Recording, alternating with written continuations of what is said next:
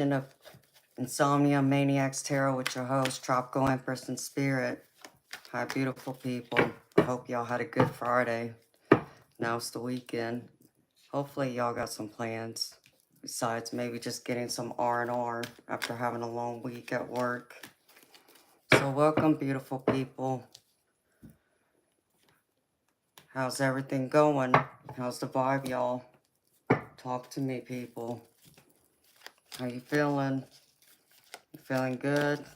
Ready to rest? Ready to party? What's going on? Hi, beautiful Mora. How you doing, sweetheart? Did you have a good day? Hi, Bobby. Hi, Eternal Light. Hi, Jeff. I'm good. I got some sleep. I'm good. I slept about 12 hours.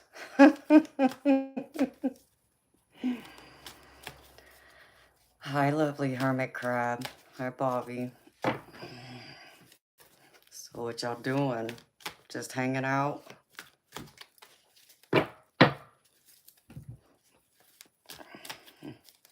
That's good. What? I got some sleep? He's good? Okay. Well, I haven't talked to him in a few days, but I'm glad he's good.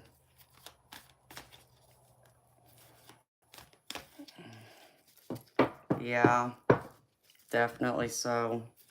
I mean, I did wake up a couple times, but I turned over and went back to sleep, so. So what y'all got going on for the weekend? Anything? Anything special?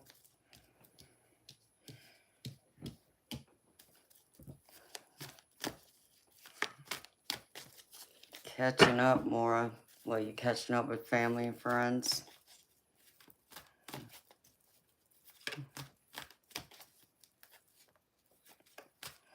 Work, party? Hey, Bobby, that's fun. Not so much to work, but party, I can do that.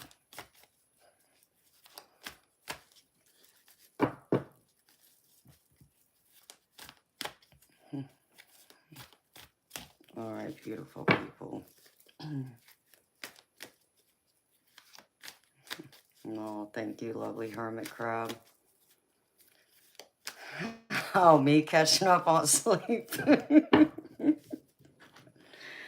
Yeah, you know me more. I need my sleep when I do get it. Or I try to get it. I know I had like a few people come on last night. When do you sleep? During the day when you're at work. That's when I sleep.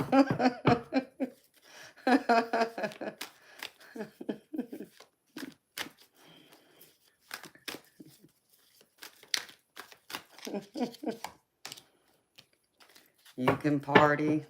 Oh, I can party too. Oh yeah, because of Veterans Day. Yeah, I'm taking Monday off, so I won't be here Monday night. I'm gonna get out of my house and go do something. Plan would be go to the bowling alley if I can help it. I just gotta dig in my closet and find my bowling ball in my bag and maybe go get a steak for my dad.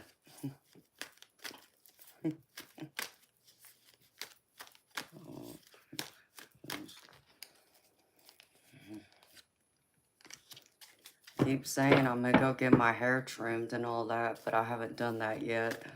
I probably won't. I keep saying though, I'm gonna do it.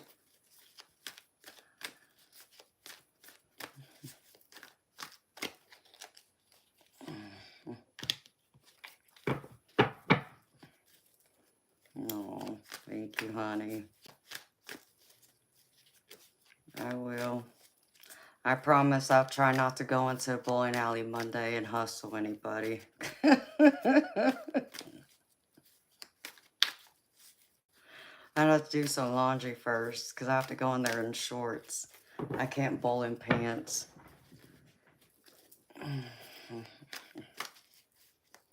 You need a haircut? I've been way past needing a haircut, like over a year. That's why my hair is down to my back of my knees. It's too long.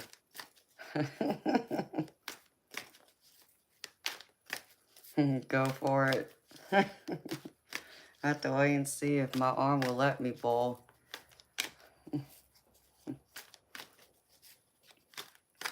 Hi, Christopher.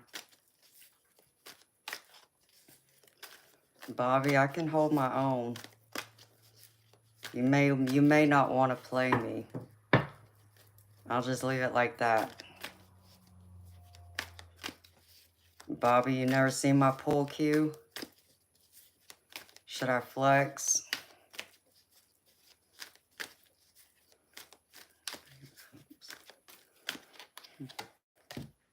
Damn.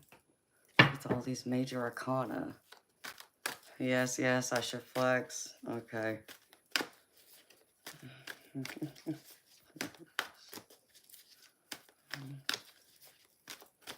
Let's see. Let me turn this last card over. Empress twice. Here, I'll show you something.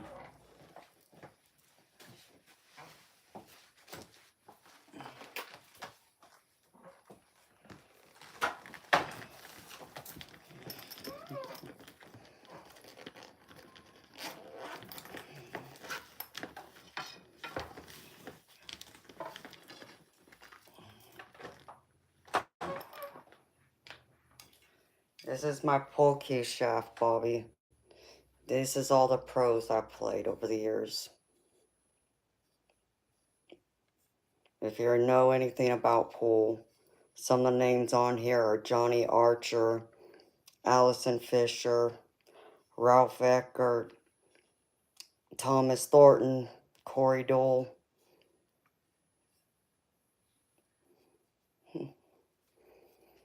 So, I don't know about you. Maybe I'm a little good.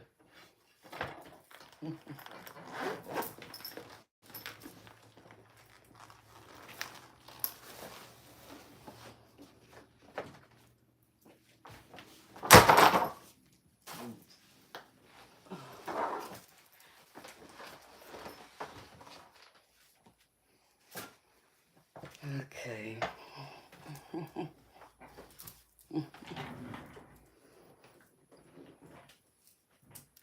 Hey Jess, there's my girl.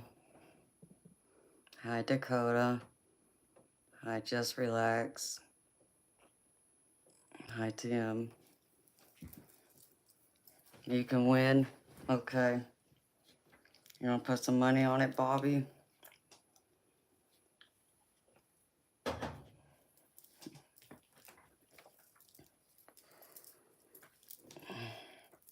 I didn't pull out my bowling ball. I just pulled out my pool cue.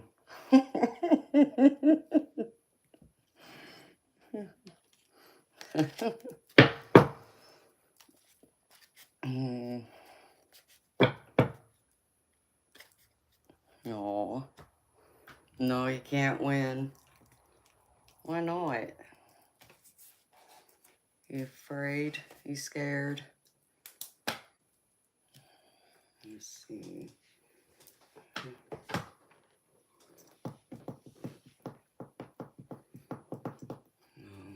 do this. Maybe golf. Well, golf, I don't play, so anybody would beat me at golf. Hi, Dakota. Thank you, sweetheart.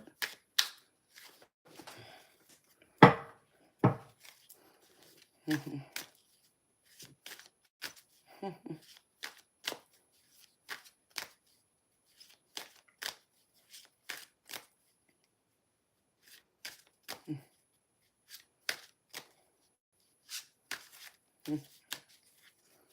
right, people.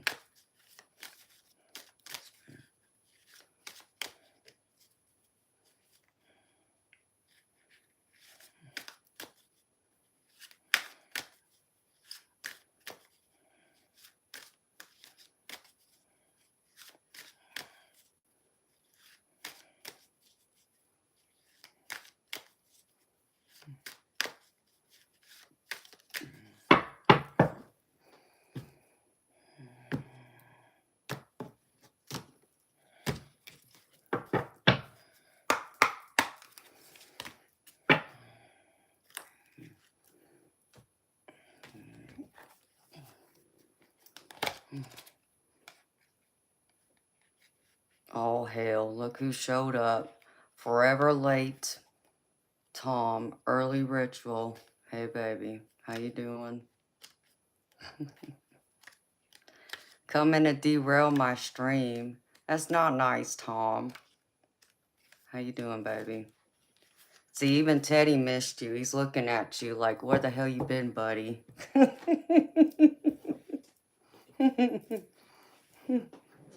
Hi, PJ. I'm good. How are you?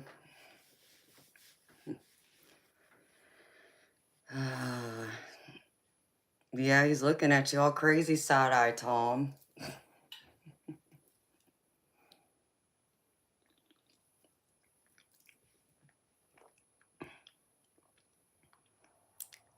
Danny's. Yeah, maybe when I'm drunk or when I want some breakfast. That's about it.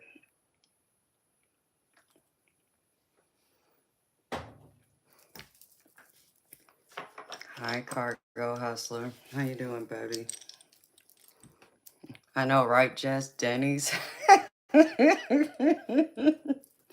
hell with Denny's. We're going to a steakhouse, baby.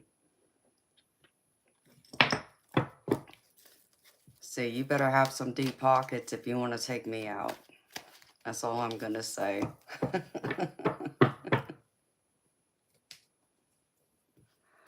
Oh, my goodness gracious. It's going to be one of those nights. I can already feel it. Hi, Michael. How you doing, baby? That's right. You got to take me to a classy spot.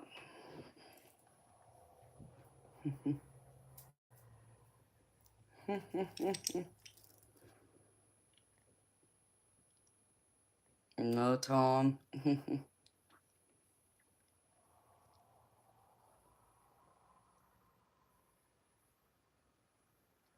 I'm sorry, PJ. You got deep pockets, Cargo Hustler. You take me out? Okay, baby. Hi, Fred. How you doing, baby? Thank you. Tom, I haven't been in a while either, baby. I'm doing good, Michael. Thank you for asking. Yes. It kind of is, isn't it? Because it's that time of night when all the wives and girlfriends are at home in bed.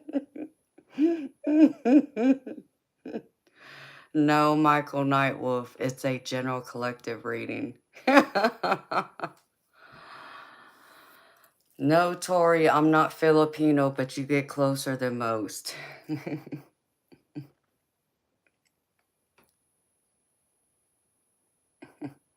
Thank you, Blue Cheese.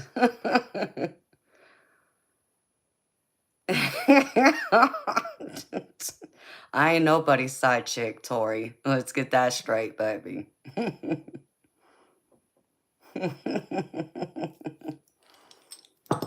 Never be nobody's side chick. That won't ever happen.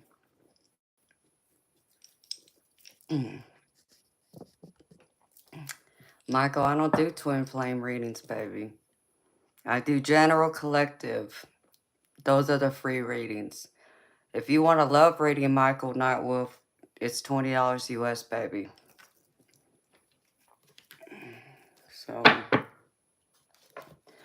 I don't understand about the whole twin flame thing because, I don't know, twin flame, soulmate, like, kind of same thing to me. It's like you either find one of your soulmates or you don't, because everybody has more than one. I'm funny? Oh, Tori, no, you funny, baby, because if you think I'd ever be a side chick, you dead wrong, baby. My parents raised me to have higher standards and expectations than that. So that's the first thing. Second thing is, I ain't one of those women that you can go and just have a one-night stand rendezvous with. And third, I'm not that kind of like lady that does the whole friends with benefits type of deal either. And fourth, you can't buy me. That's the other thing. See, My daddy, just to get this out of the way, would sit in his living room when I was a teenager and be cleaning his gun for any guy that came to the door asking about me. And if you dare to even want to take me on a date, you better show up with some flowers. Because if not, my daddy kicked you off his property and told you get the hell off his property. So, understand me. And I didn't just have one dad. I had two dads. I had two men in my life to call dad. So, they both taught me and raised me right.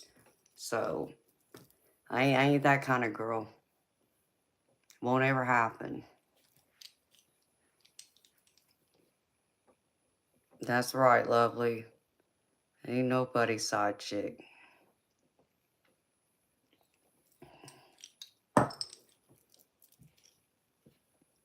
The flowers from my dad? I mean, hey, Tom. My daddy didn't care about flowers for him. He just wanted his baby girl to be treated right.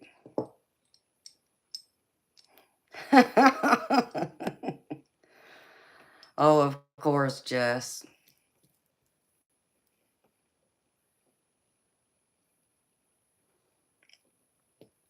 No, my daddy just would have told you, you better treat his baby girl right. That's what he would have told you. All right, Bobby. And my other dad, I mean, there's just no telling. I'd be the only chick, Fred. Parents always liked you, Tom. Well, you're a good guy. That I do know, baby.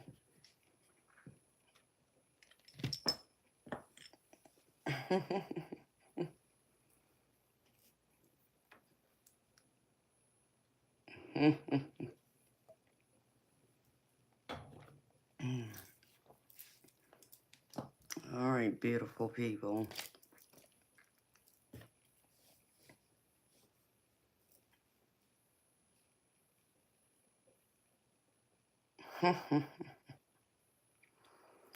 Yeah, my daddy did like football. He played college ball, in fact. So if you liked his favorite team, you might get lucky. But that still wouldn't have bought him over. Because he would have expected you to have some diamonds for me for birthdays and Christmas. Because daddy bought me diamonds when I was 10 years old. So, you see, you ain't going to get over my daddy that easy.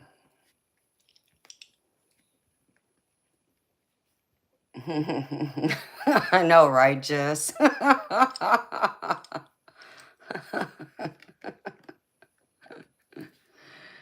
Boy, man, my dad, let's see. I mean, he was about 6'1", and he weighed, at his heaviest, he weighed about 300 pounds. Big guy. I can't be bought, Tori. I'm just telling you what my daddy would have expected from you to do for me.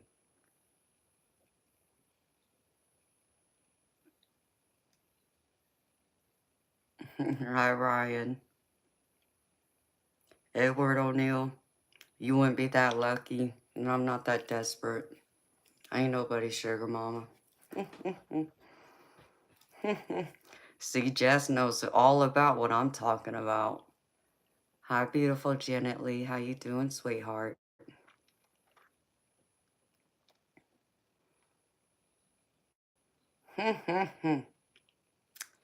If you think so, a-hole, you better try again.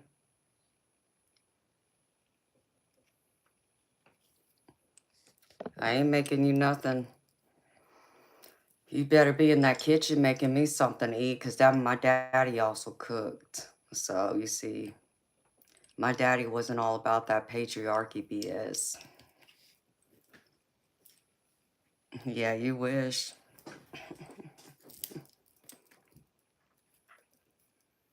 I don't have an IG, Tori. Oh, thank you, Janet. I did. I had two great dads. I was lucky. Yeah, politics, stay away, exactly. No, Edward, you can get out though. You know, it's like my daddy always told me, you know, if a man's truly gonna love you and treat you right, it'll show. It'll show in his actions, not in his words.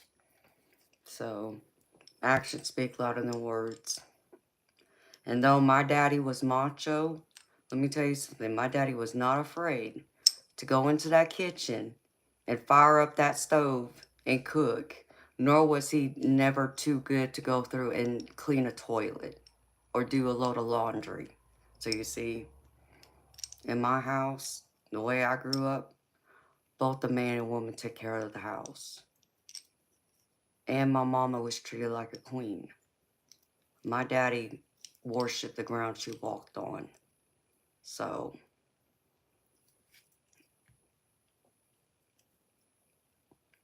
Tori, I don't remember. That was a long time ago.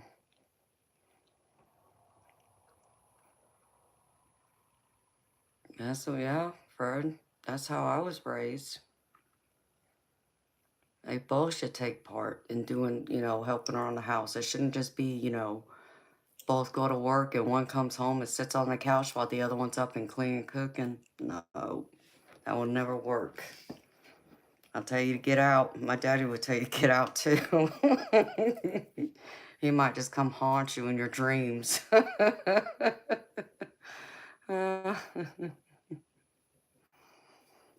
no, I was daddy's little girl. Both my dads.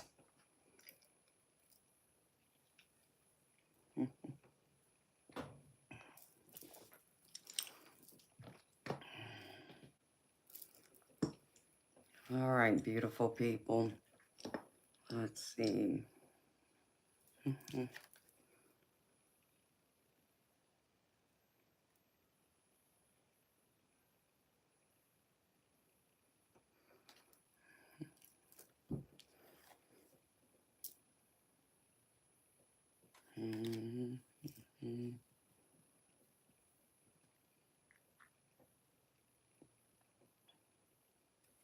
Man, there's all this major arcana out here.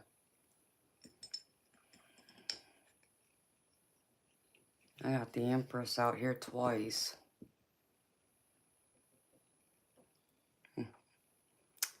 Sorry, I guess that'd probably be the other thing I should probably tell you about. See, nobody can tell me what to do. Nobody. Not even my parents.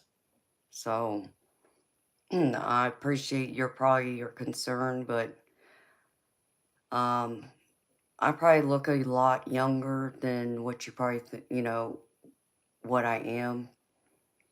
So I put it to you this way. I've been drinking energy shots and energy drinks for over 20 years, and my heart's fine. In fact, I just went and saw my doctor about a month and a half ago. After drinking 2 energy drinks and an energy shot, my blood pressure was perfect. So, he's trying to be funny. Hi, Shane.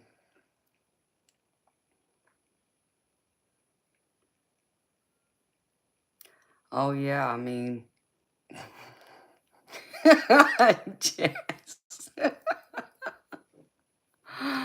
Oh, I love you, girl.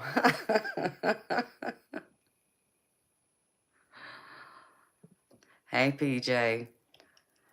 My laundry's easy. All you gotta do is put it in the gentle cycle and then pull it out and hang it up. That's it. That's the way most of my clothes are.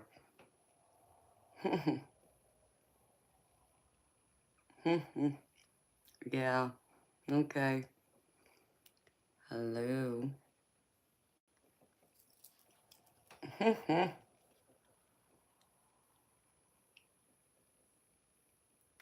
Need top up. Hello to all my beautiful lurkers in the background too. Can't forget to say hello to y'all. Yeah, Jess, you do got a point there, don't you? Because, see, I'll drink about 4 of these in a night. At least 4.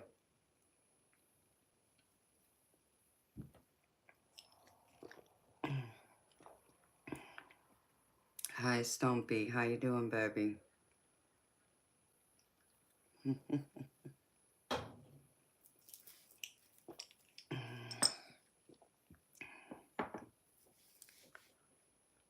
Okay.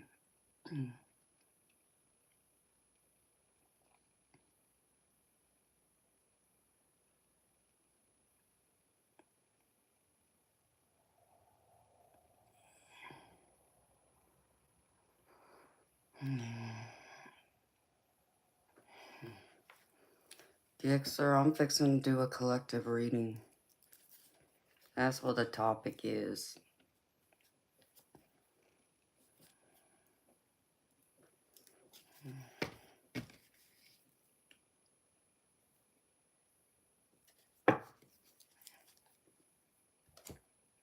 Alright, beautiful people.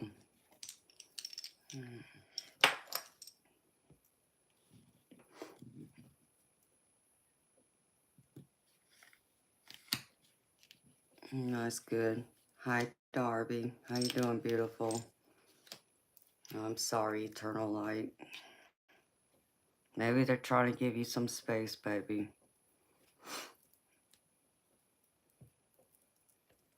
Alright, beautiful people. This is a general collective reading, so take what resonates and leave the rest. And if it doesn't fit, don't force it to fit, y'all. Just leave it behind for someone else, okay? First card is trust your intuition. So maybe you've been having some doubts, second thoughts. Spirit wants you to trust your gut. Listen to it. Pay attention to it. There's a good reason for it because I feel like some of y'all are having and facing opposition. Maybe this is a challenge, an obstacle in your life. Maybe this is a person. Maybe it's both.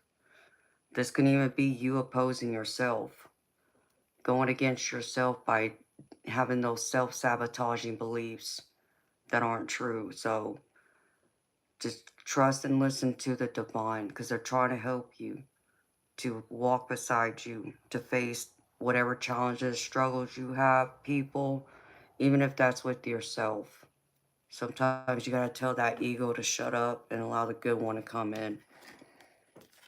Next one is, you are here for a reason. Always remember you're here for a reason. You know, you may not know what your reason or purpose is quite yet, but just know you are here for a reason.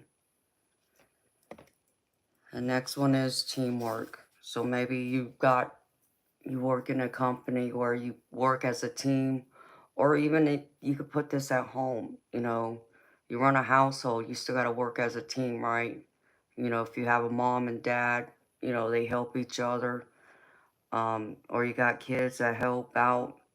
It still takes a team to help make a household run efficiently. The same thing is at a job.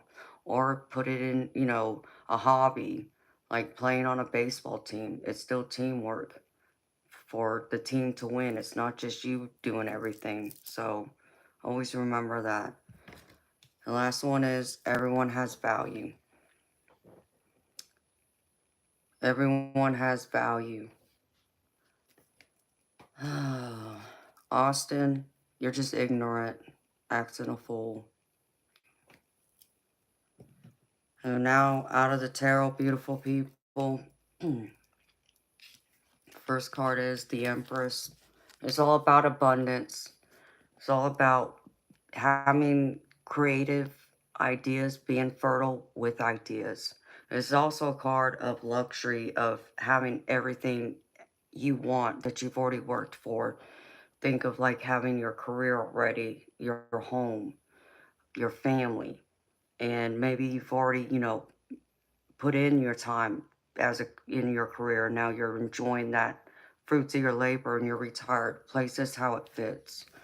But I feel like for this is all about y'all's creative ideas. And Spirit's still pushing you to come to the forefront with those ideas.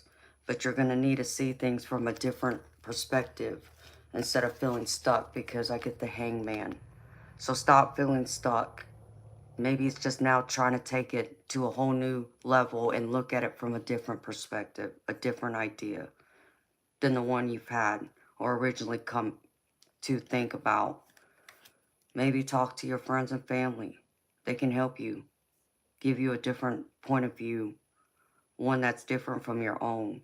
I'm not just talking about going and talking to the people who think just like you, but someone who thinks opposite of you. And allow them to bring forward those different points of views, different opinions to help shake things up. Because I feel like that's what Spirit just said. They want you to shake things up a bit. The next one is the Queen of Pentacles. And this is just like the Empress. You know, being in luxury, having everything at your disposal you want, need. That's your material possessions, your career, your money. Even having a family, having mental and emotional fulfillment. But right now, I feel like this is Spirit saying you got to take time out to spend time with the people you love and care about. And maybe, you know, you have friends and family who are pushing for you to spend more time with them. But they feel like you're not giving them more time than what you can give. So that's why this Justice card is coming forward. And so Spirit's saying it's time for you to be fair and bring some balance. Bring the priority to the forefront, to the table, to help balance out work and your personal life, your personal time. Even if that's time for yourself, you still got to be fair. Have a balanced approach for everything to work out, where everybody can feel appreciated and feel like, you know, they're important. The next one is the balance card again, but this is about you realigning your time and attention to what's important to you. It's not just about, it could be your spirituality, putting time forward into that, but it could also just be you taking priority time for yourself and give time and attention to yourself just as much as your friends and family may need that. You also need to nurture and love yourself. Otherwise, who else is going to be able to love and give you the same kind of love that you're not showing and giving to yourself? And I feel like Spirit's wanting you to take some extra time out for yourself because they want you to start challenging yourself now. Because I get the Page of Pentacles, and this is all about, to me, the energy I get from this is them wanting to present you with an opportunity. But they also want you to challenge yourself. Stop doing the same repetitive things. They want you to now branch out. Try something new, like these ideas. What's that creativity you have that's just seeping under the surface that you haven't tapped into yet? Know that you're abundant. That's why that Empress came out in the beginning. So be abundant and bring those ideas to the forefront. So Spirit can bring in that opportunity. Maybe someone's going to come in and bless you with something, some kind of gift. The next one is the Eight of Cups. And this is all about letting go of things, walking away, moving on to something new, letting go of past, you know, people, mistakes, things that have happened that you no longer have control over. Not that you had control over it then, but you're letting those things go instead of allowing them to hold you back. Spirit wants you to take charge now of your life and look forward.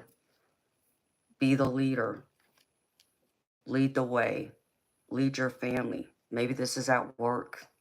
Maybe you're a manager. You're in a management role. Lead your team. Lead them to being successful, to victory. So walk away from what no longer serves you to find more meaning and be this emperor who takes charge. And last one is the Lovers. So this can be romantic, but it doesn't have to be, y'all, okay? This can be family and friends too. So I feel like this is your intimate relationship. So for some of y'all, I feel like this is more than one person. But your intimate relationships, I feel like you're weighing, even like trying to find that time to balance out, to give them the proper time and attention they need. You know, maybe this is your kids, maybe this is your siblings, or it's your romantic partner, or maybe it's all of them, your parents. Put it where it fits. The Spirit's saying you got the time now to give if you really want to. They blessed you with abundance now. So they want you to give extra time to the people you love and care about, because I get the Empress with this. So they're saying you're abundant. You have all these people in your life who love and care about you, want to be there for you. Now it's time for you to step up and now be there for them. Give them that time and attention and love they deserve and they need from you.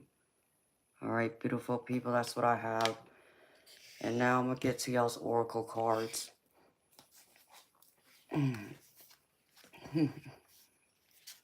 All right. Let's see. Which one, Spirit?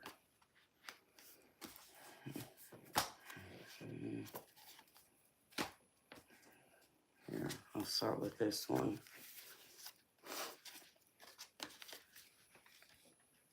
All right. First one is from the Healing Spirits Oracle. Lost but never alone. There might be times in this world when you feel a great distance between yourself and others, and the sinking feeling of loneliness brings you down. This is the perfect moment to call on your spirit guide and ask if you can know them better. Your guide will have been waiting for this moment and will be happy to connect with you. In meditation, ask if you can receive a personal sign or sensation that will only occur when your guide is close to you or is acknowledging a question of yours. The same sign or sensation will appear repeatedly until you understand this is your guide's personal calling card and their way of building trust with you. So know you're never alone, even if you may feel alone at times physically, but spiritually you still have a whole team working hard to help guide you. So remember this. Look deep within or look to the heavens and talk to your spirit team, because they'll be there to let you know they're there. Be open to communicating with them. And this is from the Guides of the Hidden Realms, and this is Order in the Forest. Divine order exists in the world. Although we sometimes can't see it, it does not imply that the world must be comfortable, fair, just, moral, and clean all the time. Instead, on our spiritual paths, we learn to affirm that all exists in perfect order. As we evolve, we can see the perfection of life's experiences where decrease as well as increase, growth and decay, life and death exist together. Loss is led to new beginnings, faith led to synchronicities, despair led to faith, apathy led to action. Our world is divinely created, as are we. So can you accept your current situation as being perfect as it is? You are exactly where you're supposed to be. When you come to that understanding, things you couldn't see before suddenly fall into place. Nature always moves towards harmony and coherence, and whatever you're inquiring about will also.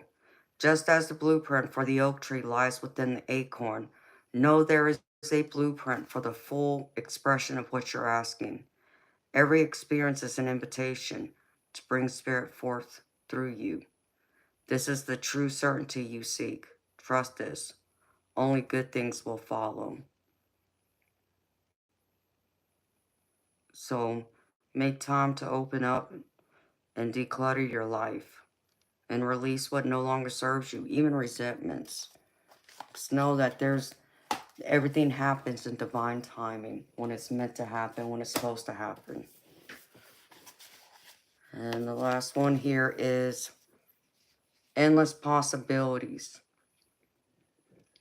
You look at the world through the lens of your life experiences, personality, and conditioning. That filter determines whether you believe in an abundant universe of endless possibilities or various degrees of limitation and an infinite range of options. When your expectations, unconscious or otherwise, are based on lack, it's difficult to see what is truly available to you. Today, ask yourself what you believe. Are there limitless potential outcomes to align your energy with? Do you know intuitively that there is more to life than meets the eye? As you believe, so will it be for you. as your energy will attract its match in the outer world. Conditions meet expectations. Either your world remains the way it is in various forms yet essentially unchanging, or you become more. Everything shifts as you open yourself up to a greater version of you and a more meaningful life, discovering opportunities that better reflect your true self. This is the nature of your dynamic relationship with the divine. Today, stand with open arms, knowing that you are stepping into beauty, into experiences that are potent and transformative. You are walking past the line that you and others drew long ago, leaping over what was and toward what will be. You are more than you were. Now, what is it that you want? The treasure is yours. You just need to believe it. Know you are full of endless possibilities. You can have anything and everything you want.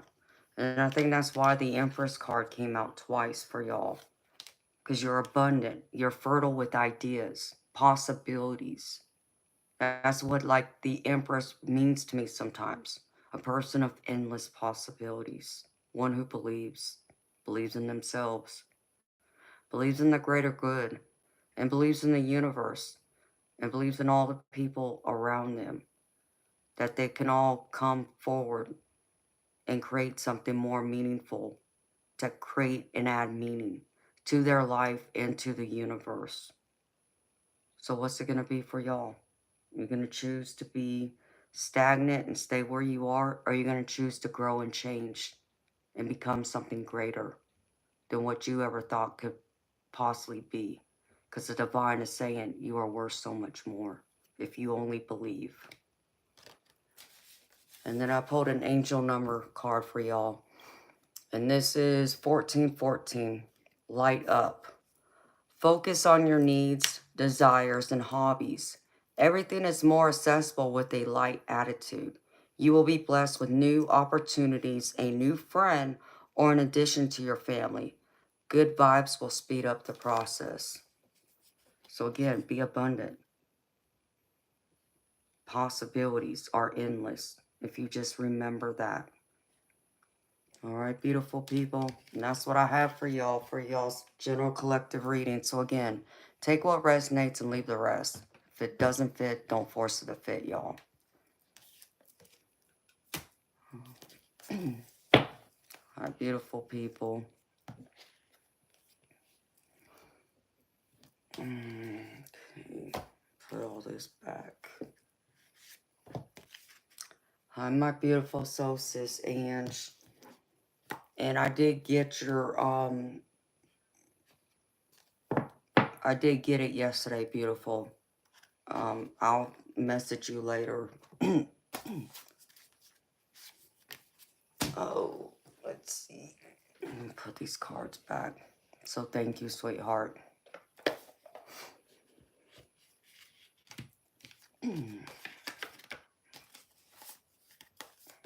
Hi. Hi, Care Bear. Hi, David. Hi, Elizabeth. Hi, 78 Cat. Pull this back. Hi, Joey.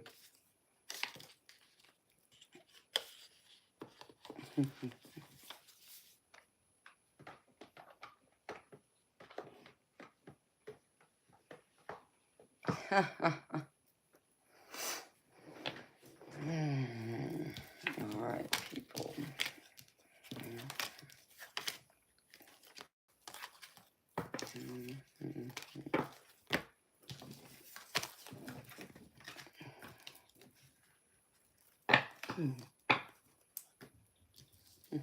Oh, thank you. Y'all gonna make me blush. My cheeks turn really red. I'm sorry. Thank you.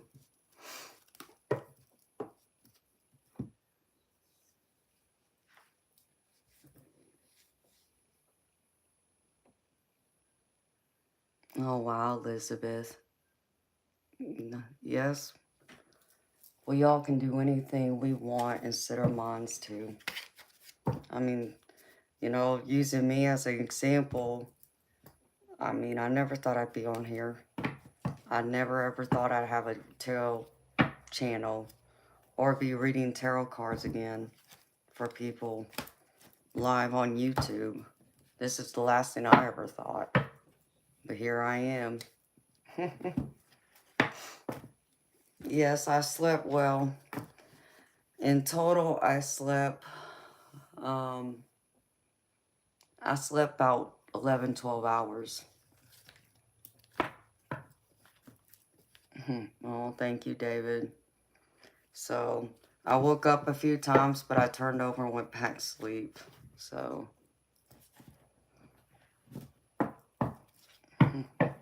oh, thank you, honey. No, Care Bear, I know, honey. The anniversary of my dad's death was the other day. So, I've been thinking about him a lot. And Monday's Veterans Day, so because I didn't get to do anything on the anniversary of his death, I'm going to do it on Veterans Day because he was a veteran too.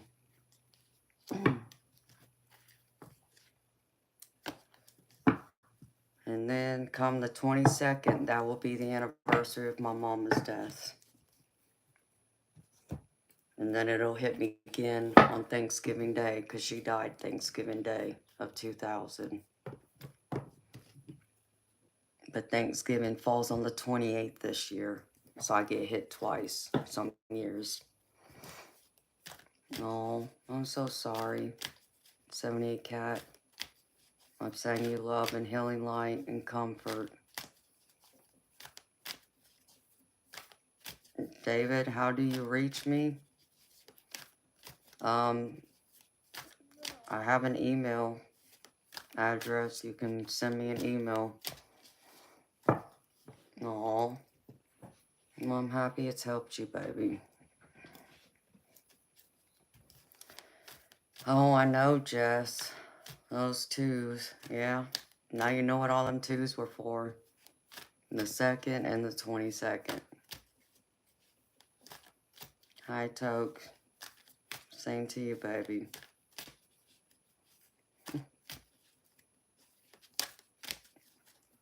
So how's everyone feeling? What's the gravy?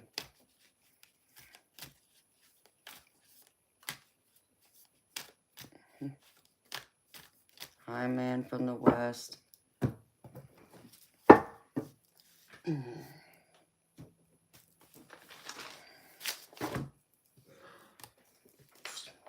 Cold. Do something.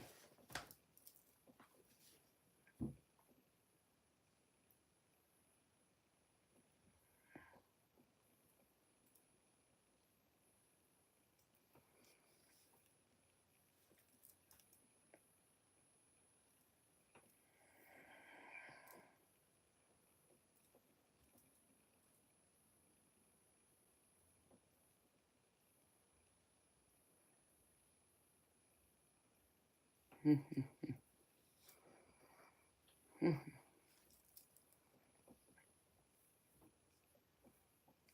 don't know, Barb. Hi, Michael. How you doing, baby? No, it's always good to see you, 78 Cat.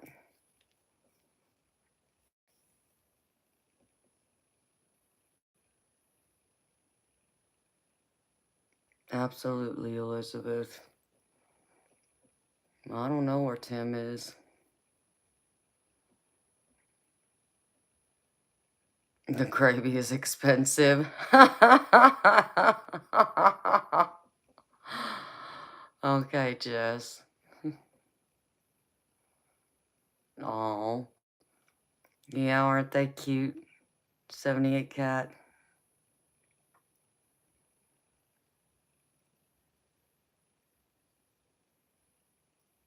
Oh, I'm sorry, Elizabeth. Sending love and healing light and comfort to you. Hi, beautiful Judith. Oh, thank you, honey. Okay, well, sweet dreams to you, Judith. Thank you for stopping by to say hello, sweetheart. Hi, Sterling. How you doing, baby?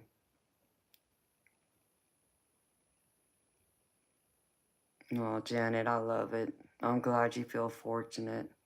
I always feel fortunate just being here with y'all and how much y'all love and appreciate me and come out and support me. So that means a lot.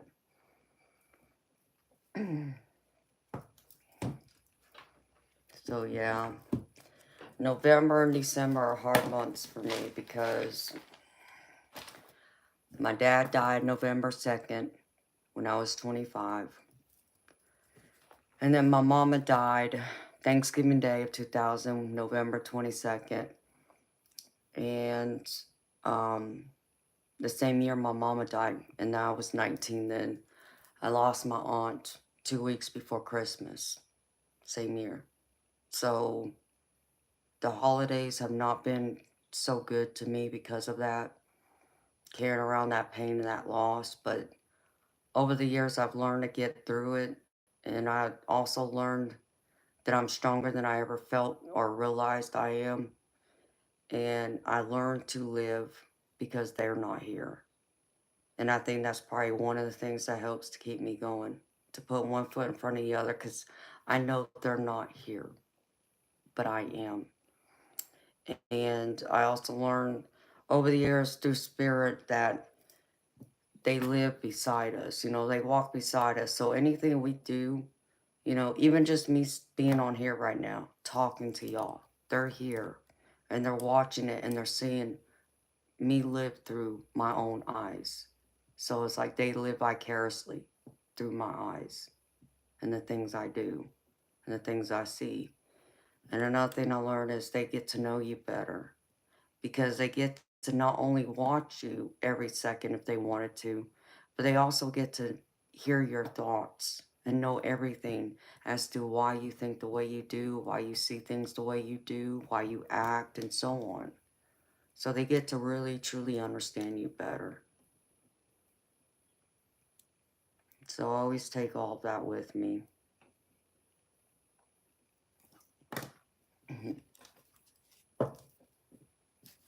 Like, that's why I always go out and do something to honor their memory. So this year I'll be at the bowling alley, you know, Monday, because I didn't get to do anything on the 2nd. And my dad was a bowler too. I'll go up to the bowling alley Monday on Veterans Day because he was a veteran. And then I'll go out and do it again on the 22nd.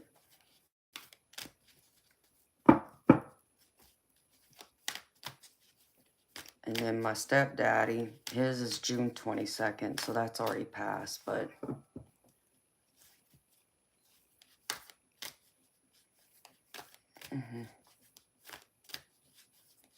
but I always go shoot pool for him. Yeah, Ange is great.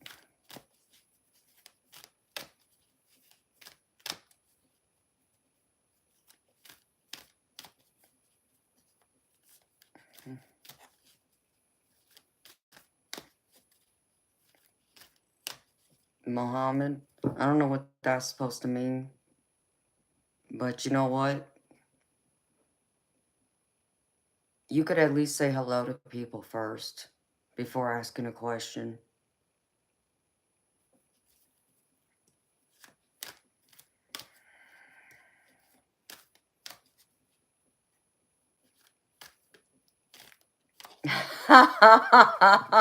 Sorry. No, that's funny.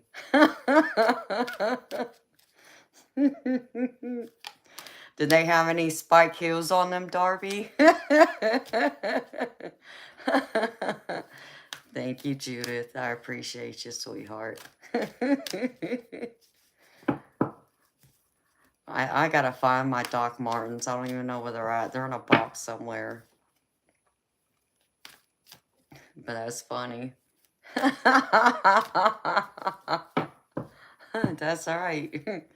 Give me some spike ones. People are like, what the hell are you talking about? Man from the West knows, though. I hardly ever wear my heels when I'm here with y'all. But I always got them close by to me, so just so you know.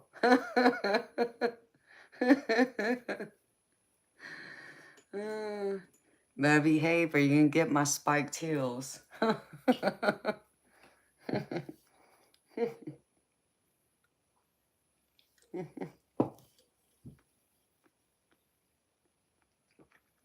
That's pretty funny.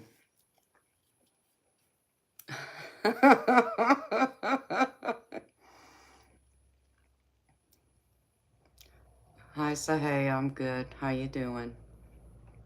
Hi, Jesse. How you doing, baby? I save them for you, Tom. Is that what you're saying, baby?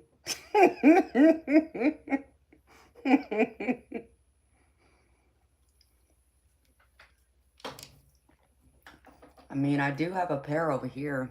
Oh, I grabbed the wrong Red Bull. Oh, well.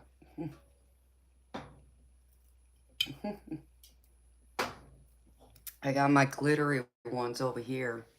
Oh, I save them for whole OnlyFans. Shh, Tom, don't tell anybody.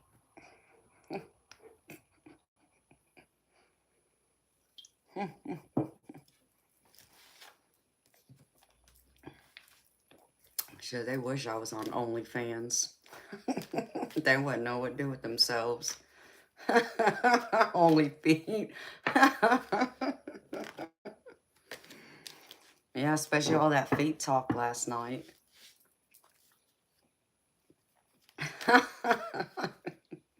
Hi, Sebastian. How you doing, baby? Which one, Jesse? I've only had one kind, and that's the blueberry one. Hi, Sebastian. You didn't come back last night, baby. I told you I'd be back, and I came back.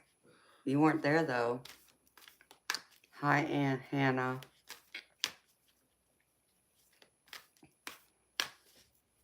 That's right, Andrew.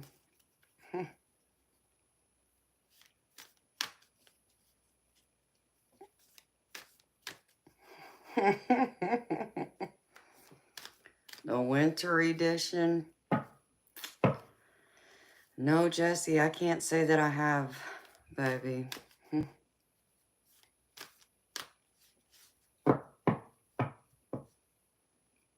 Vanilla berry ice freeze.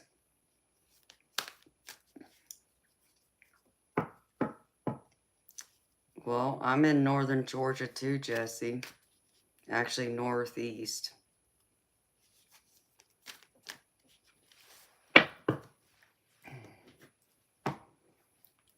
No, I have this one.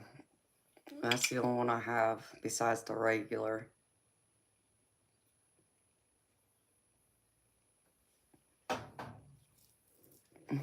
Hi, Fiona. How you doing, beautiful?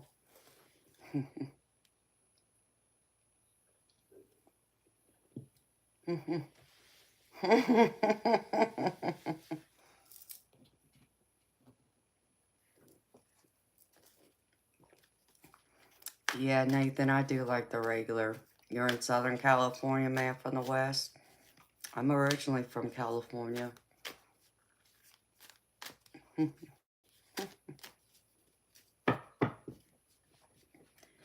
Yeah. Gotta have my Red Bull. That's my coffee. Yeah, that's mostly what I drink, Jesse. I might get a different flavor just to switch it up a bit, but that's mostly what I drink.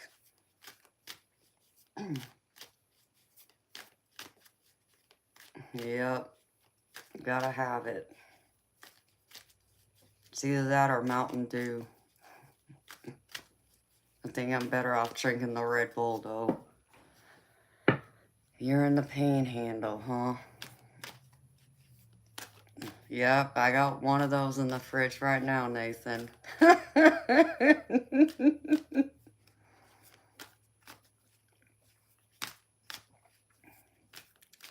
No, Sebastian, it's just known as the Panhandle.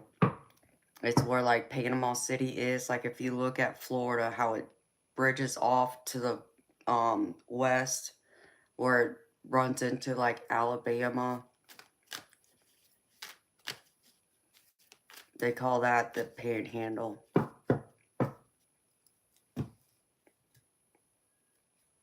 You're in Miami, Florida? Okay. I've never been to Miami. I've been to Florida, but the farthest south I've been is Sarasota, as far as Florida goes. Redneck Riviera. Hillbilly, you're right, baby. I've heard it be called that too.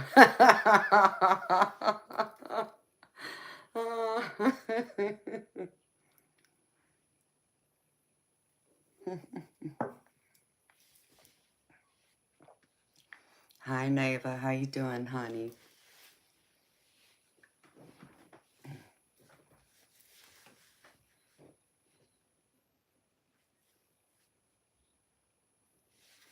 Yes, Mario. It's an actual live. I'm real.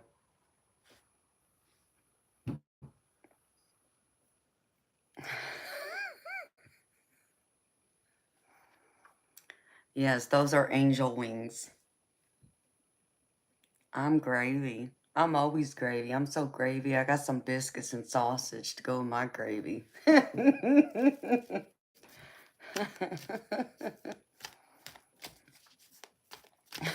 Whatever, Tom. Hillbilly, I'm in Georgia, baby. I'm gravy, Mario. I'm so gravy. I got some biscuits and sausage. Go with my gravy, baby. How you doing?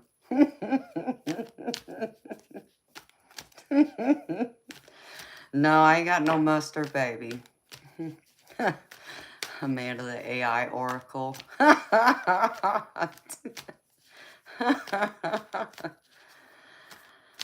Oh, I'm serious. I got sausage and biscuits in my fridge right now.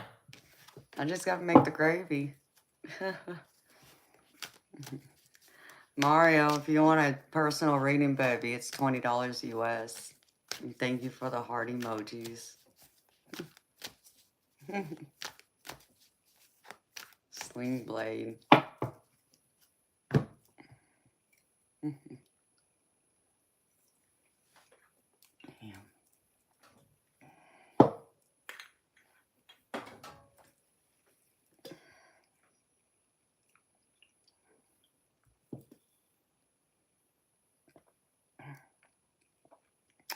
You gonna be in Perry in 2 weeks?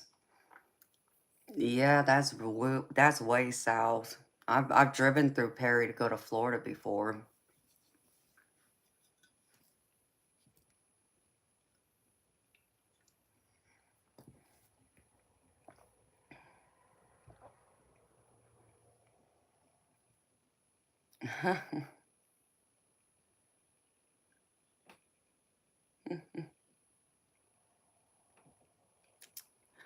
Mario, if you look in the chat, you'll see my name highlighted in yellow. If you click on that, it'll pull up a box, and there's a couple links you can pick. One's PayPal, the other one's called Buy Me a Coffee. You can make the payment there. Darby, I don't know. I'm still waiting for them to give me an answer. I still haven't heard anything yet. And I still haven't had a chance to go look at any of the other apps to add them.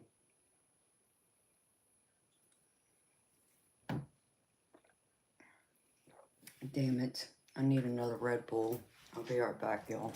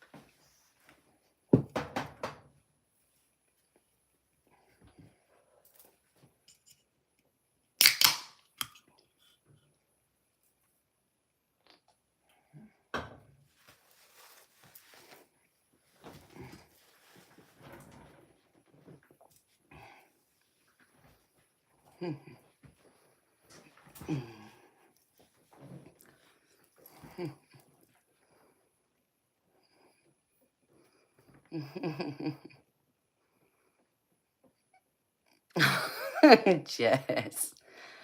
No, Mario, I don't, baby. I did, but they closed it. I'm waiting to hear back from them, so. Hi, Charles Morales. Thank you, baby.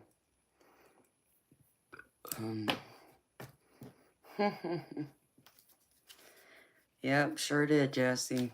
Pop that can right open. I'm a pro. Man, it's already 11 o'clock. Doesn't feel like I've been on here for over an hour already. Thank you, Neva. It's a crystal grid necklace. It was custom made by a friend of mine. He makes them. He's in Hawaii.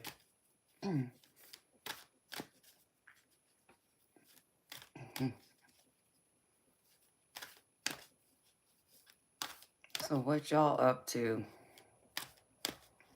Yes, Tom, it is. It's one of Jonathan's.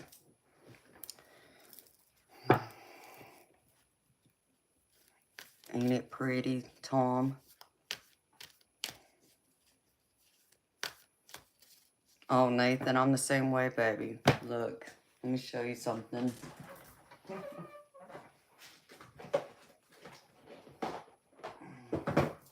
Here you go, baby.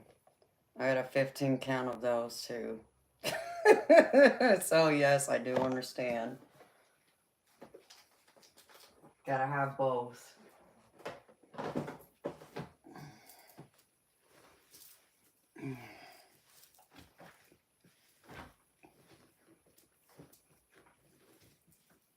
When's my birthday? My birthday's in March. March 10th. I told y'all. The energy shots and the Red Bull's my coffee. So whenever people always talk to me, you shouldn't be drinking all that. It's bad for your heart. I've been drinking it for over 20 years. My heart's just fine.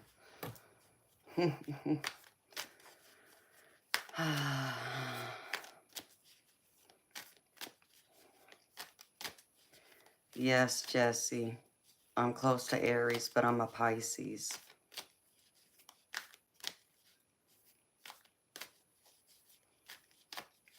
No, Darby. I've never even heard of it, sweetheart. I'm an Aries rising, Jesse, though. Oh, are you? So you're a Pisces like me, Neva.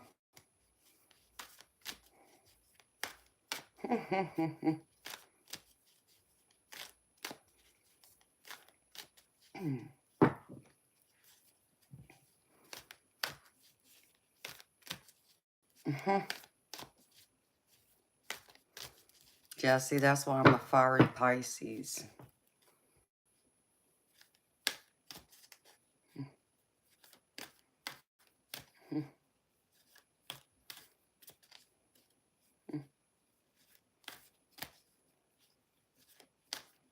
Mexico created a holiday for your birthday.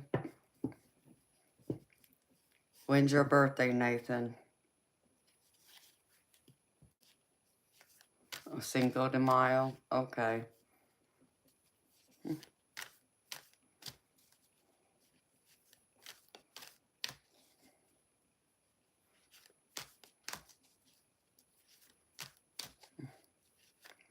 Yours is March 8th. So you're a Pisces too, Charles. Okay. I don't know, Charles. I haven't thought about it yet. People keep asking me what I want for Christmas. I have no idea. I mean, diamonds are always nice, but I don't know, Charles. I haven't thought that far. I told people I'd make me a wish list of things I need and want, because they keep asking me what I want for Christmas, so. Hi, Cardell. You're a Pisces, too. February 24th. Oh, wow. Yep, we're all 12 signs wrapped up in one.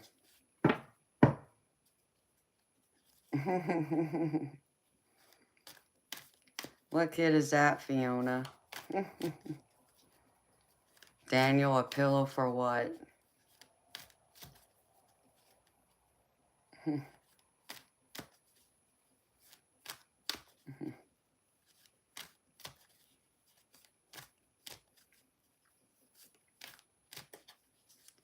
I gotta add the mini fridge. Daniel, why a pillow? I got plenty of pillows.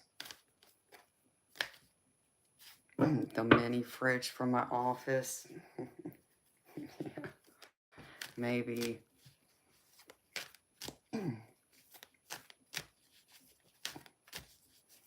Oh, okay, Mario. Well, it happens. Daniel, I don't know what the hell that's supposed to mean.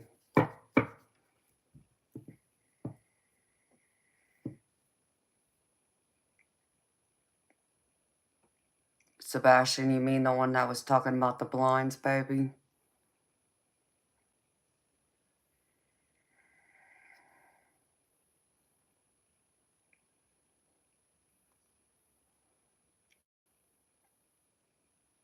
Electronic transfer. Ange, what do you mean, sweetheart?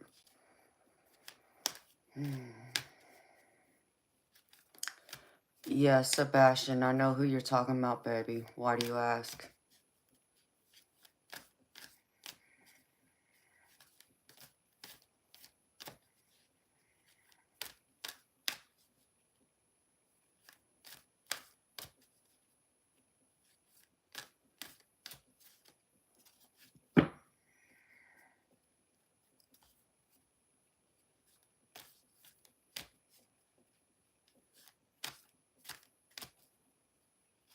Oh. Yeah, and I mean, the only problem with that is I don't want anyone to be able to have access to my bank account like that. I'd have to set up a bank account just for things like that, which I probably need to do anyways. I haven't done it.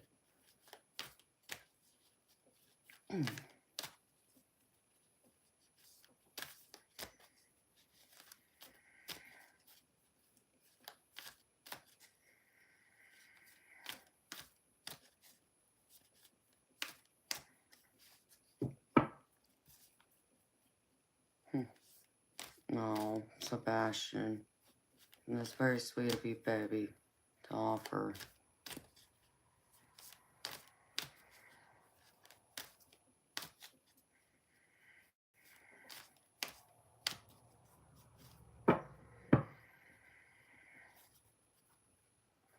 Oh, Jesse, I'm sorry. There's one of my mods' name is Jess.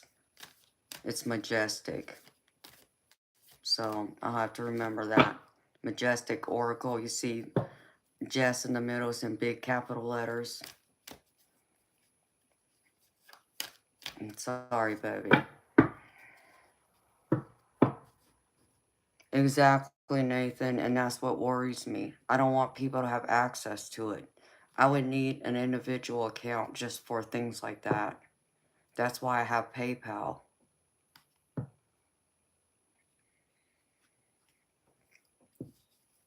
Okay, Sebastian. I will, baby. Thank you for offering very much.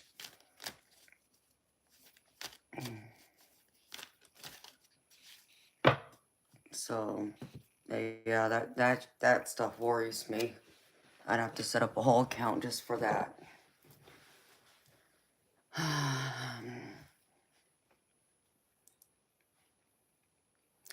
Darby, I know that, sweetheart, but there are a lot of people out there who are very good at breaking them.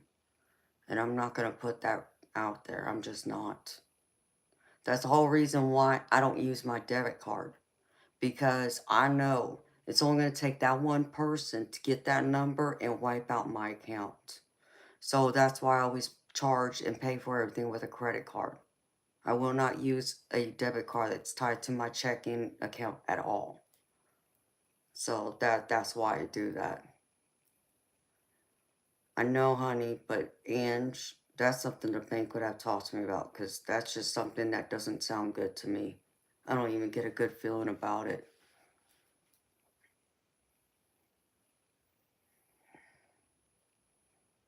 Oh, well, thank you, Sebastian. I appreciate it.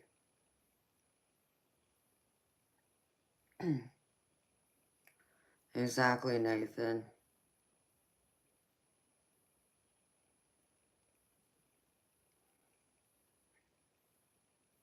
No, I don't speak Spanish. I'm not Hispanic.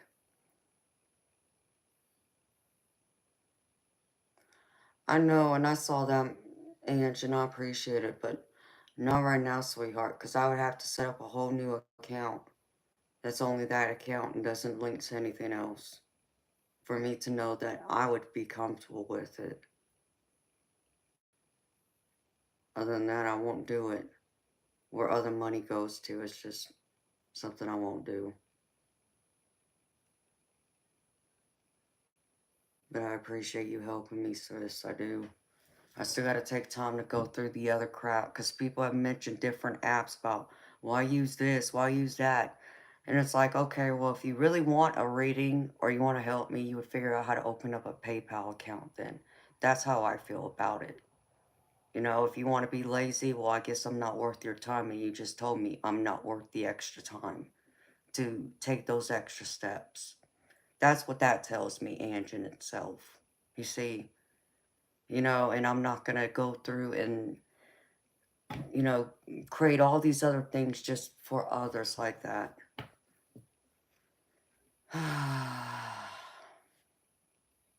Jess.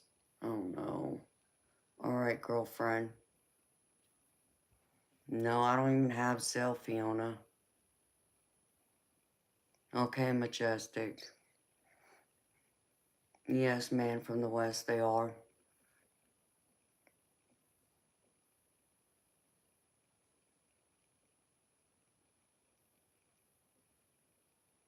Nathan, which one, baby? See, Zell and all this other stuff, I don't even know what that is. Because y'all gotta understand, even my PayPal didn't exist until I started this channel. I didn't have any of those things. Because whenever I would go through and purchase something online, I used my credit card. Not my debit card, but my credit card. And I always knew it was secure because my credit card company is going to go through and make me pay for crap that I didn't buy, and nobody can remove funds from my account. Shit, I don't have Zelle, Mario. Don't understand because I don't buy a whole bunch of stuff online. No, I'm not Filipino either.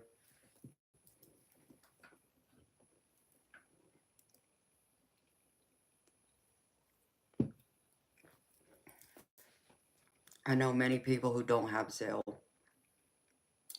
And what's crazy is, see, people don't understand. Because some years ago, even with my credit card, um, I was doing some banking stuff. And this is when I would go online and look at that banking and all that. I was checking the activity on my account, and someone the night before had went through and charged over $2,500 to my credit card, buying like car parts or something. And if I hadn't been watching it and paid that close attention to it, that money would have been gone and that people would have gotten all them car parts. But because I saw it, I was able to stop it.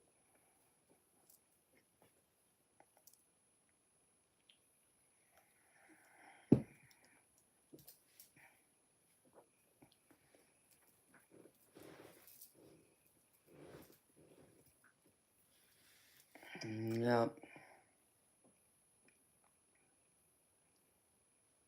Nobody gets to my bank account, Davino. That's what you don't understand.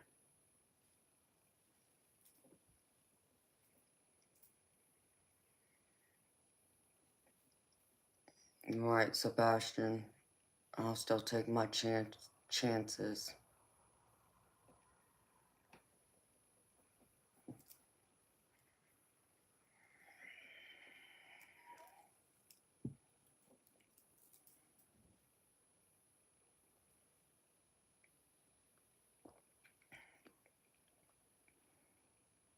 Okay, Nathan. I'll look into that, baby.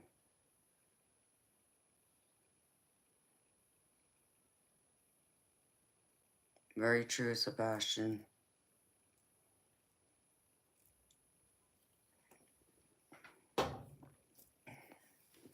Like, I'll give you an example. My daddy, many years ago, he's passed, but because he used his debit card, which obviously his debit card was tied to his checking account, um, and he'd go out and use it, pay for gas and, you know, groceries and all this and that. Someone got a hold of his debit card number, and they ended up using his debit card like it was a credit card. And they removed all that money from his account. So when my daddy had bills that he was paying that he had, you know, used his debit card for, they bounced because of what happened. And then he had to go through and pay some of the fees for it, you know, because he had to pay to the people he owed money to, you know, like your regular like your water, electric, your mortgage, all those things. Even though it wasn't his fault that it bounced, but those other institutions still said he should have done it another way. So they still told him he had to pay like the overdraft fees or the late fees and all that. So that's the other reason why I won't do it. So I've watched it happen to other people both ways, and it's like, nope.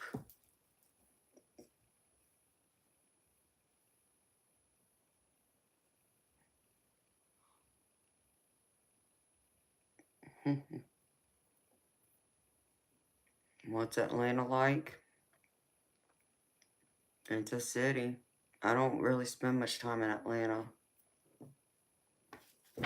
Man, from the West. I'm not one that goes out and parties or anything like that. So I can't say a whole lot about Atlanta itself. I go there if I want to watch a concert or watch a ball game, or if I want to go and eat at one of my favorite restaurants. That's about it. Other than going to the airport, I don't go to Atlanta.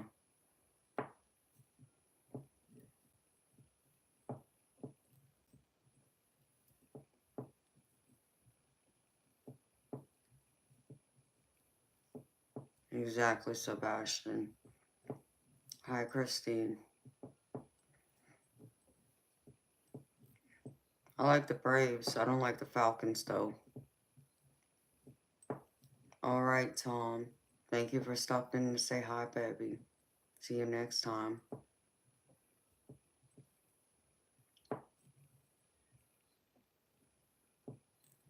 I'm just not a Falcons fan. Don't ask me why, I just don't care for them.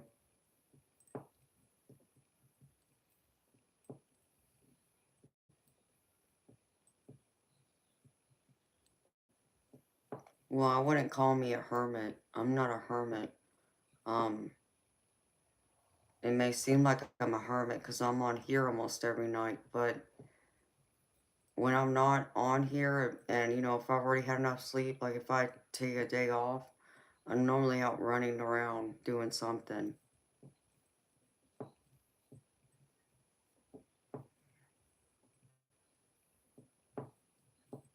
Yeah, it's just scary what people will do, like what you're saying, Sebastian, because I know it screwed up my daddy.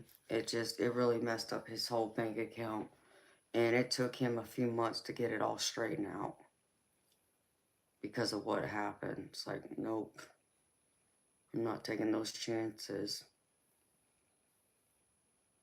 Nature Best Effect? Hi, baby.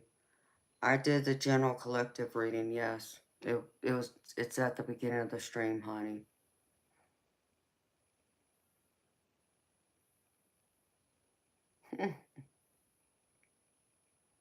Sebastian, I mean, yeah, I understand that too, baby. I do. Braves has a pretty cool logo.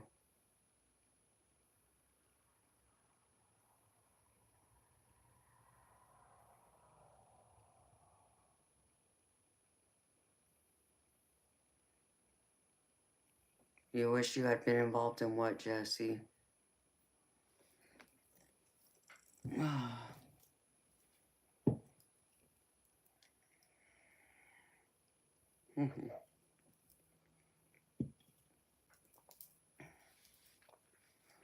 Hi, Chief. How you doing, baby? Yes, I'm doing good. Thank you for asking. It's good seeing you again. Jesse, it was a collective reading. It applies to you too, baby. It was for everyone.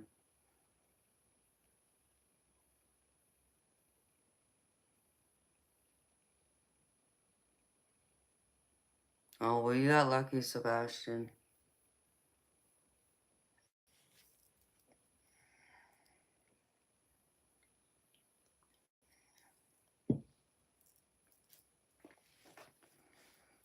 Jesse, it's on the stream. You can rewind it back.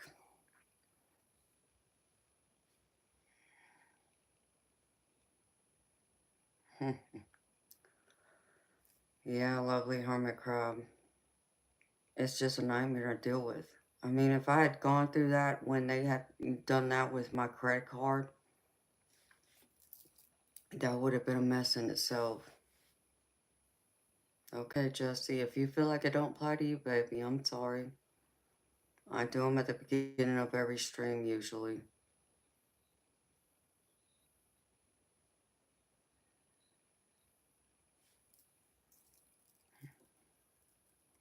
I respect the way you feel.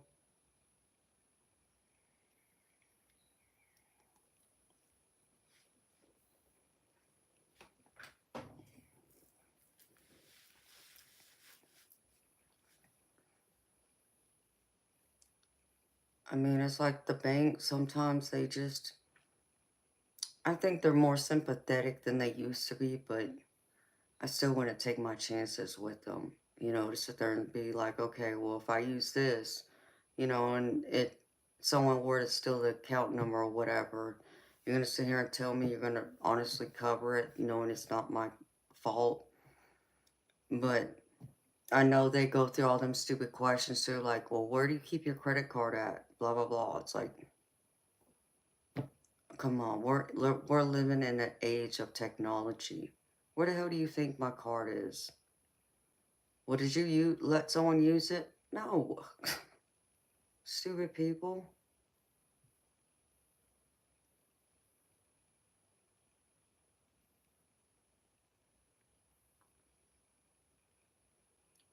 Yeah, Sebastian, it is.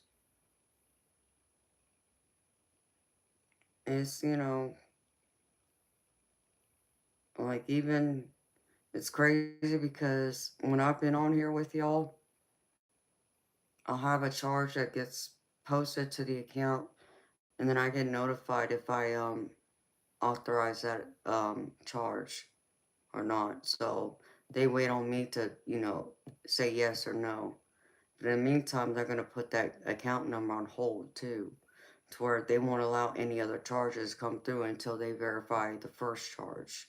Because they believe then if it's possible that it could be an illegitimate charge, then they stop all the other charges. And it doesn't matter if it's with one of your regular, you know, businesses you know, do business with, they will still hold it and not allow the payment to go through.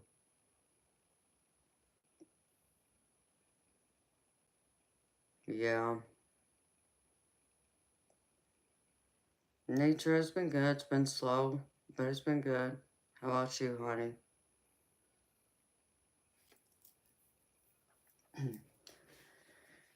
Yes, Sebastian. You need to read everything before you sign it. My parents always told me that.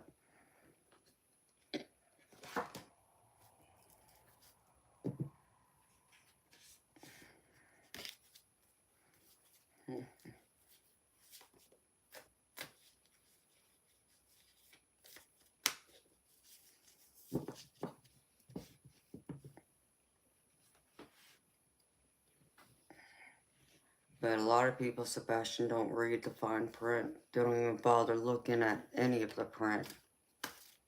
They just go in and just say, okay.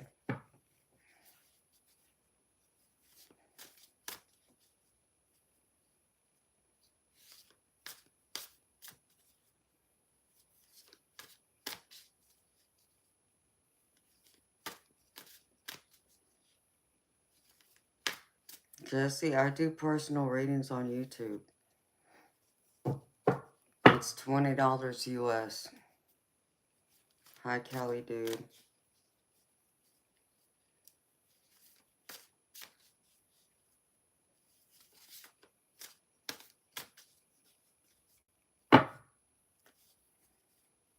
And it's like, so I don't understand. If you know that, then what are you wanting?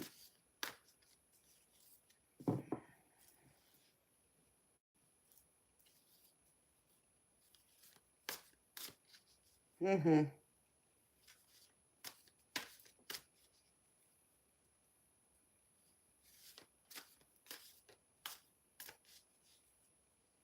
How much TikTok can track you. Yeah, well. Well, nature, best effect. I'm wishing you nothing but luck and the best, baby. I'm hoping you get that call and you get the job. Hi, Jessica Camino. How you doing?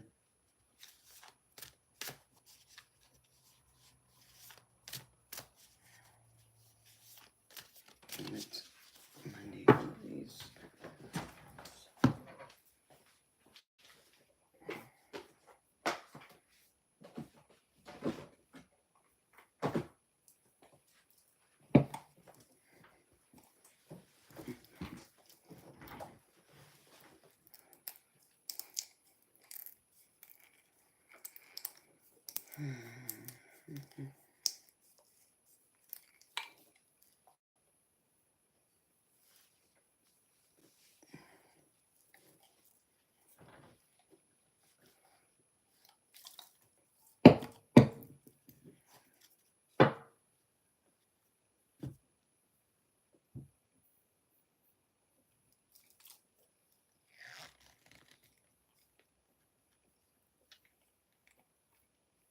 Wow, lovely hermit crab. That would have scared me.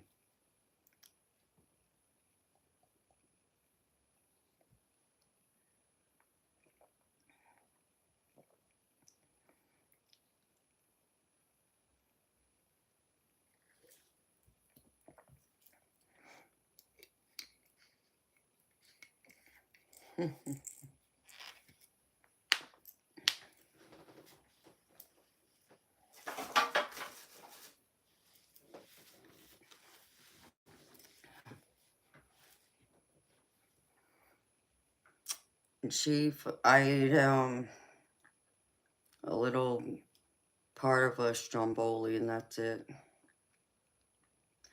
It's more than beef jerky and chips, that's all I can tell you. Oh, did you? Yeah, you see, I drink those all the time, too.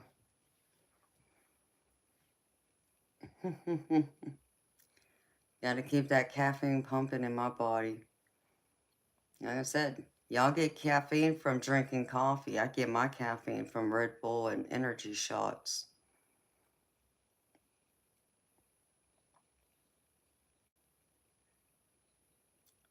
Lovely hermit crab, you was sick from what, sweetheart?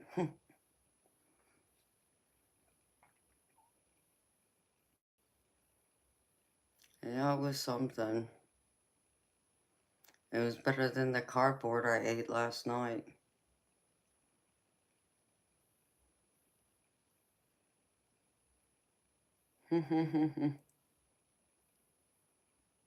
Yep, that's right, Chief.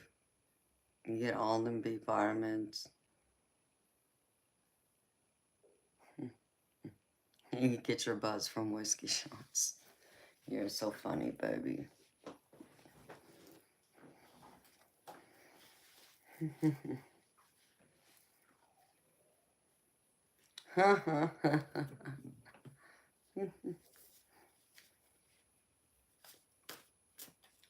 Yeah, the cardboard meatballs, because it was cardboard. It was nasty. It's like, Lovely hermit crab. Yeah, those people wouldn't have liked me. I mean, I wouldn't have taken it out at the bank, but, you know, just like, how the hell does that crap keep happening? And it's easy to do that, unfortunately. Yes, Sebastian, we're talking about caffeine, not liquor, baby. But liquor's good too.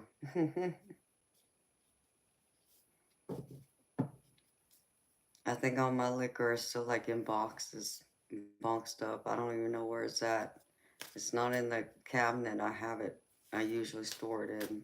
So, it's okay. I'm not missing it. I rarely drink it. It's like, I think I have a bottle of champagne in the fridge and that's it.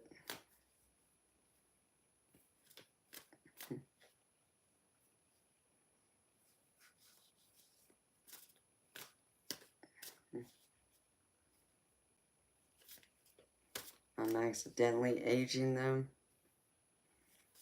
You want to call it that, baby? I guess. I just don't drink them, usually.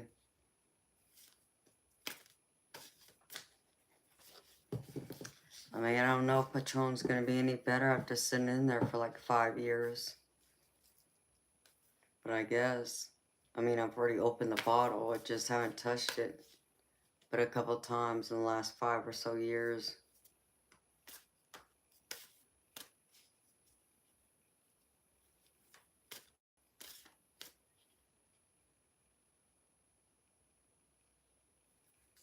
Yeah. Not that. That's what I thought.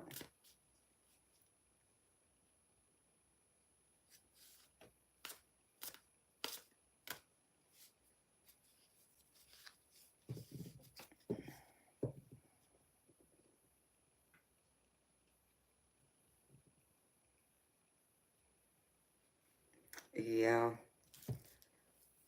It always sucks when the police have to get involved. Because then they have to do their investigation too.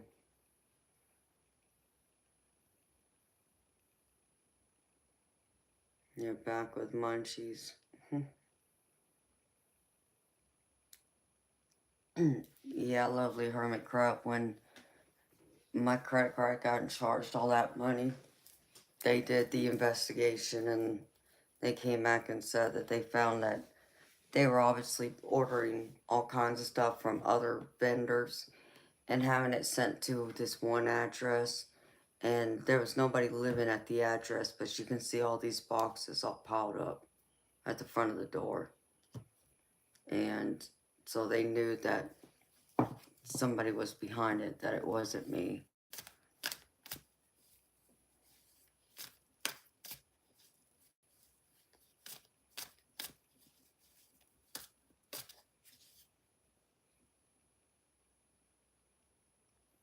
You just Uber Eats beer.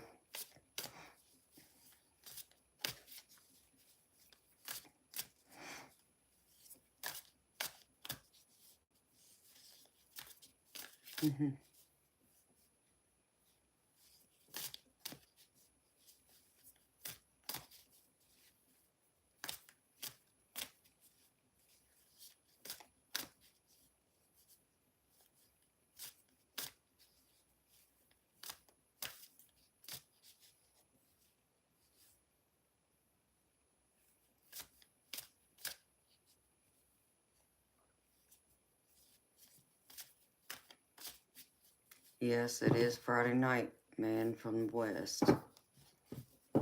So what you got going on? Thank you, 78 Cat.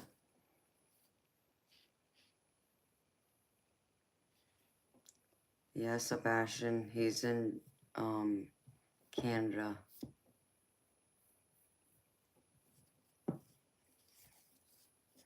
Why, you feel the energy shift, Christopher?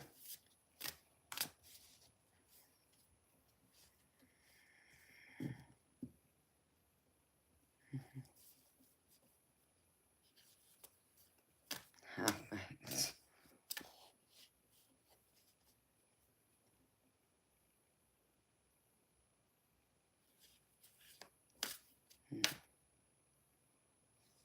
Hi, Mason.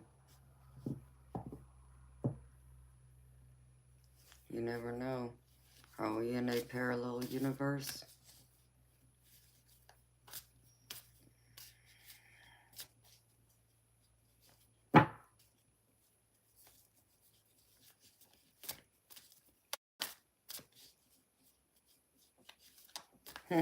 Sunny cat.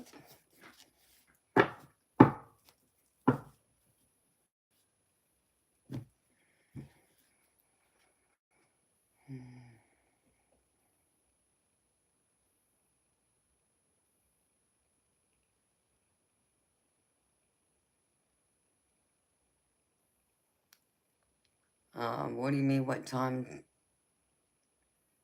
Sebastian? I mean, I'm here now until whenever I decide to get off, but then I'll be back Saturday night at 10 p.m. Eastern.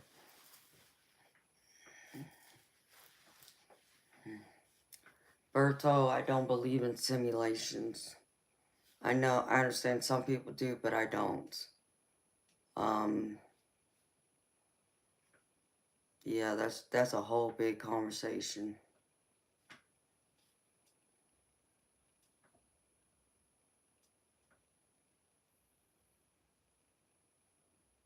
Oh, well, good luck to Mason. I hope he wins.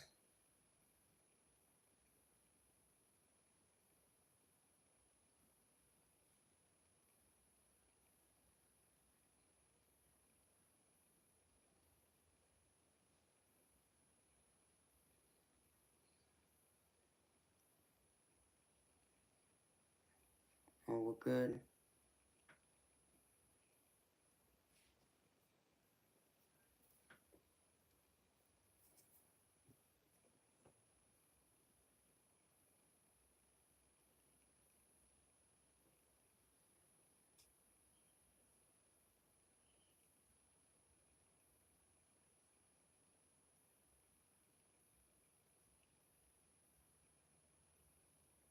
No, Pete, I'm not going to sleep.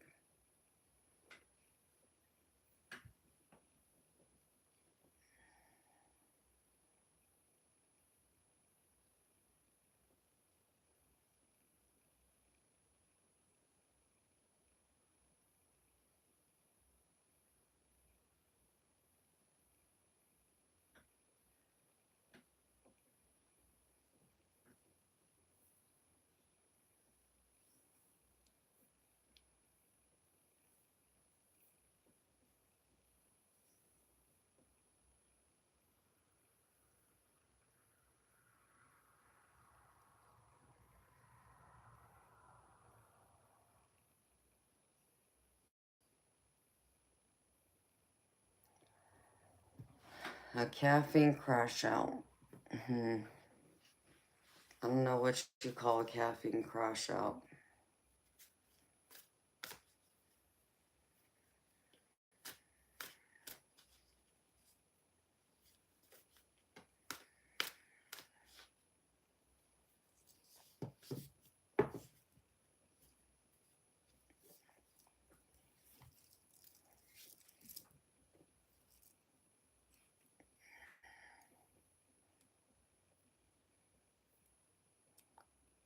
Pete, I do when I get a lot of readings, you're right. But I haven't really gotten any readings tonight.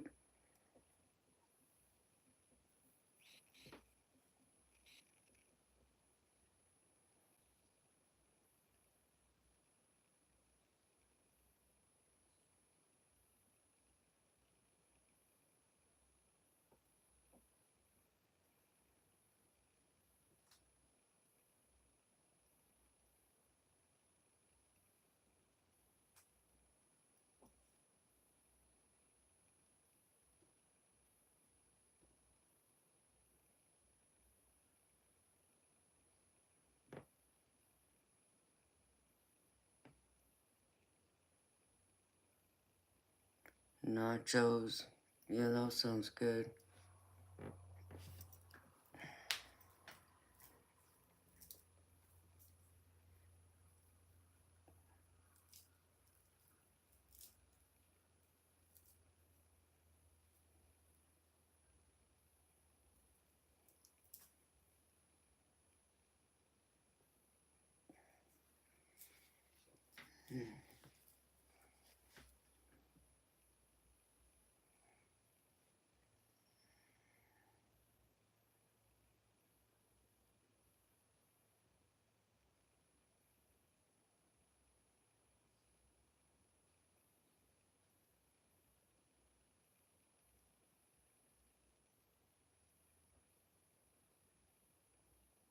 My auntie Loki, let me tell you something, sweetheart. I talk when I'm good and damn ready to talk, okay? I don't just talk. I interact with the people who are here. We carry on conversations, so it's a two-way conversation. And if you don't like it, you can get out. Don't bring down the energy of my chat and my channel.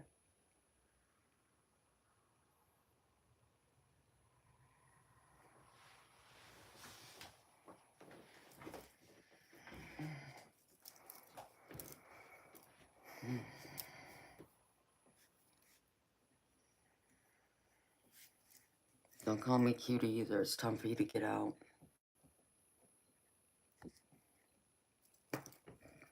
Thank you, Darby.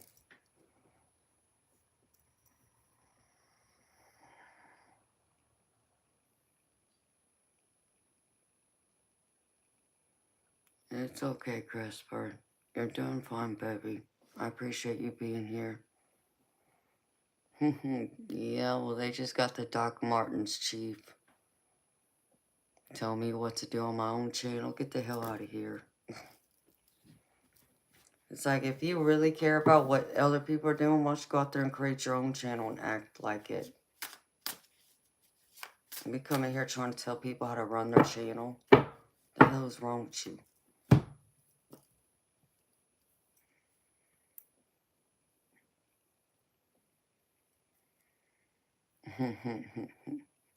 You know me, baby. Hi, Virginia. I'm doing good, beautiful. How you doing, honey?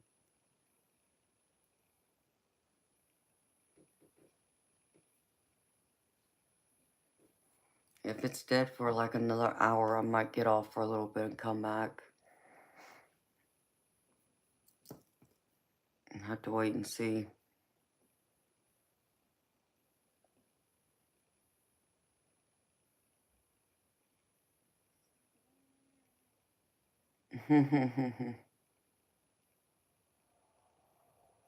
Kicking field. Young me playing soccer out there with them Doc Martens. That's cool, Mason.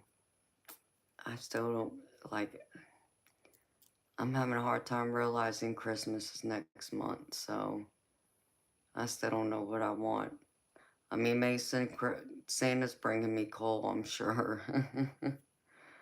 So, I don't even know why I'm supposed to be putting a Christmas wish list or whatever together.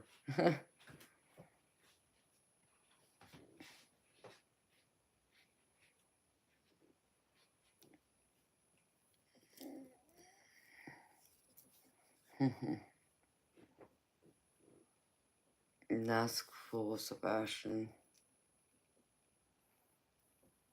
That's bad, though, with the boots. Damn.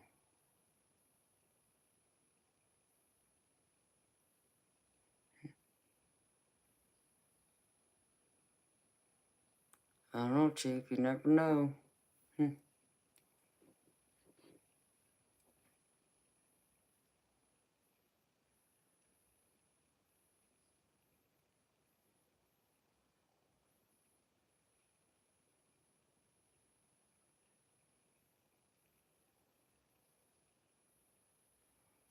Oh, that's cool, Mason.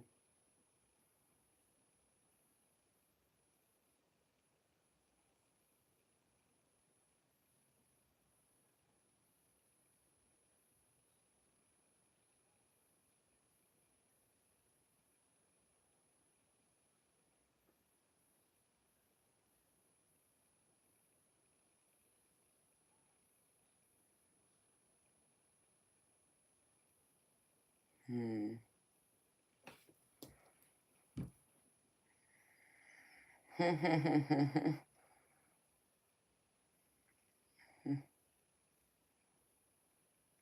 Save a tree, hug a logger. I like that.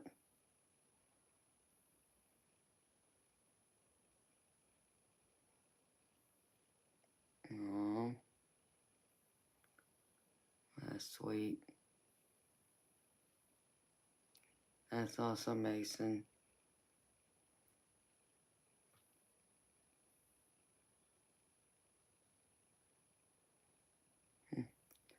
Save a cowboy and ride a horse. Yeah, it comes around too fast for me every year now.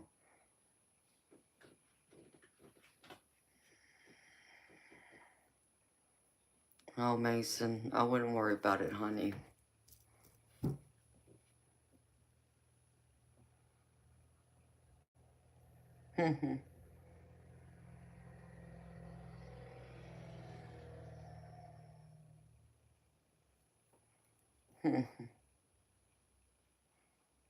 Save a tiger, beat Bama. Huh, that's funny, Mason.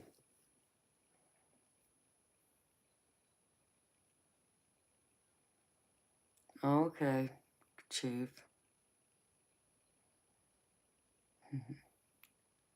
Good evening, Ken. How you doing, baby?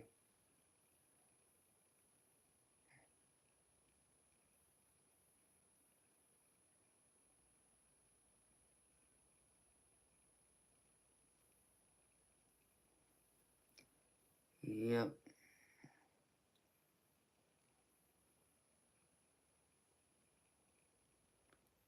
of course.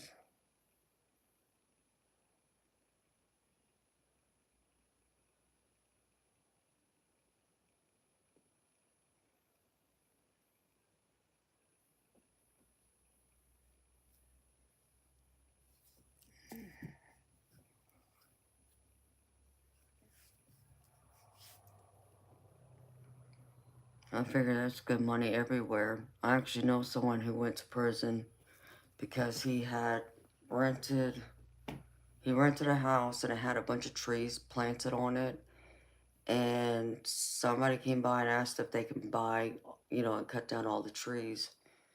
And so he said, sure, go ahead. And they paid him for it. Well, he went to jail for it because they weren't his trees to give away or sell. So there is money in it. I do know that. That's cool, Chief.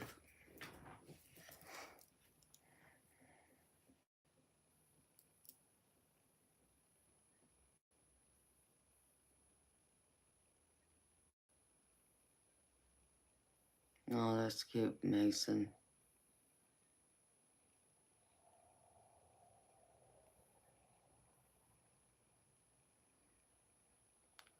Yeah.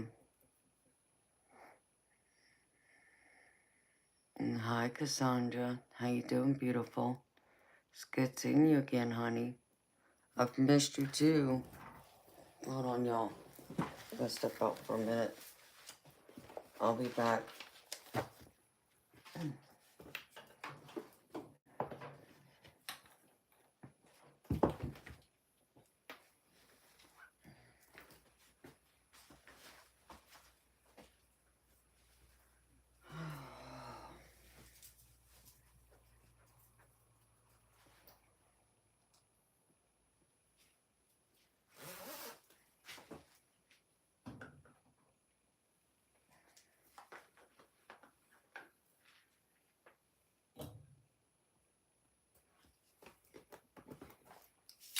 Y'all keep Teddy company for me. I'll be right back in a few minutes.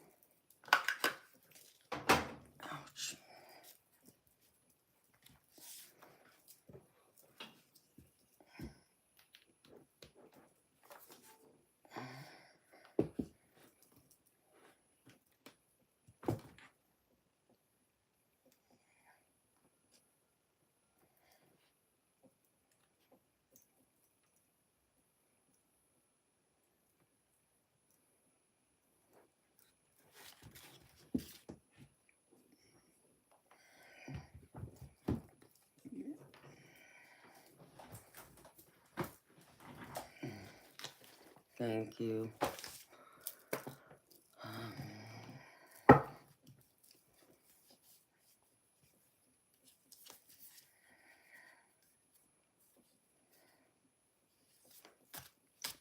It hit 17 there. That's still too cold for me, Chief. I'm a mermaid. I need the hot, warm weather with the ocean, or be close to it at least.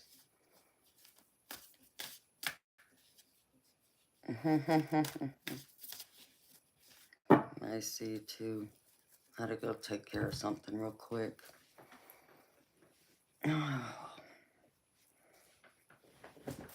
I know. That's still too cold for me, baby.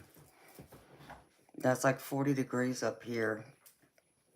And that's still too cold for me.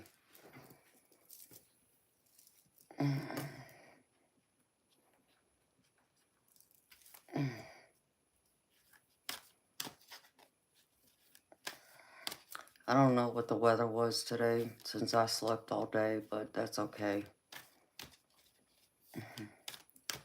No, that's still too chilly for me, baby. I like it like 70. If you can give me like 70-degree weather, I'm happy. But like it gets in my house, if it hits 73, I start sweating.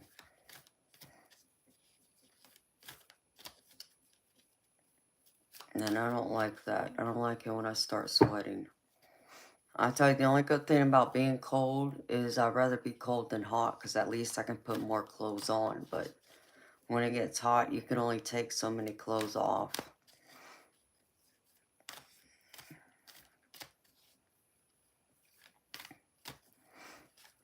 Hi, King Corey. How you doing, baby?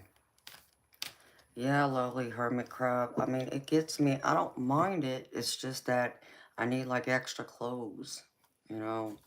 Like I only got so many sweaters you can put on and extra clothes, you know? But I still would prefer it over sweating my butt off. Aloha. One of these days I will see Hawaii. One of these days. Clothes off is much more comfortable. I agree with you, Chief, but you can't go walking outside bare naked, baby. Can't have that. There'd be too many bloody wrecks everywhere. Oh, well, thank you, Sebastian. The cold keeps you young. Okay, eternal light.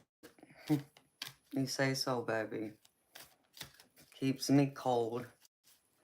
Y'all just making me cold, even just thinking about it. Are you, Cassandra? Where are you at, sweetheart? You in Texas?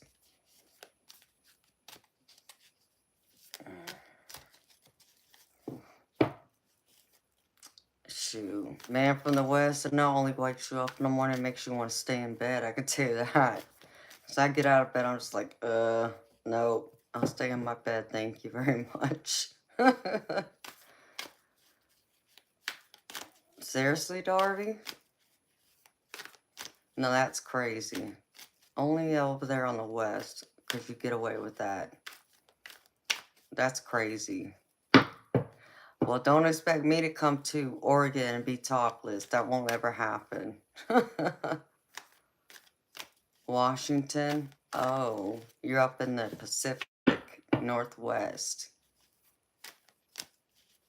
Really, Sebastian? The left coast. That's funny, man from the West. I bet you are, Chief. I won't be there, though. That's too funny.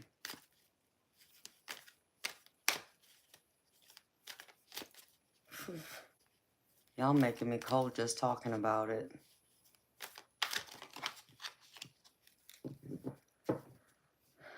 Oh, wow, Darby. Some people just don't have decency, sweetheart. They just don't understand what that means. Oh, one of these days, lovely hermit crab. I hope so too, but you know how much it costs to get a plane ticket to go to Hawaii? from here. I looked it up some years ago and it was like $1,200 round trip. It's like, oh, hell no. That won't happen.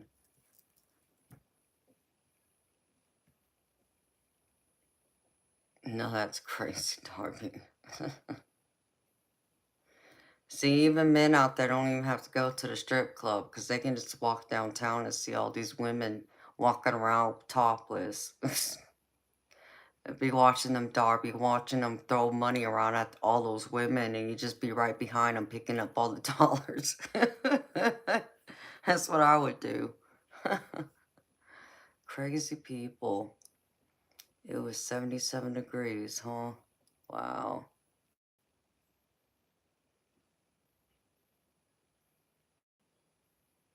Oh, I'm sorry, Darby. That wouldn't bother me, but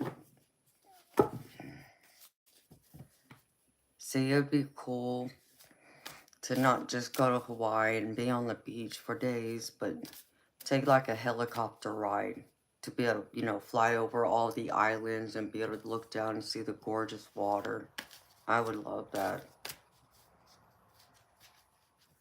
Is it really, Darby? That's crazy. Nope. Well, I would think so, Chief. Topless women. See, if I was to walk around topless, people would tell me to put my clothes back on. Because I don't have any tatas to show off. uh, who knows, I may get blessed with a ticket. Hey, lovely hermit crab, if somebody wanted to bless me with a plane ticket to Hawaii, that would be awesome.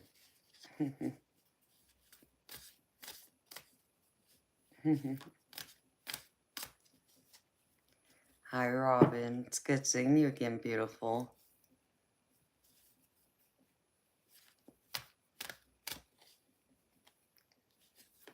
Oh, Sebastian, that's pretty bad. Thank you, Travis.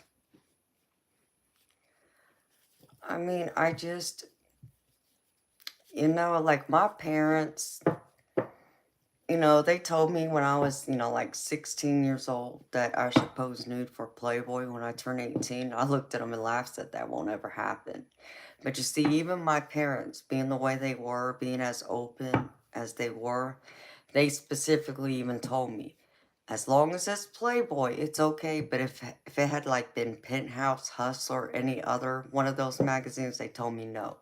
They said the reason why Playboy was acceptable is because it was classy. And I just had to laugh at that. It's like, really? But yet then they turned around and told me I should go to a strip club and dance when I turn 18 because they knew I would make a lot of money from it. It's like, what's the difference?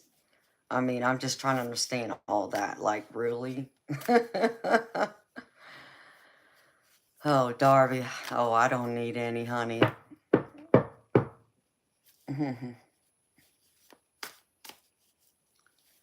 Right, Travis. And that's what my parents said. Playboy was more classy. But no, Darby. I mean, even just the thought. Because it's like, even like, and I'm not, downing or judging anyone who wants to go and get, breast implants, but I'm not one of them. I would never do that. I like the way God made me. If I was meant to have a bigger chest, then I would. And that's just how I feel about it. Yeah, exactly, Sebastian. It made no sense to me either, baby. Yes, Travis, my parents told me that. No joke. I'm dead serious. Because I started modeling when I was like 15. And so that's what they told me. When I turn 18, that's what I should do. Is to pose for Playboy. Because I would make a lot of money from it. But they said only Playboy, not to do any of the other magazines. And then my mama specifically told me that I should go to a strip club and be a dancer because I would make a lot of money from it. It's like, nope. Not gonna happen. It never would happen. It never did happen. My body's only for the person I'm with, not for the whole world to see. Well, thank you, Travis. Hello, Antoine. I mean, the most you'll ever see me in is a bikini. But outside of that, you're not gonna see anything more.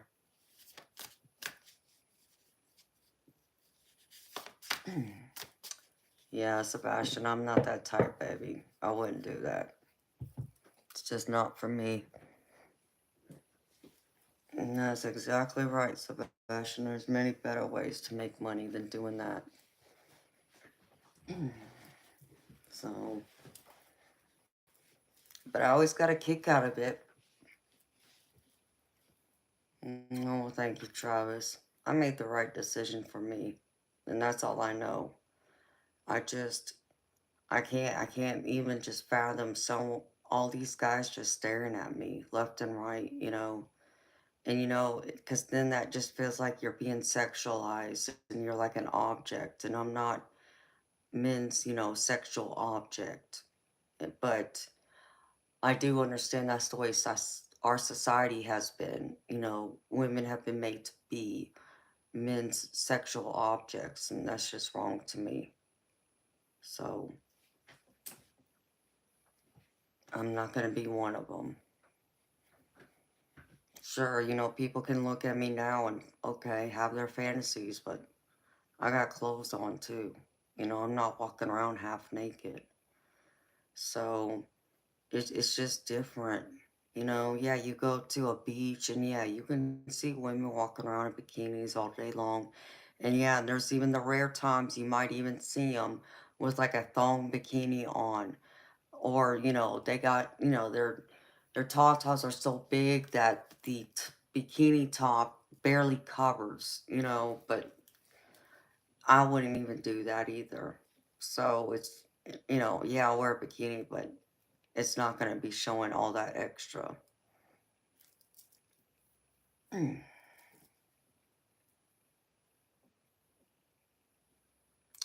Yeah, Sebastian, that's true. And it's the wrong attention to me. I agree, Chief. I think clothes can be very attractive. You know, like I said, if other women feel the need to do that to make themselves feel better, knock yourself out. I have no judgment. I'm just not one of them that's going to do that because I don't need that kind of attention or to feel like I'm desirable or have my self esteem and confidence. I'm me. It's like y'all always hear me say, you either like me or you don't. You know, if you don't like me, guess what? I have enough self esteem, self worth, and confidence in myself to be okay with that. And that's the difference.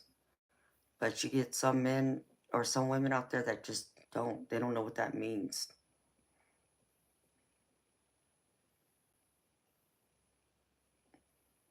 You know,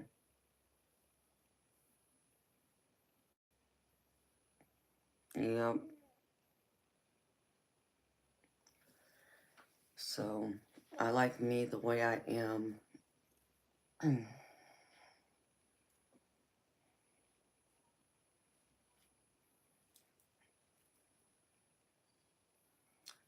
Cassandra, it's $20 US, beautiful, for a reading.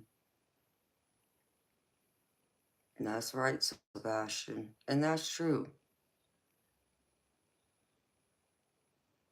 Hi, Nicholas. God bless you too, baby. Thank you. I think people in general are beautiful to me. And that goes for both men and women because it's me looking at your soul and your heart, not the outer shell. I mean, yeah, that's nice too. I'm not going to sit there and say it's not, but I just see people with a different lens than maybe they view themselves, because they're so used to looking at themselves in the mirror and worrying about what everybody else around them says and thinks, and I don't. It's like I go out in public and, people might look at this from, a different perspective, but I'm going to give you my perspective of it and what people with me have said. I could walk into like a busy restaurant And the people with me will notice all these people turning their heads to look at me. I'm not seeing that. I don't pay any attention to it at all. You know, they'll specifically point people out. Oh, that person just turned and stared at you. Oh, she just gave you an evil look. Oh, he's looking at you. And okay, like I don't care, you know.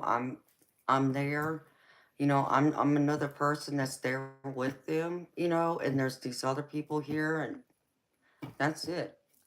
Like people get so much into like the details. Like I've had people go out with me and they'll see like another woman have a certain outfit on and make a comment, or they'll even point out like even their jewelry or hair or something, and I'm just like, and I don't see it like that. I don't. I guess maybe I got a man's point of view in that way. I don't know. That's just me. So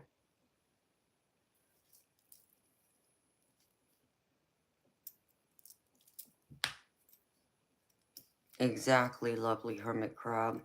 Hi Phyllis, how you doing, honey? Travis, I have a good day every day, baby. You know, unless I just, you know, I'm tired and had something going on. I usually have a good day, baby. Hi, passerby. Nice to see you too, baby. Thank you for stopping by and saying hello. Hello, beautiful Phyllis.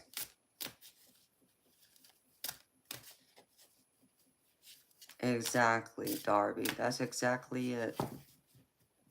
It's like, I'm not going to look this way forever. Sure, that'd be nice, but we know what reality is. Unless I just happen to die at a young age, and that's different.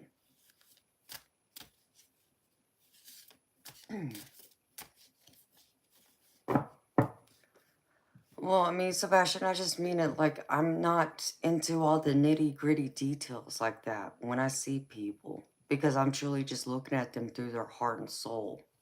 That's what I mean, you know. But some people get like all catty about certain things, you know, like I remember I went out one time with some people and there was another lady there and she looked nice and she was wearing the same dress that I had, but I wasn't wearing that dress that day, but she just happened to be wearing that same dress. And they're like, "Oh, look, she's wearing your dress." Okay, she looks nice, you know. That's all I had to say about it. I wasn't over there like, you know, how you would see some women act. Especially if I, you know, if I'd walked in there with the same dress. Now, she might have, you know, been that way with me, but I still would have looked at her, you know, and said, "Oh, you look nice," you know, and kept going and not paid any other attention to it, you see. But those are some of the women that get catty, they get competitive, like they're competing to where I'm not competing with anybody. You know, I'm me. You either like me or you don't. Okay? And that's how I look at it. I'm not going to sit here and be valued or devalued on whether someone likes me and appreciates me or not. I appreciate me, and that's what matters to me. So I only wish everybody else had that same point of view. Exactly, Sebastian. Being jealous, it is. It's a wasted emotion. And it's one I've never been able to understand. I still can't wrap my head around it. I just, I'm not a jealous person. And people don't understand that about me. They think I'm jealous, or they think I'm competing, or they think I'm all worried or care about what it is they have or how they look and this and that. And I'm not. I'm more happy for them than they could ever imagine. But that's, of course, not what they're going to sit there and tell themselves at night. So, but it is. It's a wasted emotion that I have no use for.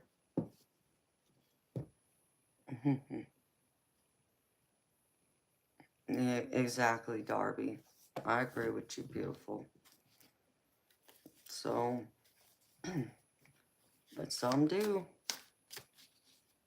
Exactly, Virginia. I got better things to do with my energy. Let me save and conserve my energy for something that's going to be helpful.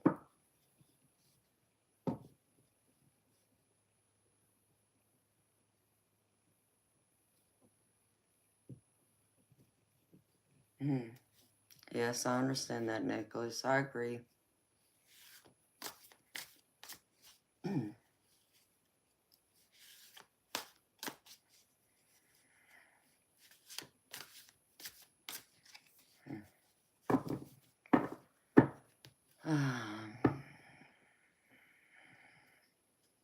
True, Sebastian.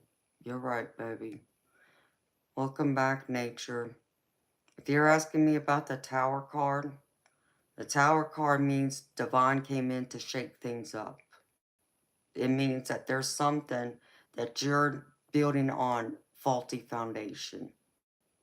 So the Tower comes in to knock down what you have built, like think of a house on a cracked foundation.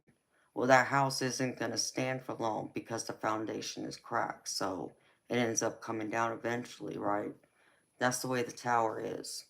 So Spirit's knocking it down so you can start over and do something better. That's what the Tower is. It is a little bit of projecting, Sebastian. In many ways it is, I agree. Exactly, lovely hermit crab. Me too. You know, I'm always happy when I see people doing well. And when they get nice things. And when they have the life they want.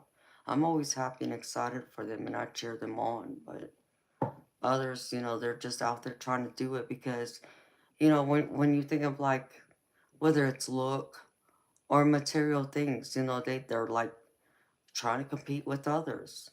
It's like that show me, you know, it's like that showy personality being a show off, but that's them putting all their self-esteem and self-worth in what those things make them feel, like to fill up a void that they're missing in their life. Or if they're trying to compete, you know, it's always like that attitude or that mindset, keeping up with the Joneses is the phrase. It's like, I'm not trying to keep up with nobody. You know, I like what I like. Maybe you have it too, maybe you don't. Either way, I don't care, you know.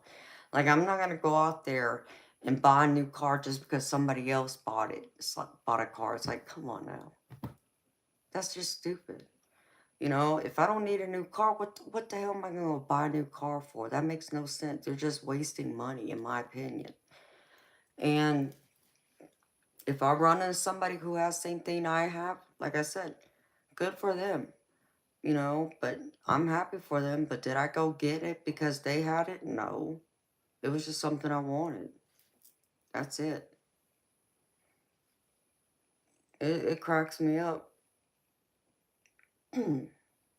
Yeah, exactly. Lovely hermit crab. It's like it's just jealous. I don't live in that emotions. It's wasted. Wasted low vibrational negative energy. No thank you.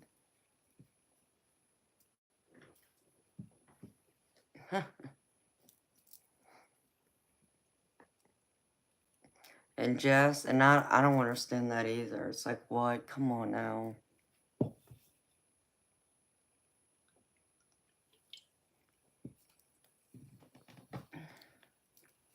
I mean, example of that would be like, listen, I got a 22-year-old car, okay?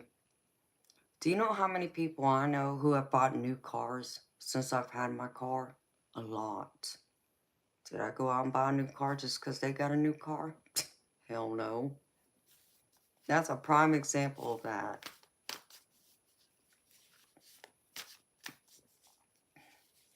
Okay, man from the West. It's good seeing you, baby. You too. Sweet dreams to you. That's right, lovely hermit crab. Arcelin, hello.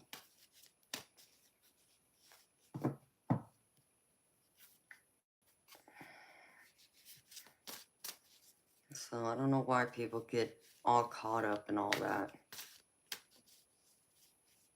Oh yeah, Jess, we got the haters out there too in that regard. I understand what you're talking about now, beautiful. It's like, want to throw hate our way because we may have more subscribers, more views, or whatever. It's like, come on now. What are we in kindergarten again? Hi, beautiful spirit.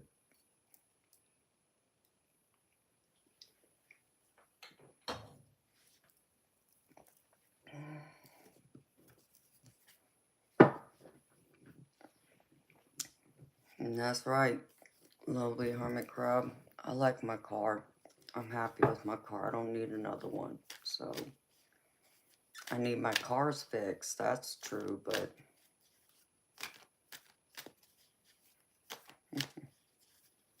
Sebastian, thank you, baby. I very much always appreciate you, baby, and you being here for me and supporting me. Hi, Miguel.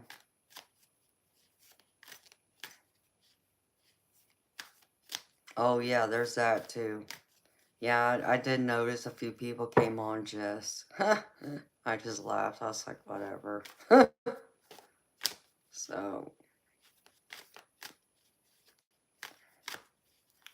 It always cracks me up, though.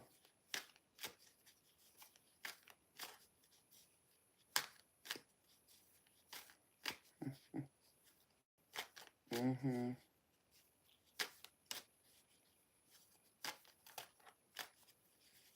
Mm-hmm. Yes, we will, Jess. Yeah.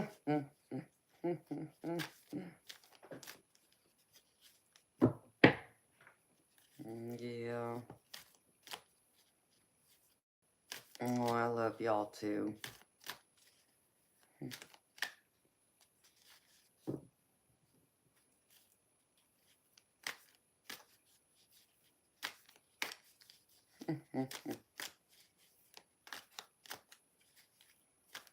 And sometimes I just like being here, spending time with y'all. I love to read cards, yes, I do.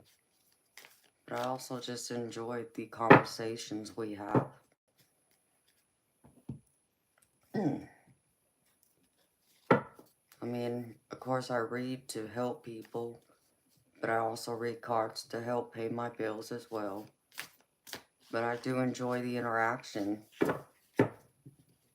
and having conversations with y'all.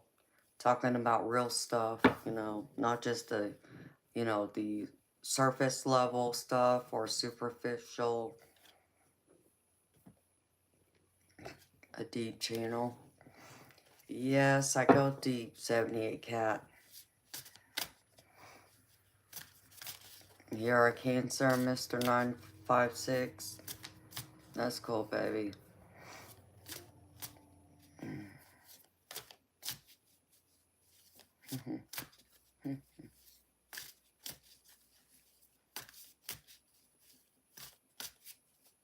I know I still gotta make a pre-recorded video. I haven't done one in probably about a month now. I feel bad. I've been meaning to, so...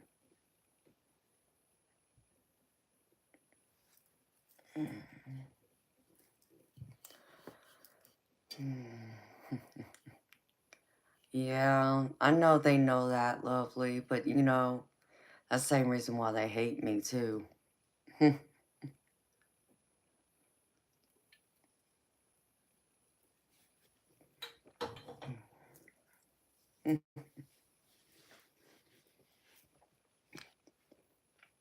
Oh, thank you, 78 cat. Yeah, they're a bunch of little rascals. Chief, they're doing good, being rascals and rambunctious. Tearing up my other room, but that's okay. Yes, Sebastian, I posted a video about my stray kitty that I found who showed up on my patio, who was pregnant.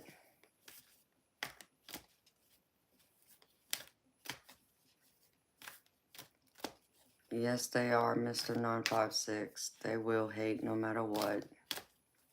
See, they'd still get jealous and mad at me even if I came on here and put a bag over my head. They would still hate me. She's good. She's doing good. I'm trying to fatten her up because she was so skinny when she showed up at my patio. She had me worried. Initially, I mean, she's a young cat.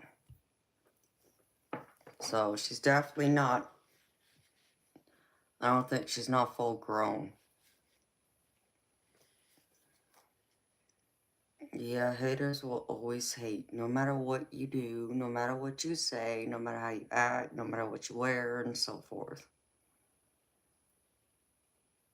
It's like the ones that like hate me and Jess, it's like they expect us to like scratch up our face and all this and that. It's like, why? Why are you gonna be mad at us because we look the way we do?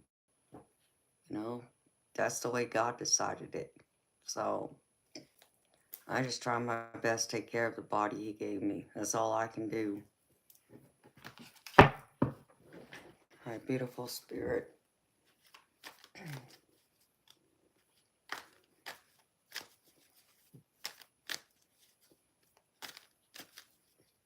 So, yeah, 78 cat. I named the mama cat Majestic.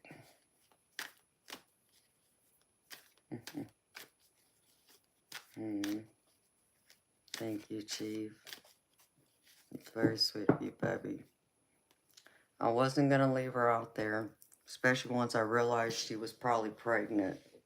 But even if she wasn't, I still wouldn't have left her outside. She's so sweet. She's so lovable, like a dog. She cracks me up. Every single time I go in that room to, pet her and play and spend time with her and the kittens, she's always rubbing up against me. And she just lays down and wants me to rub her belly, and she's just purring away. She's a sweetheart. But I've had to keep her in that room because of the kittens, because my other cat, Toby, he's not ready yet. I've tried, and he does nothing but hiss at her. So, hi, Raz. It's good seeing you again, baby. Oh, well, thank you, lovely.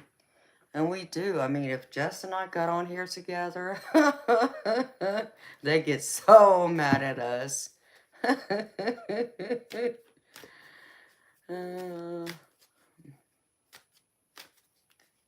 Philly way. I don't know what that is. Toby's a typical male chief. Yeah, he is.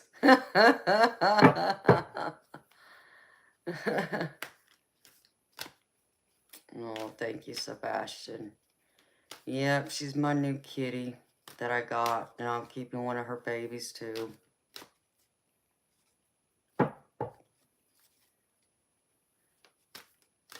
Oh, is that what it is? 15 likes? Okay. I'll have to look into it. Oh, yeah, Sebastian. Well, they already opened their eyes, baby. That video you looked at, it's an older video. They're what? They're about a month old now? Yeah.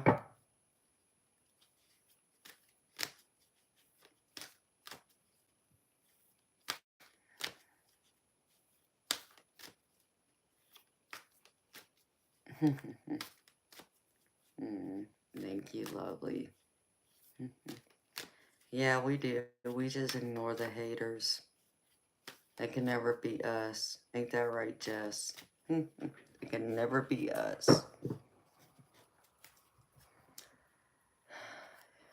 2 months. Oh yeah, 'cause September. Duh, Amanda. I'm having to get used to telling myself it's November. Yeah, well, I'm giving them away. So the only one I'm keeping, like I said, is the mama and one of her babies. The other 3 are going up somewhere to whoever wants them. So.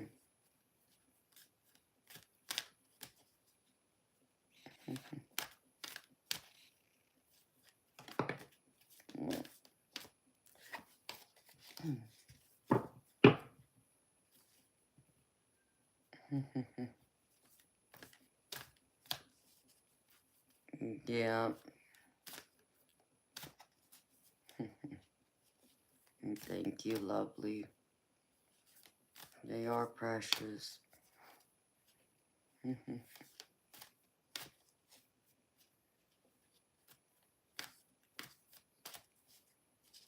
Yeah. I hear you, Sebastian. That's alright, baby. You know, they'll find good homes, I'm sure. I'm sure they'll get a good home.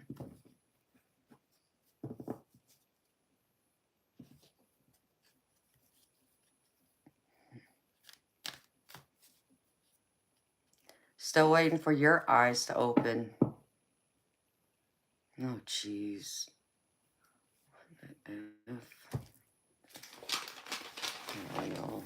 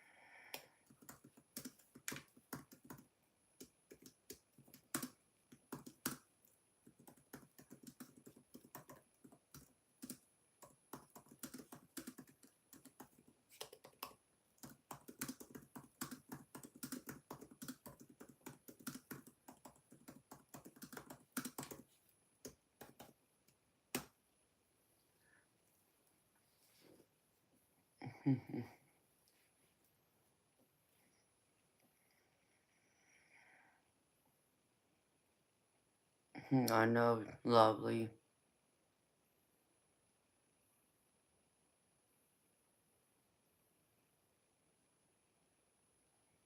Hi, golden child. How you doing, honey?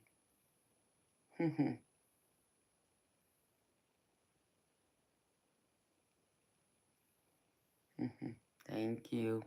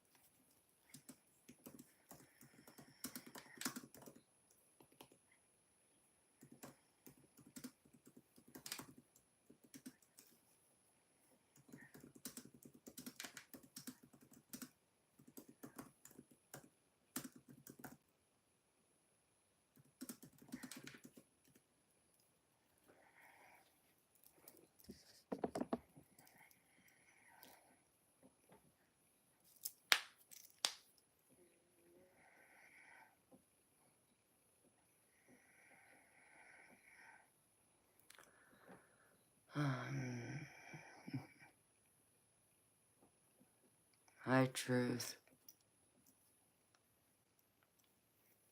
Yeah, I understand that, Chief.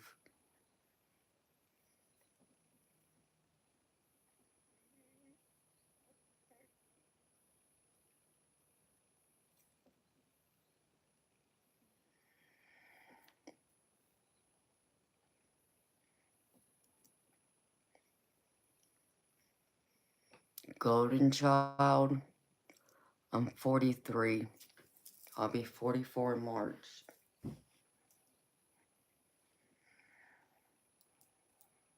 You wish they would have a study on what dynamic, Sebastian? T-Bud, I don't know why you can't click the link. Because the link works. I know because people have used it.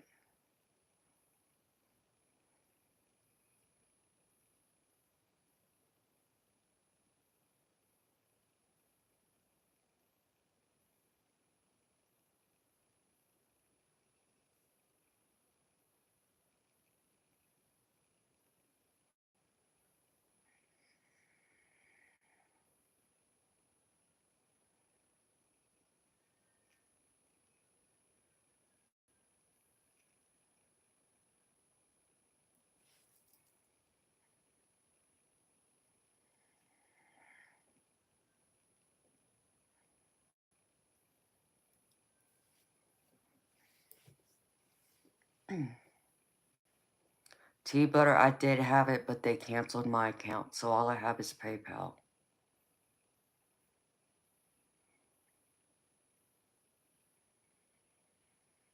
What the F is going on?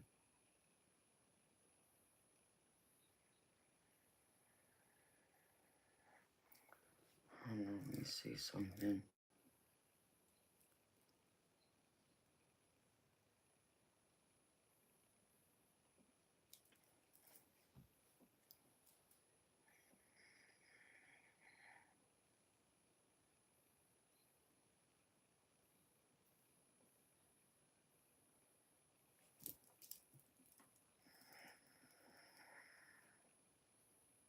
Pink Panda.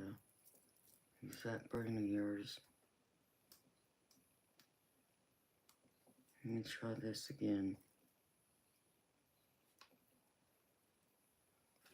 I hate seeing myself.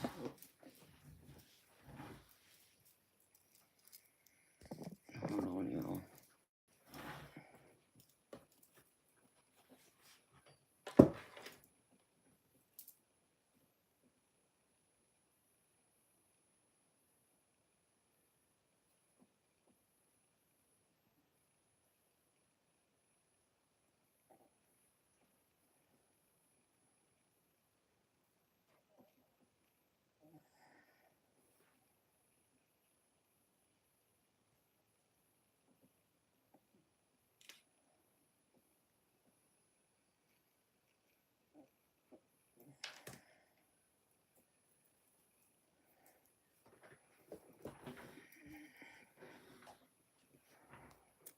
Okay, beautiful people. I just posted a PayPal link right there in the chat. See if that works. No, T, but I don't know what to tell you, baby. I hate seeing myself on the screen.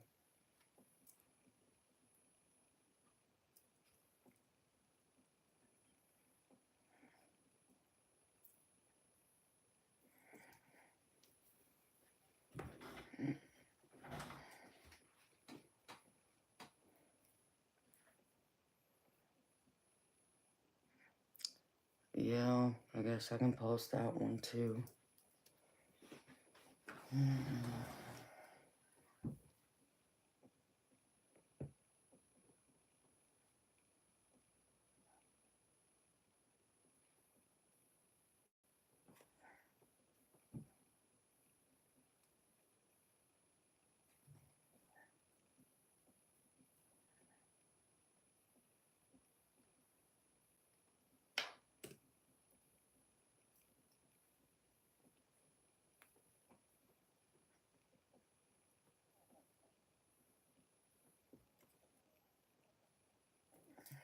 There's the other one.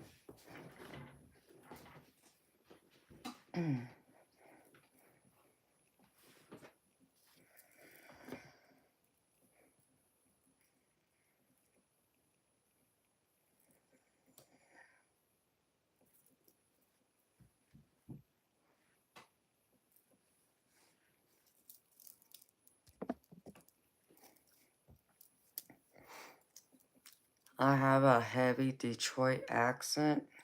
That's interesting. Gothic TV, because I'm not from Detroit, baby. I've never heard that before. I've heard New York, but not Detroit. And no, I'm not from New York either. I'm a California girl. I just live in Georgia. And I only think the reason why I may sound like to people I'm from New York is because my daddy and my grandma it was just their personalities. And my grandma worked in like the music theater business, so she traveled. And she was a spitfire. I sound like a country gal? Well, thank you, T-Butter. I mean, I live in the South. I live in Georgia. So I do have a heavy Southern accent. My favorite type of music, I like everything. I don't have like one specific type. I listen to everything. Welcome back, beautiful. Hey, Jess. Shawnee Gothic says I got a Detroit accent. I found that's funny.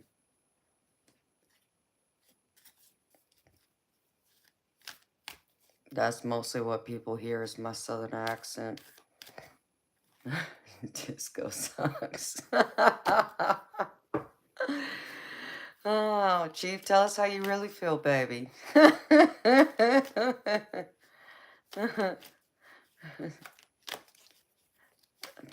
Gothic, I have no idea. I never thought about that. I don't look to the past, I only look to the future.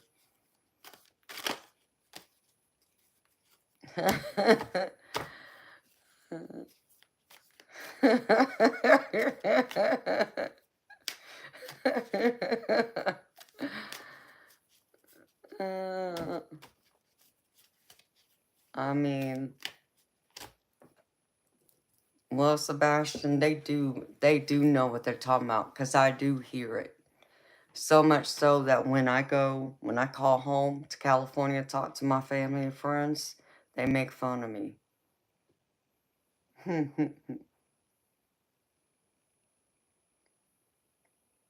Good evening, the scapegoat. How you doing, baby?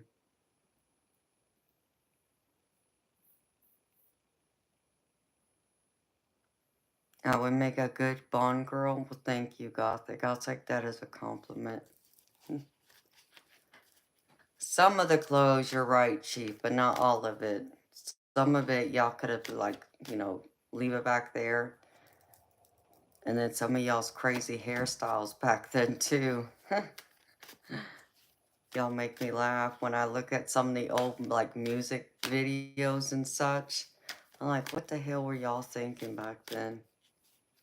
But that's just so funny, because 10, 20 years from now, I'm sure people will be looking at us like, what the hell were we thinking now, too? But I wouldn't care. It's like, y'all laugh at me all you want. I still look good, period. Gothic, what are we doing, an interview here? Like, can we just, like, chat? Like, because I read tarot cards. It's like, I don't like to be interviewed unless you got a TV or a YouTube channel. If you want to interview me, you can ask me to be on your channel then. Come on now.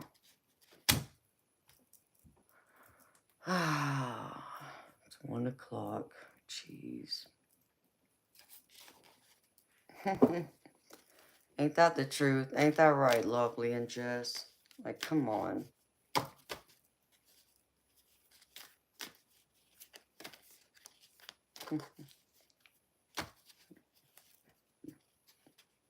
Y'all know me. I don't hold back.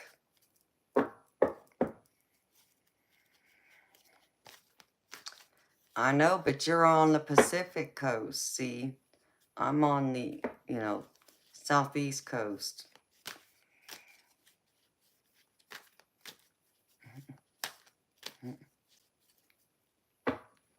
What inspires me?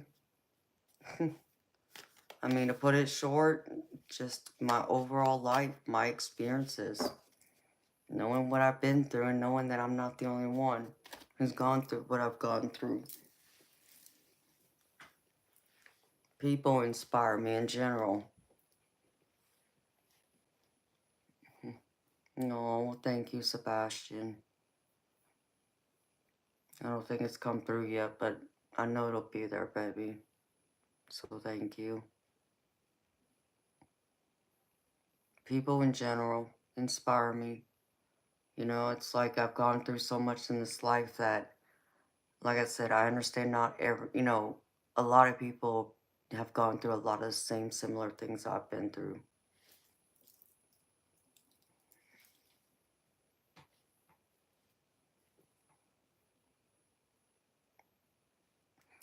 T-Butter, no, because the only thing you can do, baby, is if you look in the chat, I posted the links in the chat.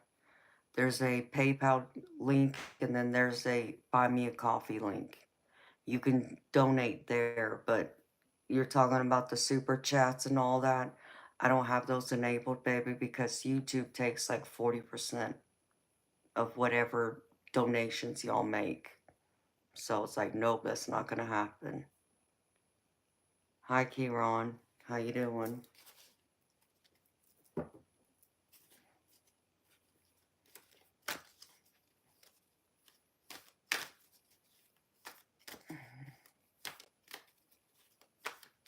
So I hope that answered your question, T-Butter.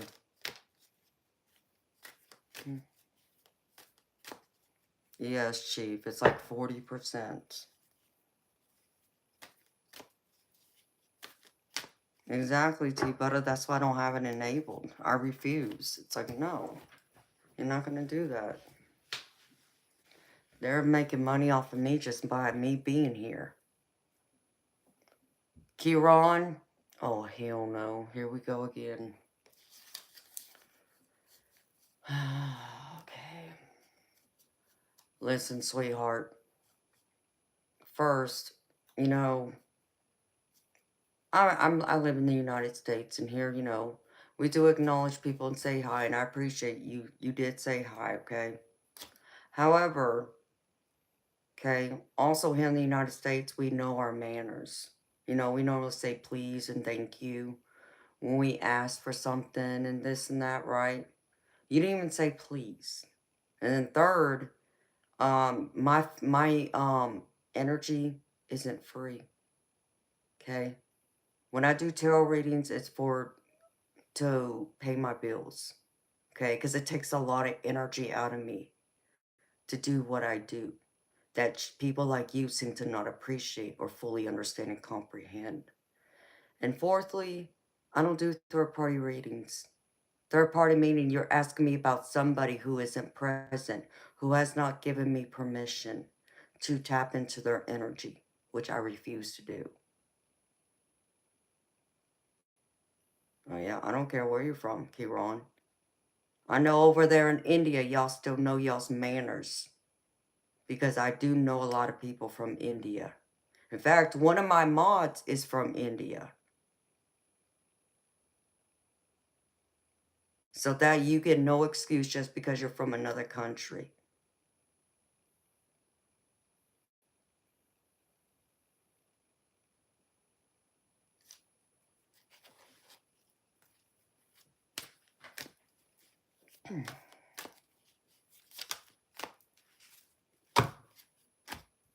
Yes, Daniel, I understand what you're talking about too, baby.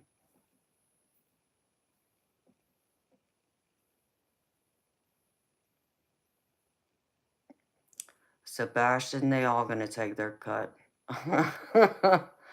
I did, Jess.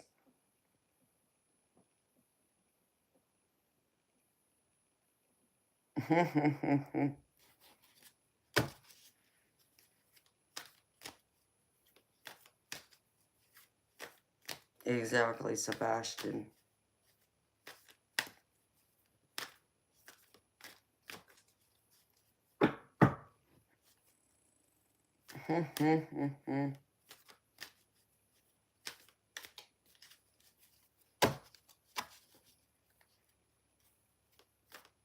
Checking through chats before deciding what, baby.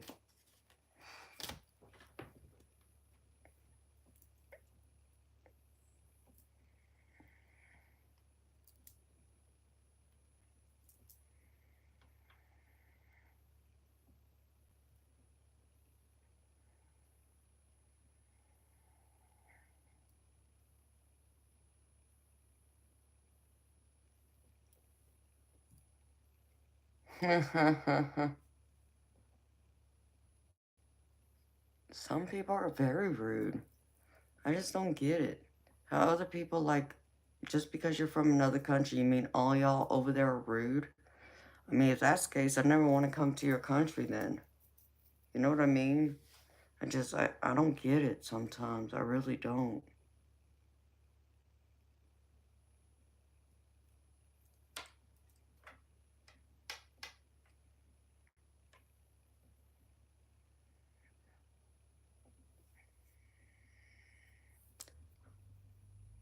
Hey, Sebastian, if you sent something tonight, baby, you may want to check it because I didn't get it yet, baby.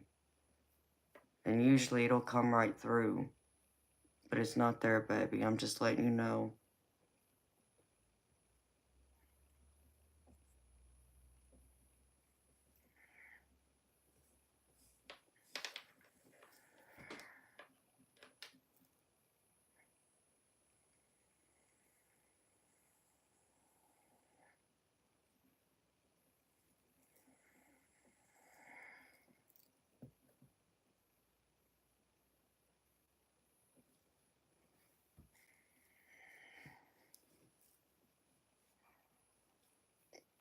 Hey, I'm always good.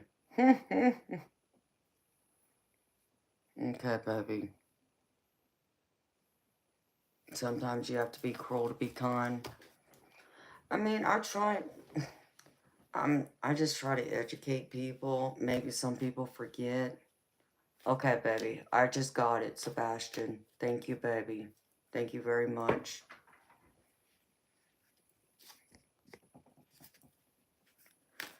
I just try and educate people. I don't know.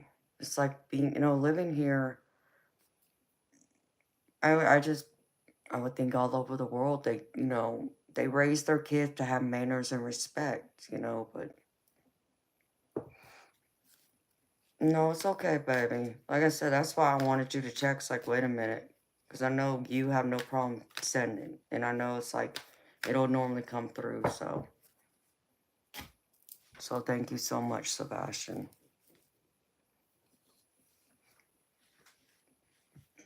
I just, even though I'm considered a millennial, I'm not the millennial that, and I'm not saying this about all millennials, but I've heard the older generation always talk about how many millennials in the younger generation have more of a sense of entitlement. Well, I'm not one of those. And it really ticks me off when people do get that sense of entitlement. It's like, why do you feel entitled? Like, where did that come from? Like, did you not watch your parents work their tails off to work and give you what you got? It's like, I don't understand it.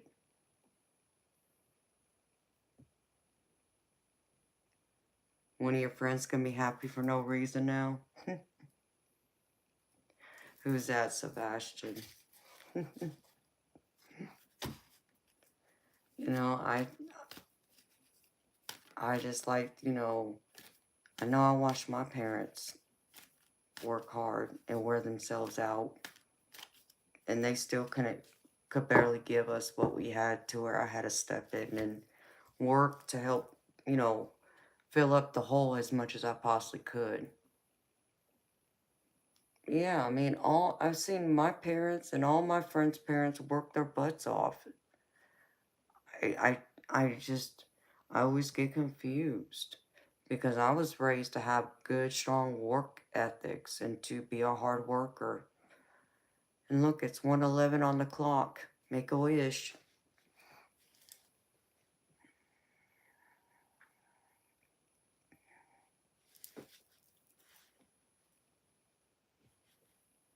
Yep. I agree, Sebastian. I mean, I just,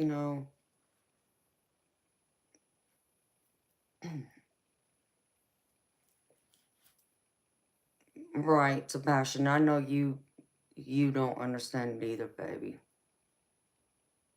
Social media and cell phones. Yes, Chief, I think so, baby. Something. I think it was the coming of technology. You're right, baby. What you laughing at, Christopher?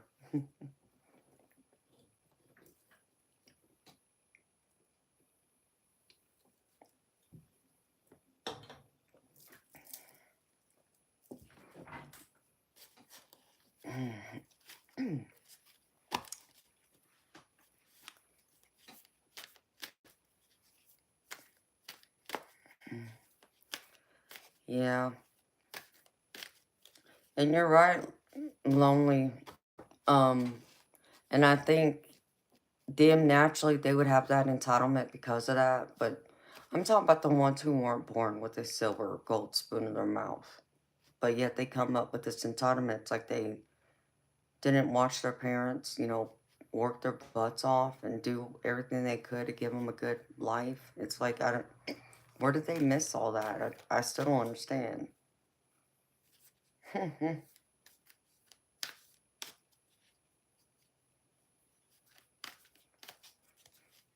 True, Sebastian.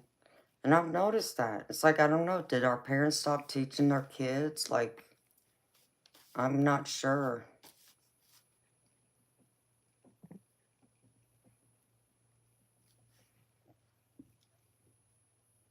The scapegoat. And I'm starting to see it more with your generation. It's like, I'm not sure. I don't understand it.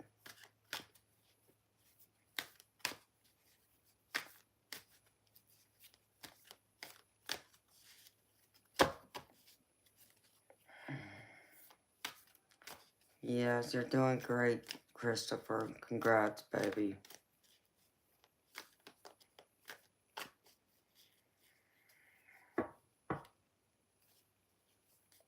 Hi, Adam.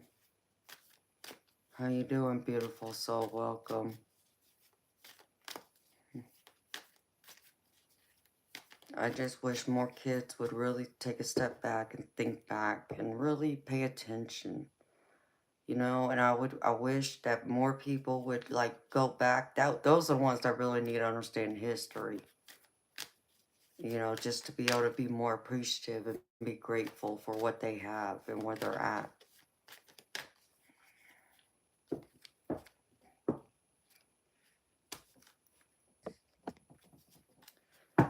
Adam, I'm gravy.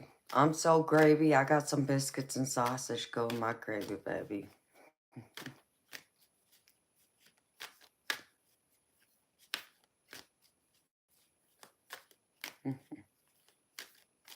Thank you, Adam.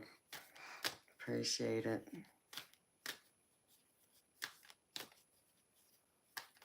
Yes, Christopher. Have an attitude of gratitude. That's right. Be grateful.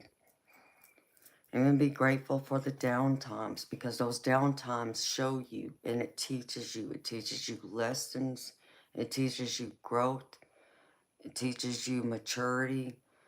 And it also shows you how to evolve and be grateful. Because so many times, and I've done it, where we overlook the little things and only pay attention to the big things.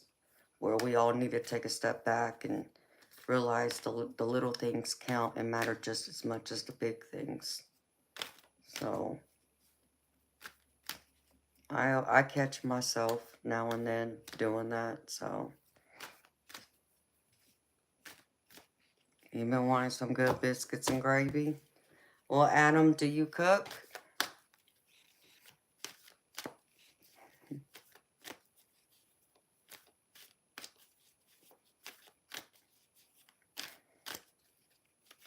I know I'm making myself hungry, y'all. Well, baby, why don't you make yourself some?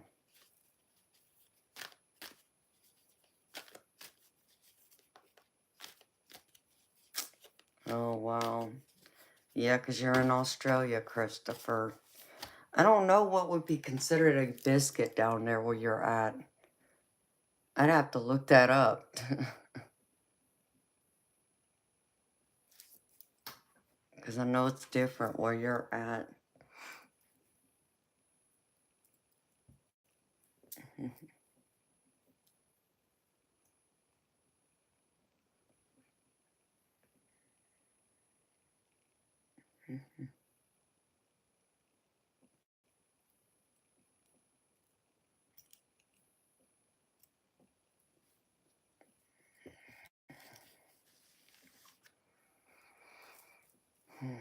No, baby.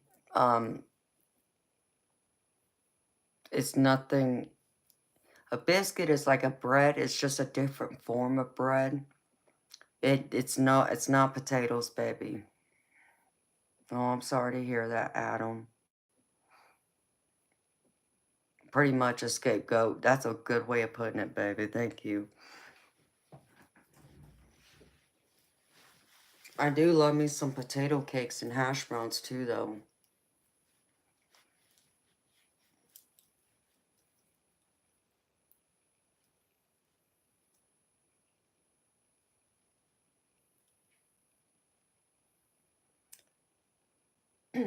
Yeah, Christopher, I think I've heard somebody else refer to it like that. Yeah, maybe that's about the closest thing it'll be.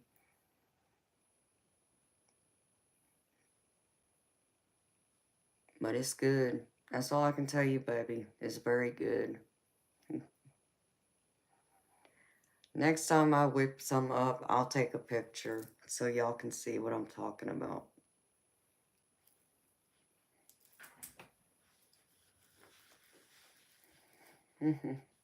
Tea and crumpets. You know, I rarely drink tea, Chief. Now, I'll drink hot tea like when I eat Asian food, but that's about the extent of it, other than sweet tea. But sweet tea's a southern thing here in the U.S. I heard that too, Sebastian. I'm like, what? A cookie? No, that's not a cookie, but okay.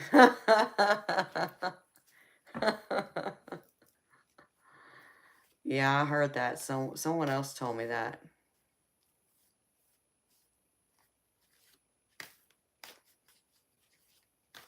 Giving tea to someone can help them tell you the truth. Oh, really, Adam? No, baby, I've never heard that before. So I should be pouring tea to everybody? Is that what you're telling me, Adam?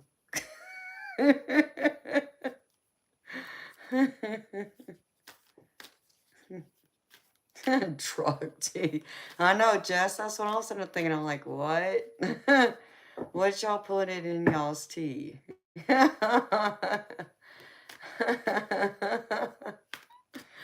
I'll be handing out several cups of tea.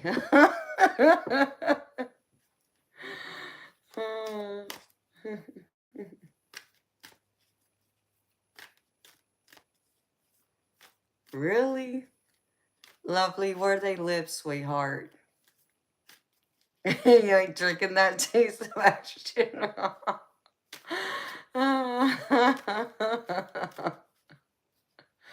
Oh, Lord, Chief, I know you had everybody over there just out in another world, didn't you? Oh, yeah, lovely. They don't. Out there, they don't know what sweet tea is.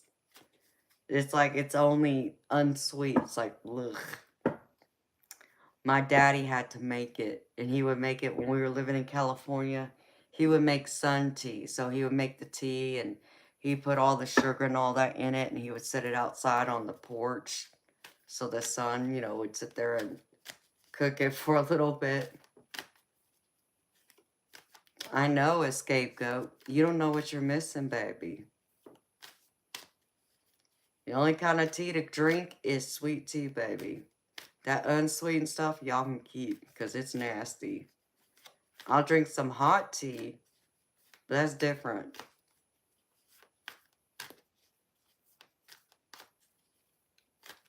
I can just imagine, lovely.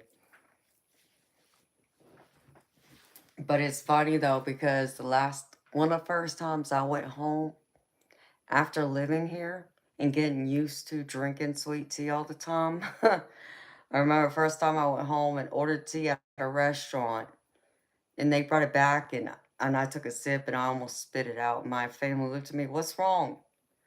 Oh my God, this tea is nasty. What the hell? What do you mean it's nasty? Because it ain't sweet. They forgot to put the sugar in it. And that's when I had to remember they don't do sweet tea out there. It's like, what? Come on. Hi, George.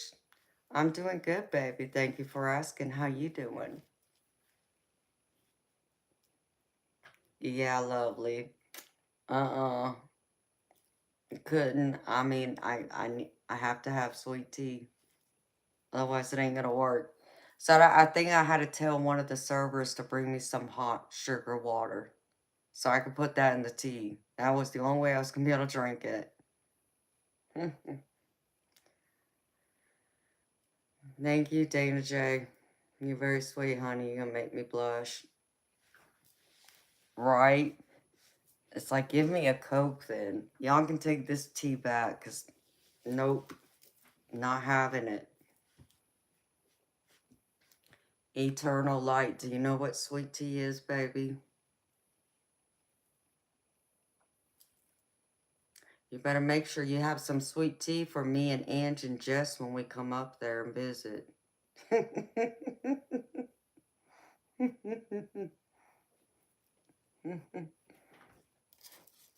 Make sure you have me some tea, baby.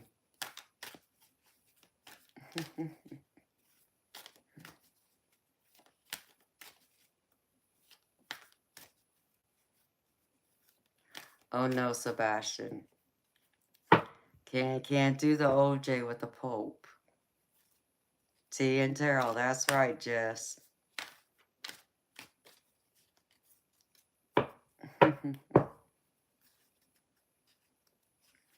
Sebastian, I can't drink orange juice with the Pope, baby. You have to give it to me without.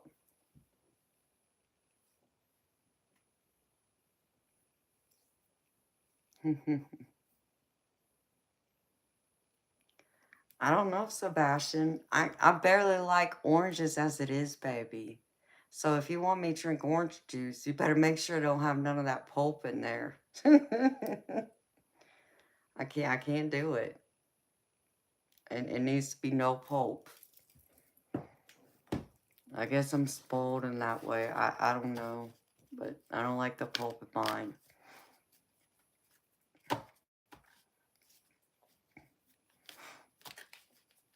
Eternal light must have fell asleep on me.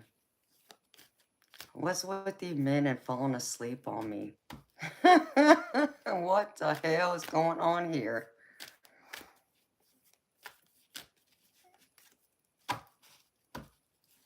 I mean, I like pineapple juice.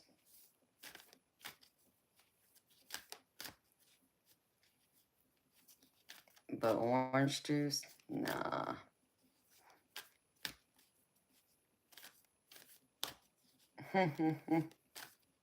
78 cats still here. Oh, just now, I definitely won't ever be able to look at the pulp the same again. Aw, 78 cat. Love you too, honey. Yes, lovely. I'll drink some V8 juice.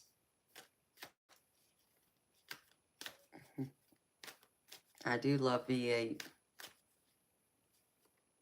But Jess is right. That's pretty much that's the best way anybody could put it to me. And I definitely won't ever look at it the same again. I mean, ugh, exactly. You make me cringe just thinking about it. Oh my goodness. I know I went over to one of my relatives' house not that long ago, and they had orange juice with the pulp in it, and they offered me some. I said, no, thank you. You can keep that nonsense. Thank you very much. I'll drink my Red Bull. I'm gravy.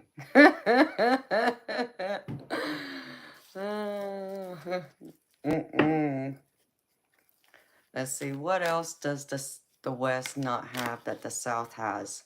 Oh, well, see, you can't get grits out there either. That's another thing. What else?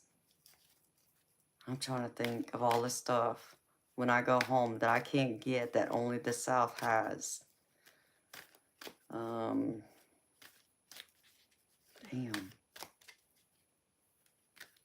I mean, I guess it depends on where you go. Oh, the funnel cakes. Yeah, but I think it depends on where you go, lovely, because I still can get funnel cakes in California. That I can get. Yeah, I know, Sebastian. Bear's claws. What?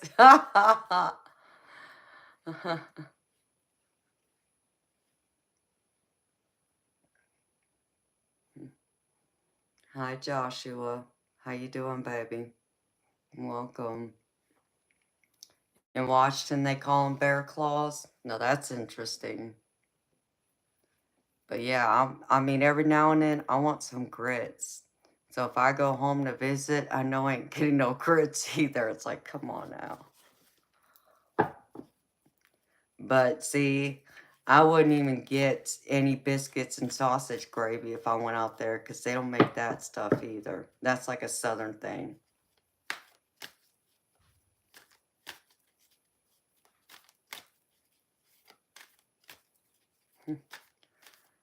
Oh, goodness, Chief. I don't even know what I could compare a funnel cake to what you got up there, baby.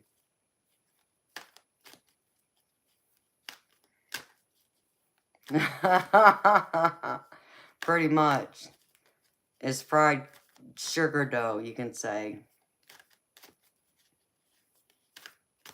Joshua, I'm just here shuffling my oracle and tarot decks and talking. Yeah, we're talking about food, Joshua. So, what else? Now, I'll tell you one thing I can't really get here that California has. And that's some really good homemade Mexican food. And I'm talking about the real stuff. Okay, George. Well, thank you for stopping in, baby, and saying hi. You have a good night, baby. See you later.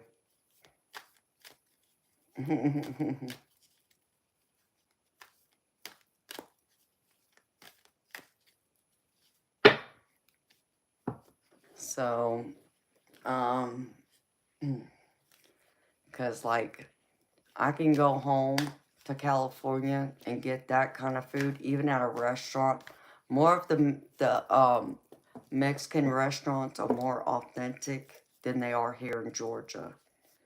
So, I mean, to me personally, the food overall is better in California because there's diversity. There's more diversity and it's more authentic. But like, I guess probably nothing I can't get here in Georgia that I can get back home is authentic Japanese food too. So, see, I can do both sides of that coin. But let's see, what else can I not get in California that I can get here in Georgia?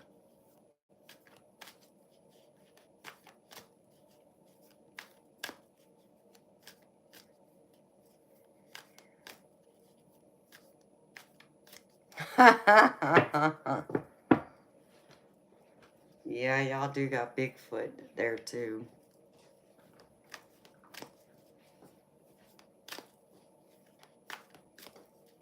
Yes, lovely. The food trucks are some of the best. That's where you can get some of the best food. Is out of the food trucks.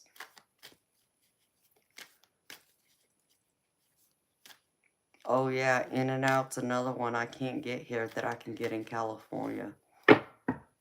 Hi, BG.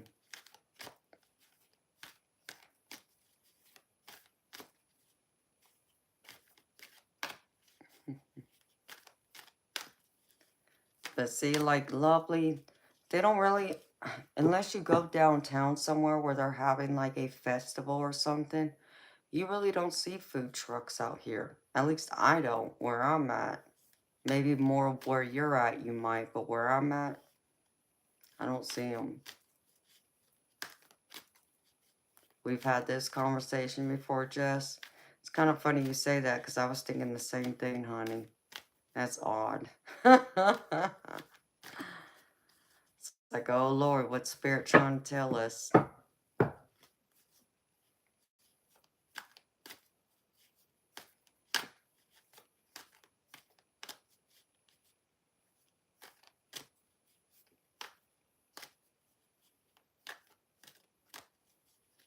Yes, we did, Sebastian. You're right, baby.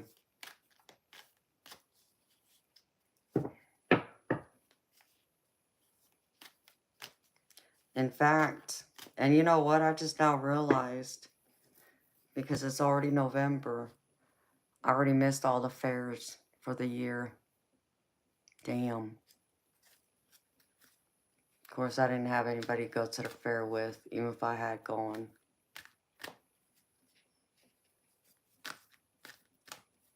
Love the fair food. Yep. See, at the fair, you can get those funnel cakes, Chief. At least here.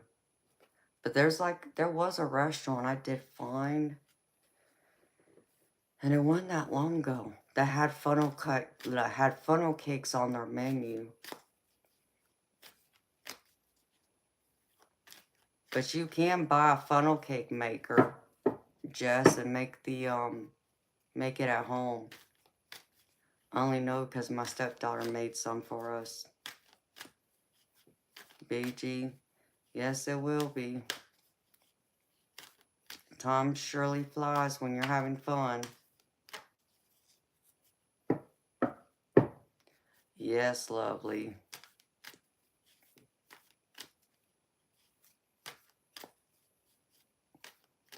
Could be, Chief.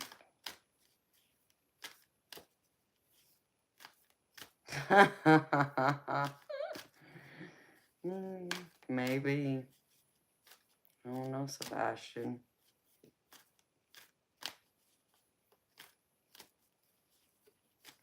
I mean, some of the fairs got something different, baby. I think it just depends.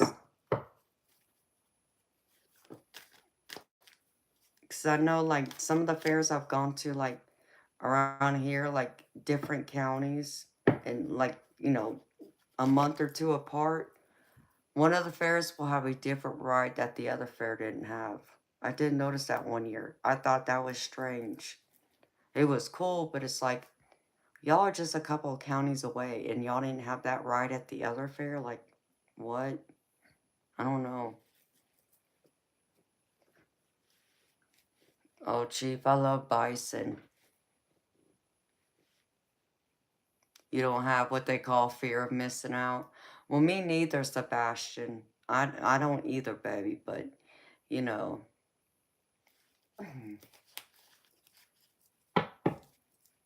Very true, BG. You're right about that, baby. Yes, lovely. I got so many stuffed animals from the fair, it makes no sense. And I'm not kidding.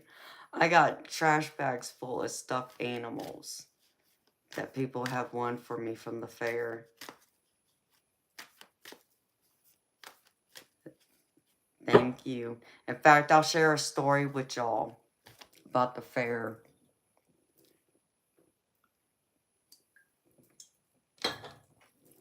I'll share a couple of stories, actually. The fair that I used to go to in the county I used to live in, which is more closer to like Metro Atlanta than where I'm at. And there was a couple of guys there that had a couple pool tables set out where you can play and win a stuffed animal, right? And they had the sizes where it was like this big to like not big like that, but maybe half that size stuffed animals. And I think it was, I think it depends on what you paid. It was either $5 or $10. It was something like that. And it was, you had like 3 or 4 balls that were put together on the table, and you had to break them up, and you couldn't miss. Once you started playing, you couldn't miss. A ball better be pocketed or game over, right?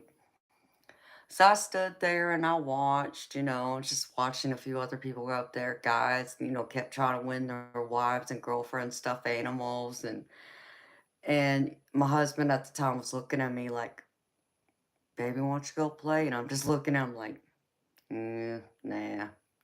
I'm gonna stay here and watch, Just I want to watch the table, how the table's rolling and everything. And nobody. I mean, nobody. Every person I saw that went up there couldn't win. And I just finally decided, my husband first tried himself and he lost. I'm like, okay, well, I don't know, but let me give it a try. So I go up there and the guy's like, okay, well, it's $5. I said, well, what do I get for $5 if I win? You can have any stuffed animal up here. And it was the big ones, right? Well, I only had to shoot in 3 balls to where the men had a pocket 4. Of course, they had no idea that I shoot full, right? So I get up there and I break it and I run the table out. And both the guys that were running the pool table was like, what? So I got this big, huge dog stuffed animal. And they turn around and looked at me. They're like, what? You just hustled us. No, I didn't. I just played like everybody else. Oh, I'm sorry. Because I'm a woman, you didn't think I could play. Well, tough shit. And everybody was shocked because they told me I was the only one that won that night. And they're like, okay, you can't play no more. I'm like, what? Come on. Now that's not nice. So, but yeah, I won. I won myself a big, huge stuffed animal that night. Had to. I had to show them. And I know all them guys standing around watching me were probably in shock too that I could play. It's like, see, you shouldn't judge a book by its cover, as they say. There's that saying right there. Don't judge a book by its cover. And I was dressed something like what I'm wearing right now, okay? So, and I'm not playing nobody. I'm just playing the table. So, that was all skill.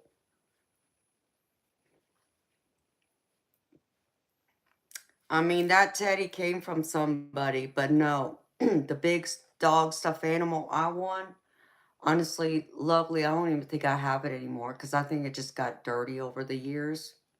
So I'm talking like over 20 years ago is when I won that big dog stuffed animal. So, but it was hilarious though.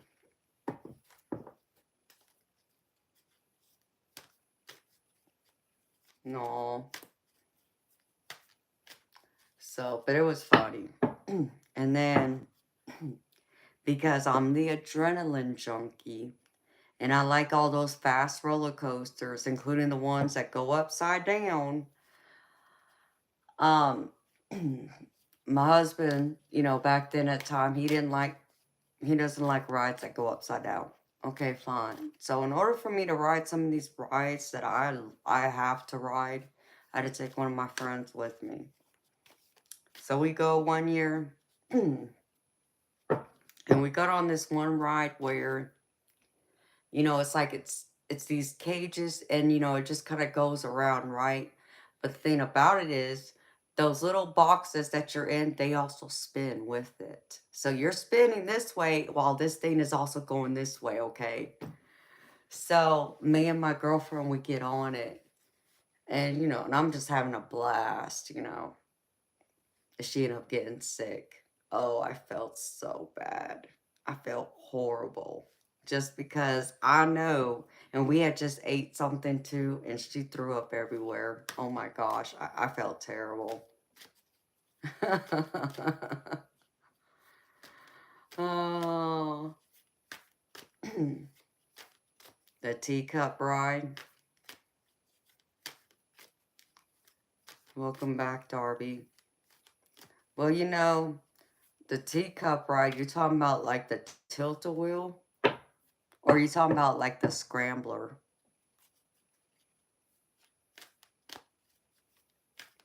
Because I love both. I love the tilt-a-whirl and the scrambler. I love them all.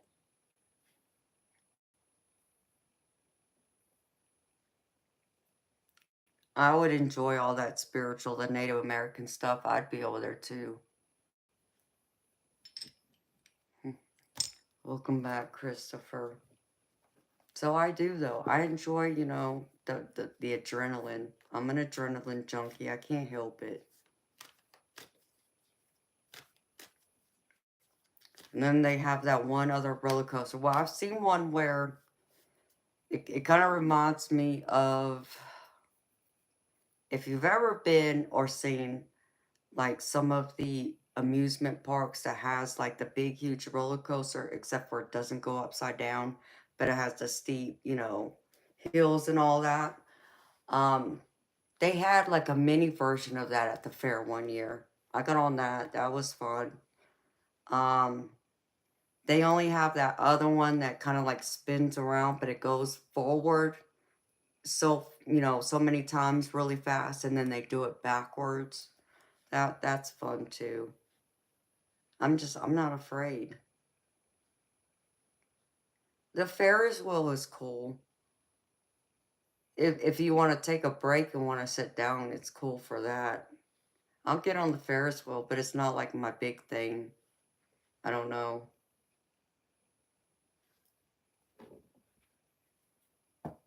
But it's so funny how much I love roller coasters, because when I was a little girl, my parents couldn't get me on a roller coaster for nothing. And I mean for nothing. And I'm talking about the ones that go upside down.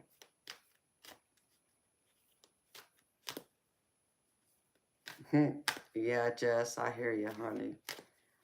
Because my parents, we would go to Six Flags every year, multiple times a year, which is like the theme park, the amusement park that has like Bugs Bunny and in that, those cartoons.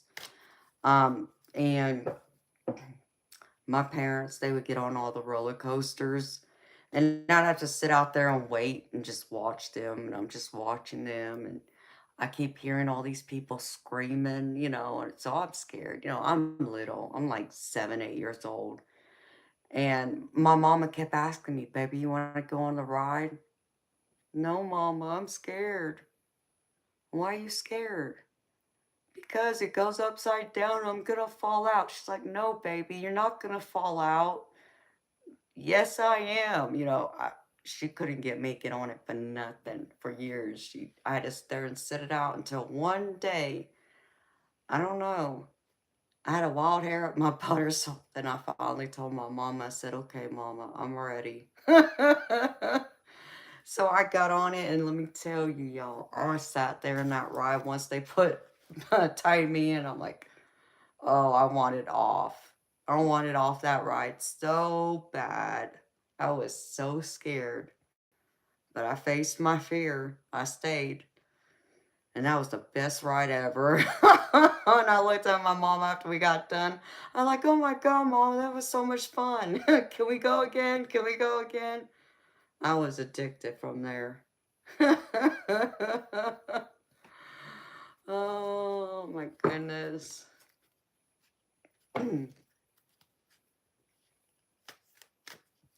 Oh, BG, I know what you're talking about. I think I have been on that. I believe I have. I could be wrong, but I think I have.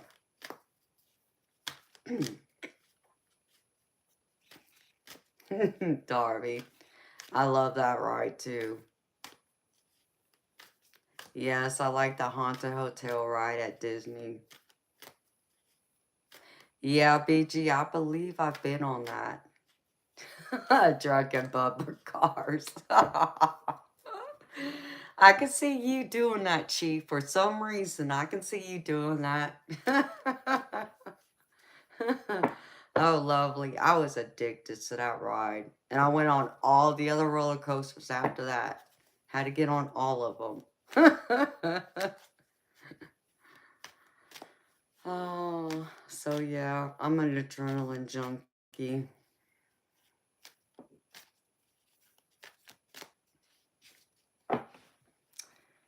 I haven't been to Universal since I was a little girl living in California. But I did love Universal. And then Knott's Berry Farm was the other one. Hurricane Harbor. I have no idea what that one is, Darby.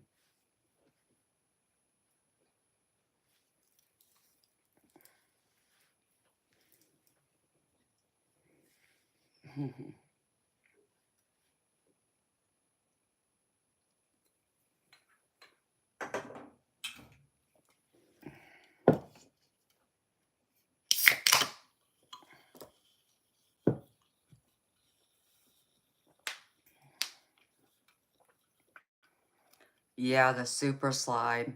Yeah, I love that too, BG, when I was a kid.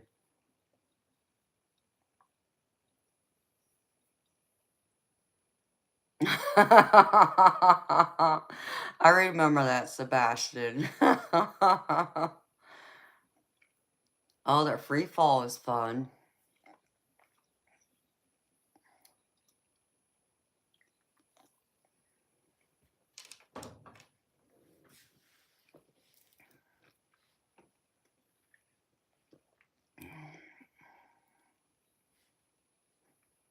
Are they, Darby?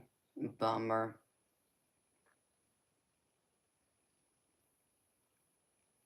Oh, I love those, BG. I did get on that ride because it goes forward first and then it goes backwards. Hello, Spiritual Awakening. Hi, Barb. I'm doing good. How you doing, honey?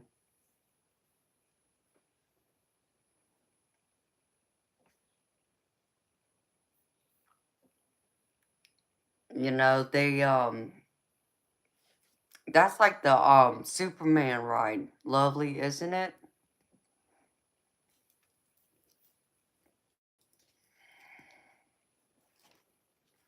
Oh, no, lovely. Wow.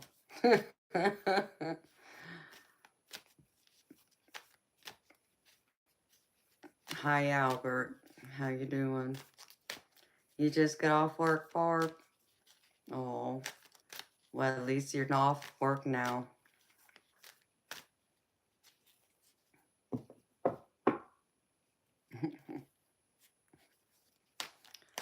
Barb, whenever I'm on here, I do readings.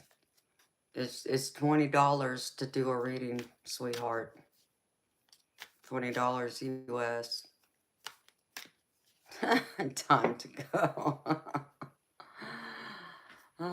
I'm lovely. I love all them roller coasters and all them rides. Like I said, I'm an adrenaline junkie.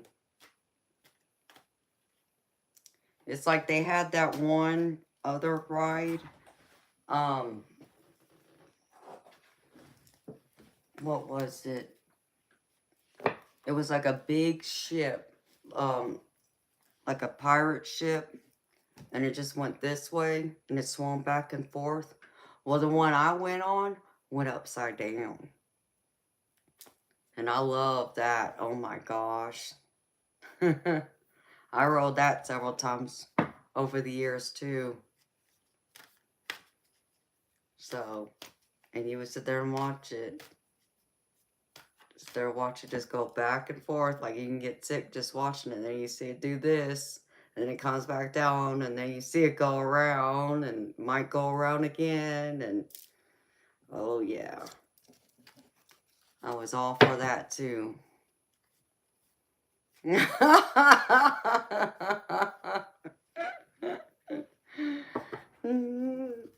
I know, I think a lot of people passed that one up, but I still loved it. I wrote it. Had to. Had to write it. And then, like, see, this is the other thing that's weird. California Six Flags and Georgia Six Flags are different because the rides are called different names. So, like, what is known as the Batman here would be called something else in California and vice versa. So, like, when I went home to California one year, they had a ride called the Riddler at Six Flags. They didn't have it here in Georgia yet. And it wasn't for like another few years before they got it here, but they named it something else. And now I couldn't even tell you what it's called. So I always thought that was interesting too.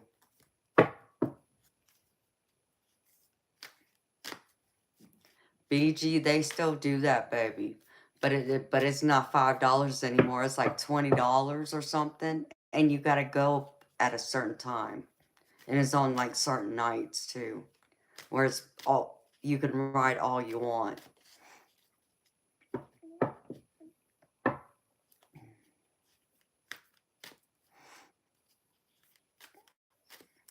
Naya, I only do collective readings and paid readings.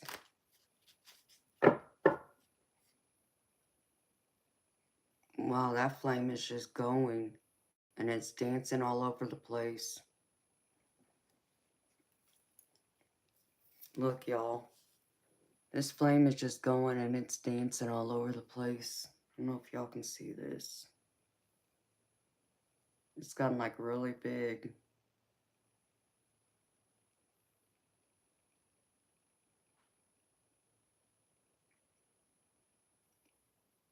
I've never seen it dance around like that.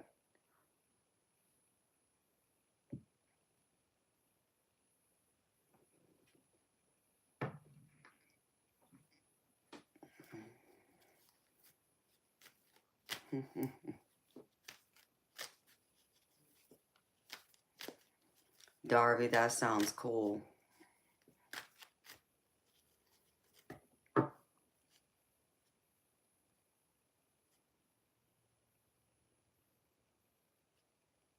Yeah, it's just dancing all around.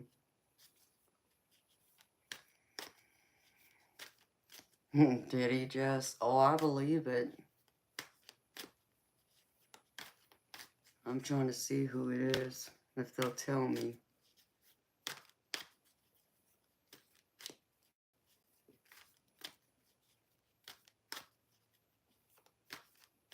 It's very possible it's my daddy.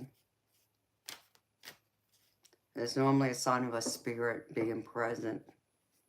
Like I said, that flame just suddenly got big out of nowhere. So that's usually a sign of a spirit being here. At least for me. And Jess is. I got chili, y'all. Hold on.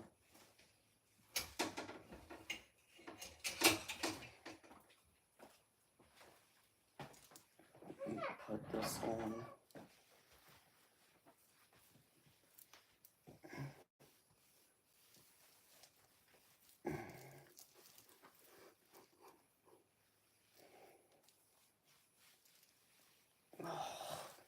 Okay. One thing I don't like about this is it doesn't have a button.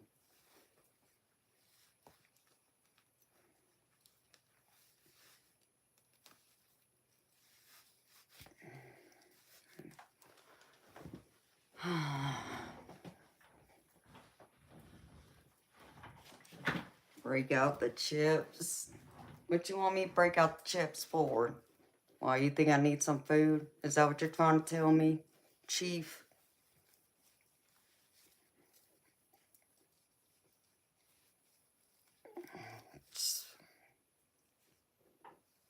Yeah, that one's just dancing. See, now it suddenly started. Now, oh. It did calm down for a minute, but now it's bouncing around again. Well, Chief, you know, I always could pull him out. That's just weird. What the hell? I don't think they made this one right. It's just me. I don't know. I do have chips over here.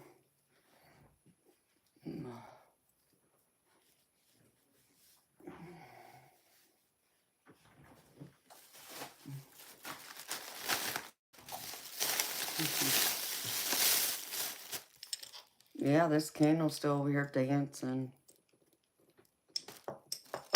Crazy.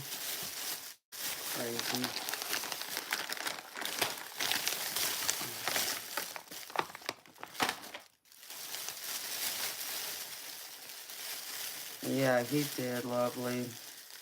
And he left me a message, and he talked to Jess, too, so...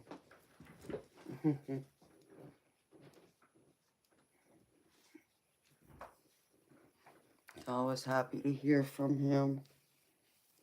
Something told me I would.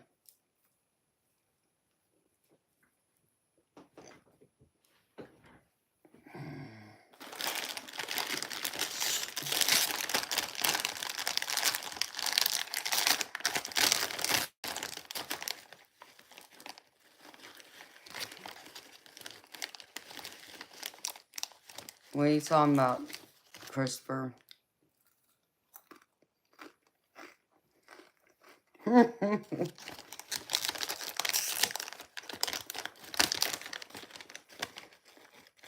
Hi, the Mexican. How you doing, baby?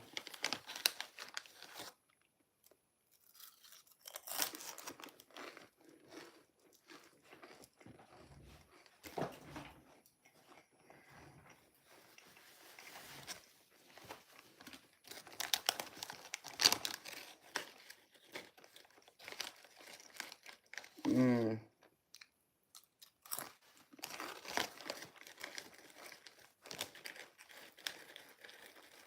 Yeah, Pete, that's my teddy bear.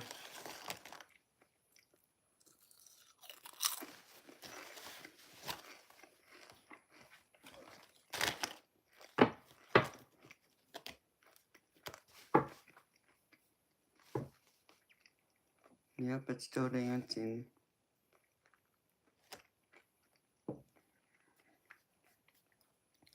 That's my spirit guide doing that. And Pete, if you see a Native American man, that's my spirit guide.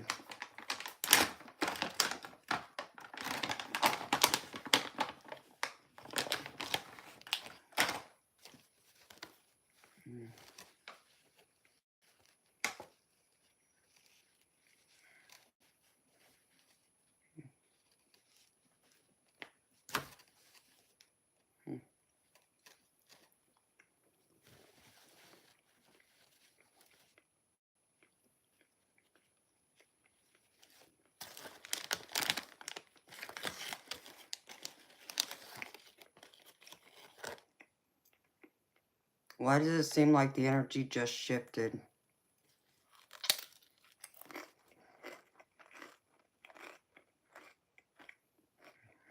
Boy.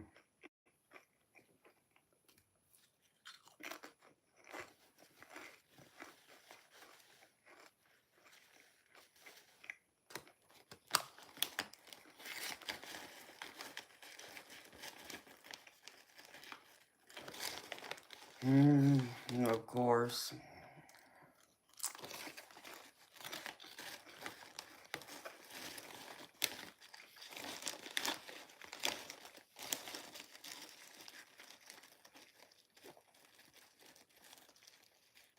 So it's time to do a clearing then.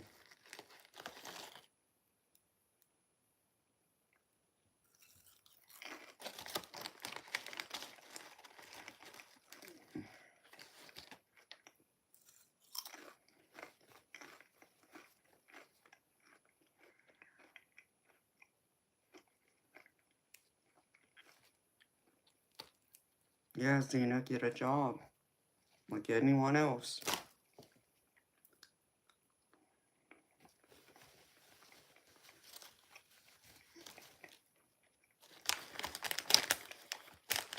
Yeah, it's starting to shift lovely to where my protective barrier comes down. It gets weakened.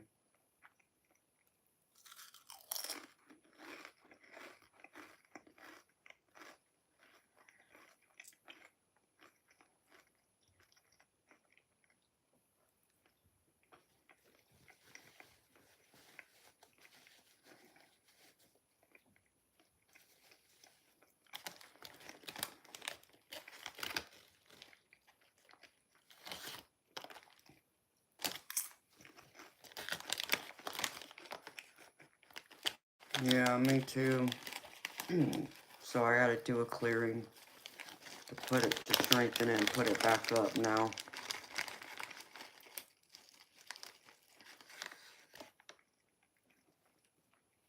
No, BD, I don't.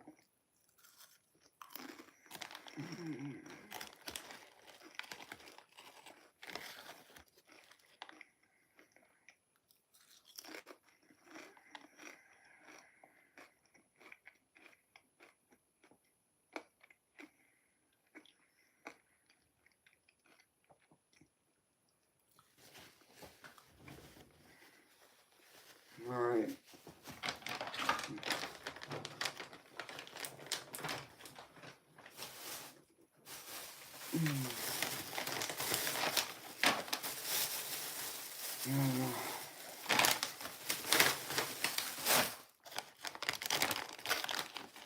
gotta step away for a few minutes, y'all, to reground myself, and then I'll come back and do a clearing.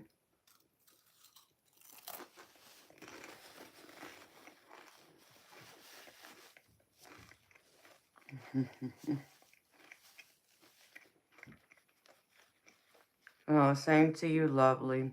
I love seeing you, sweetheart. I always enjoy our conversations and seeing your name in here.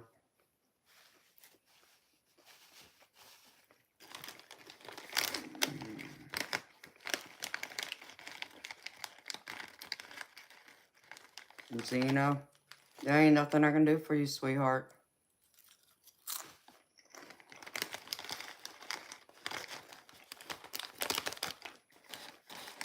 Lovely, you should be fine, honey. It's just here.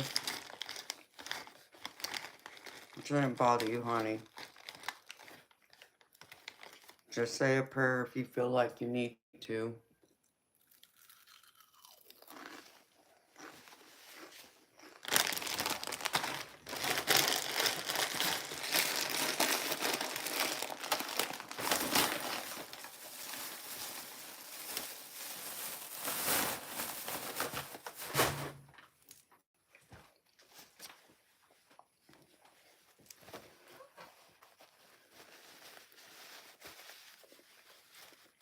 And see you tomorrow, Miss Lovely. Much love to you, sweetheart.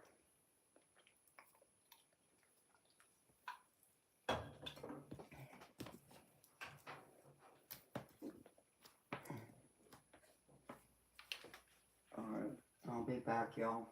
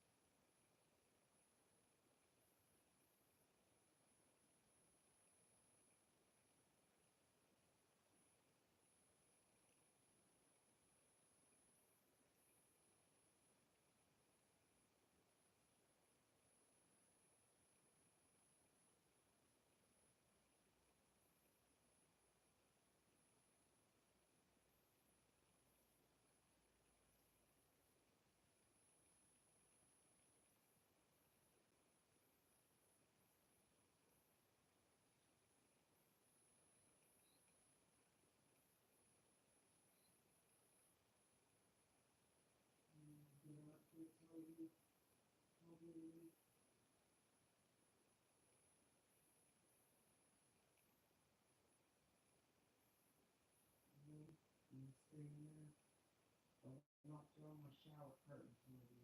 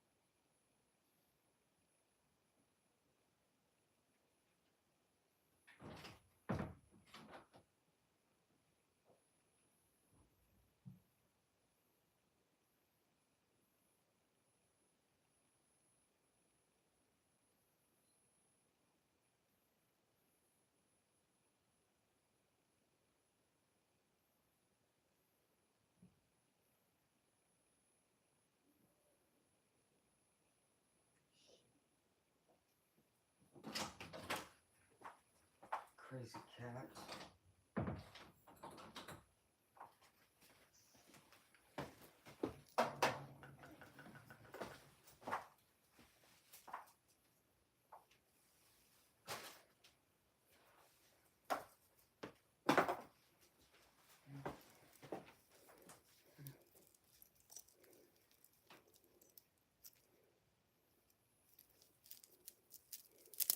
What are you doing?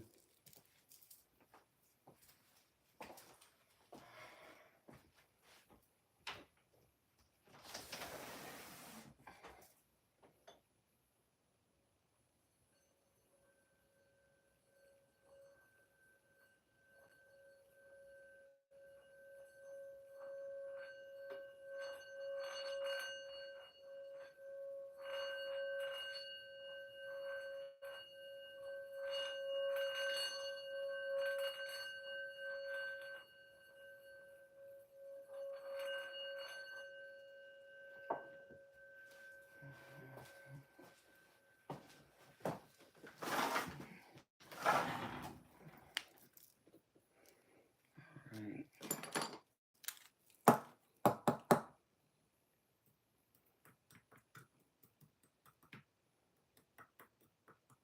Jess, you here? Christopher? Hey, I'm in.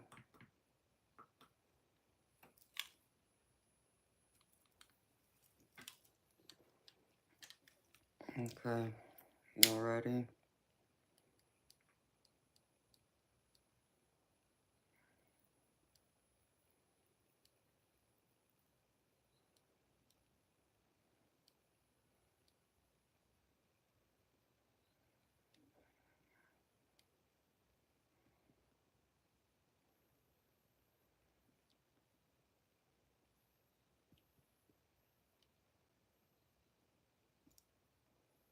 Oh, shit. I left my damn... Hold on. I got something.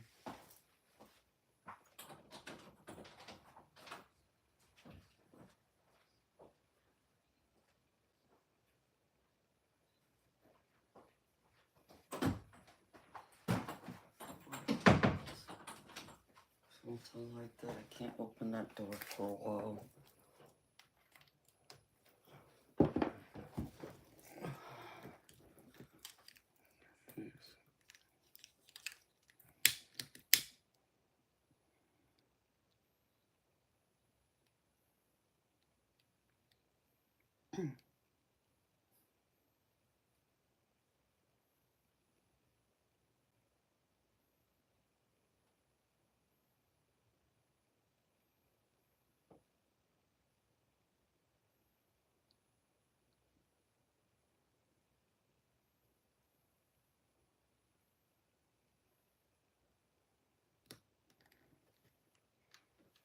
Okay.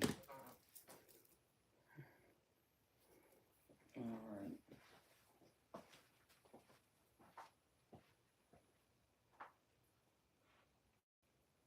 I call on Archangel Michael, Metatron, Raphael, and Gabriel.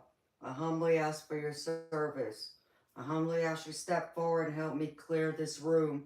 Remove any and all evil, negative entities and energies that are here. And bring in nothing but holy light and love. Remove any and all evil, negative entities and energies from this space. Remove any and all evil, negative entities and energies from this sacred space. Remove any and all evil, negative entities and energies from this sacred space.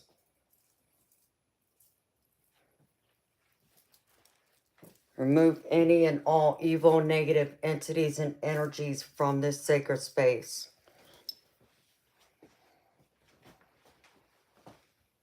Remove any and all evil, negative entities and energies from this sacred space. Fill this space up with love and light. Thou shall it be, and so it is.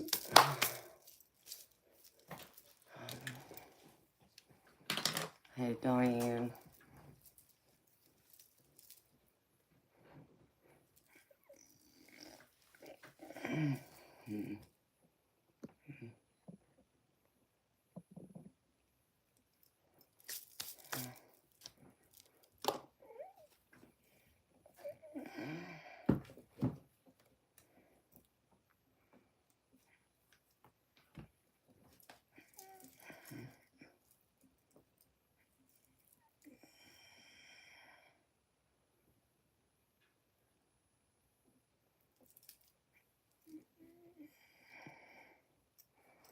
How y'all feeling? How's everybody doing?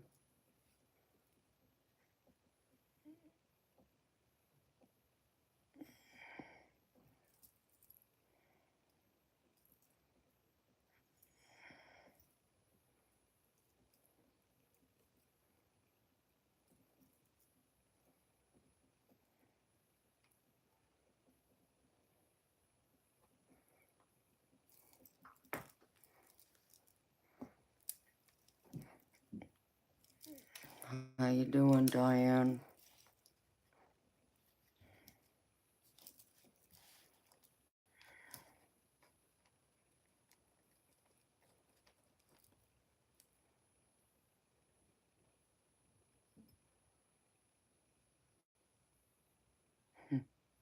Good.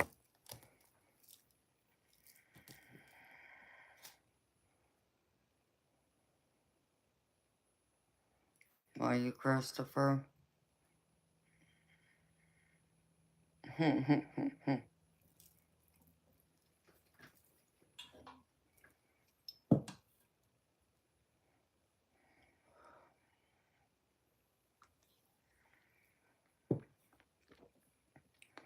Overall, it's been good.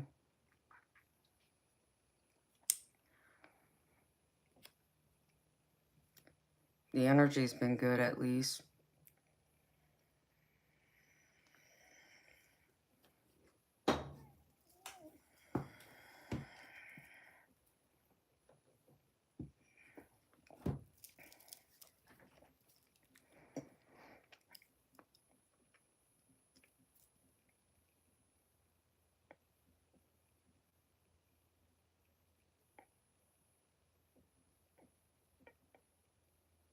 Yeah, I guess I'm gonna have to invest in getting more crystals myself.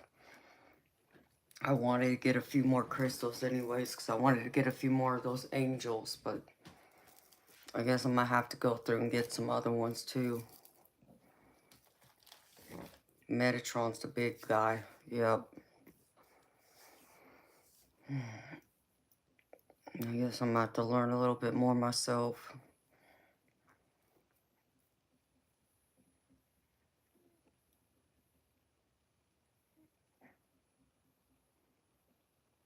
You know, Jess, I always forget about that. I don't have one, but I've heard of them. Let me write myself a note.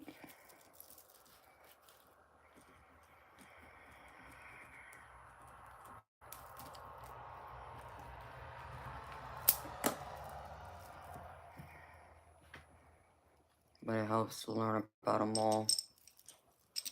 And the elementals, though, I guess that's a little different because it's like some people always talk about the elementals being good, but more and more seems like some of them aren't so good.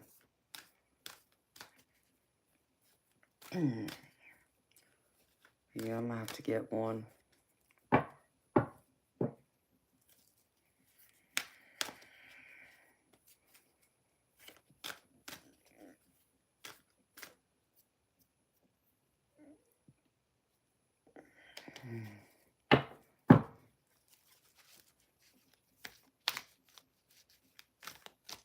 I know there was like, I wanted to get like one of those, not a cube, but one of those,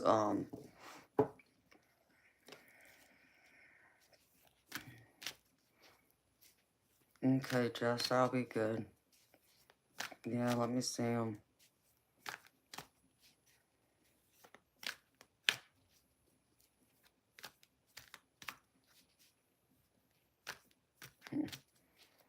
Oh, well, that's good, Christopher.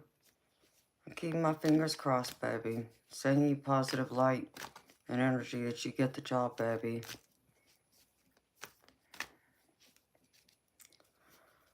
Yeah, but when we talk about elementals, I also think of the fairies. Well, I guess fairies can be pranksters too, but, you know.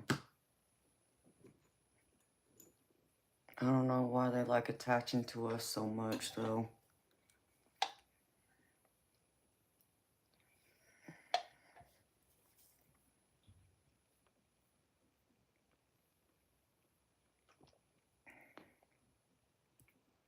When was this, Jess?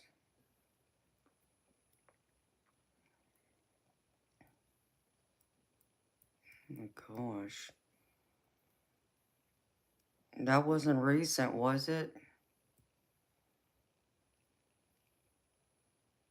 Okay. That's not cool. I'm sorry to hear that, girlfriend.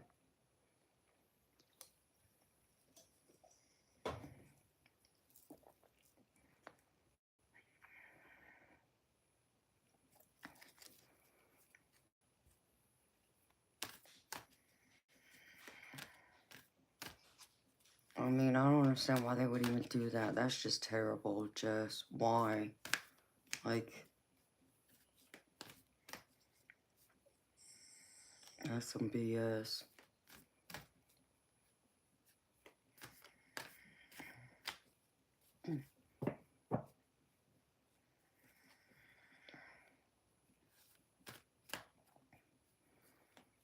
In what way did you disrespect them?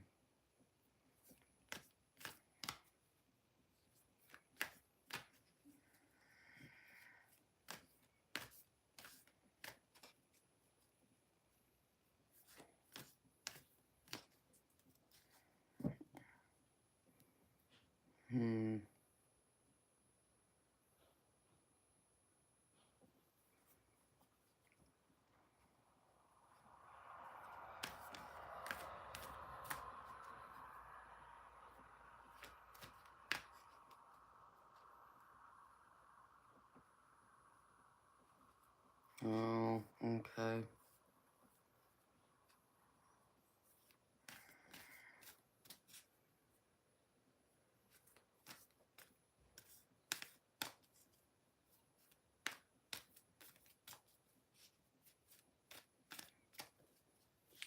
never done that, so, but they still like to attach to me. It's just crazy.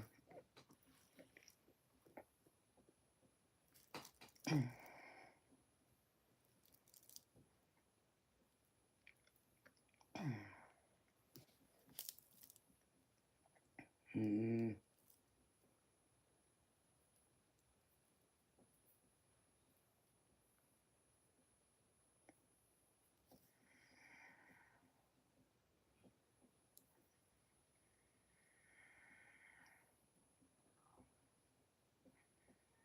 Hi, Alec.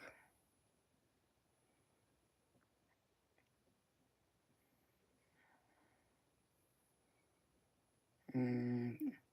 Okay, J. Miller, do you have a point you're trying to make? How you doing, Alec?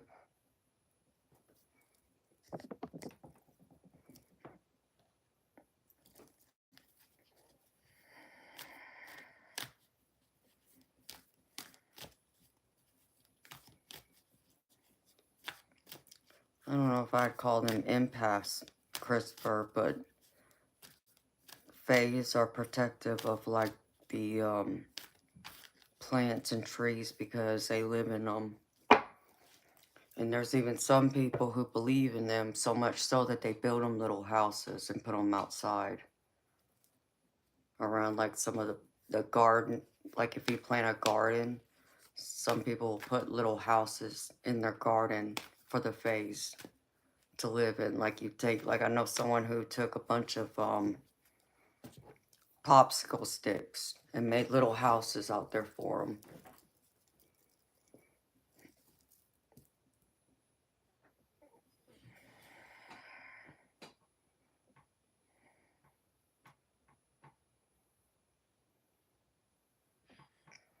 Oh, Alec, that sounds so nice, baby. You know what? I didn't get to sit, Alec, but I did go through and take about an hour-long shower, which is, when I wash my hair, it normally takes me about that long between washing my hair and shaving. But I have a bench in my shower that I've yet to use. Like, I don't sit on it. The only thing I've used it for is put my foot on it so I can shave my legs. But one of these days, when I'm not working here, I'm going to get in there and sit there and just let the water fall on me.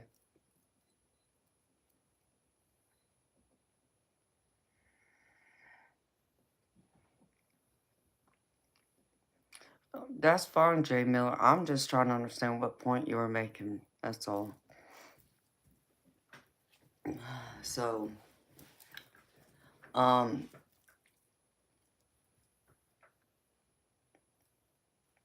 hey, Topaz, unhide him.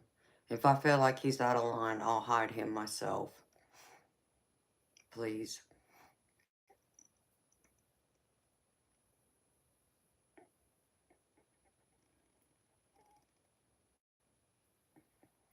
No, that's sweet, Alec.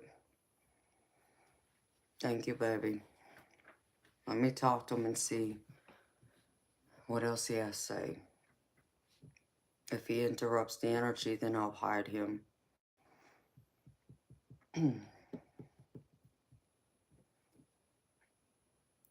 Yeah. That kind of shower would be nice, Alec. I would love something like that. See, mine's a shower. It's just a shell. You know, the fiberglass shell. But it has a bench in it. So, it's pretty neat. Because when I had the house built, that was the other thing. I told them that I wanted a bigger shower.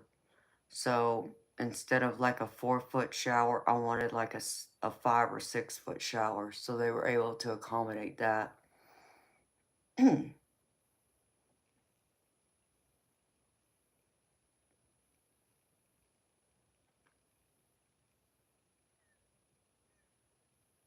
Yeah, I'm going to, baby. Maybe I'll do it Sunday or Monday because, Monday I won't be here because that's Veterans Day, so I'm going to go out and celebrate my dad. Hi, Bishop. How you doing, baby? That would be sweet, Alec.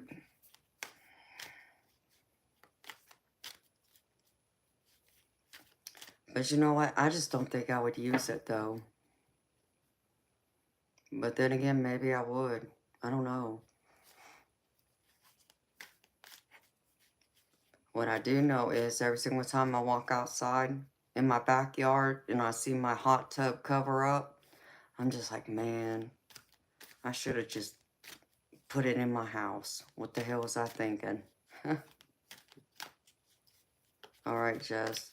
I mean, I could put it in my house. All I gotta do is call the guy that put it up in my backyard to move it, but then I'd have to move all my other stuff too. Yes, Alec, I have a hot tub. Back when I had my bad car accident and I injured my back really bad because I was in so much pain and because the doctors couldn't diagnose my back problem yet. One of my doctors literally, and I kid you not, he wrote it on a prescription paper and everything, um, wanted me to get a hot tub as part of my therapy in the hopes that the insurance company would pay for it, but they didn't. And I didn't think they would fall for that, but I still got a hot tub anyways, because I knew I needed it, and it definitely did help. So yeah, I got a, it's really like it's a 3-person hot tub, but you could put 4 people in it if you really want to.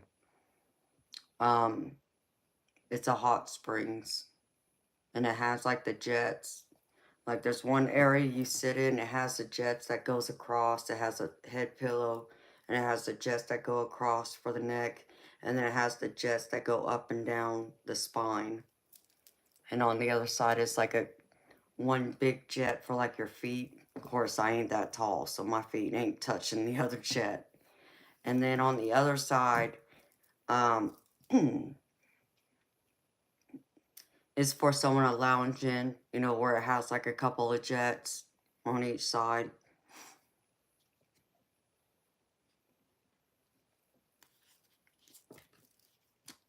Yeah.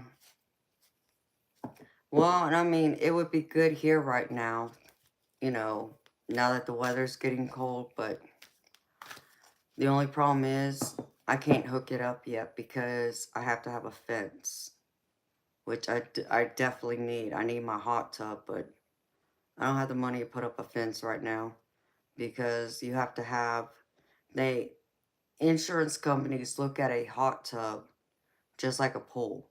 There's a liability to it, so you have to have like a privacy fence where people can't get in.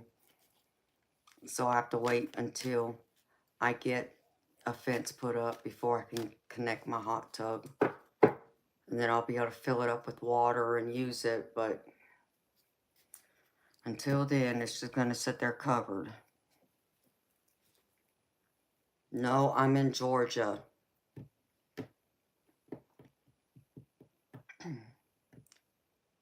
I already answered your question. Alec, that one's not.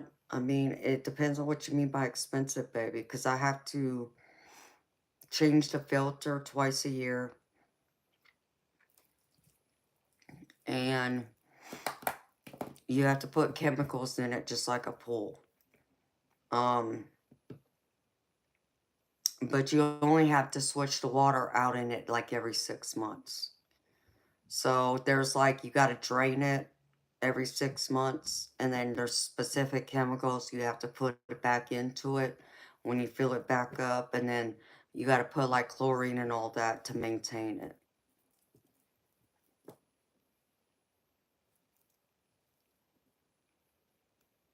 So it just depends on what you consider expensive. The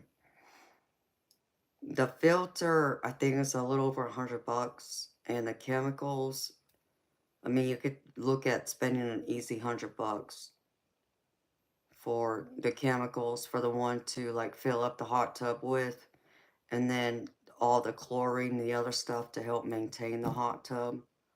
So, but it also depends on how often you use it.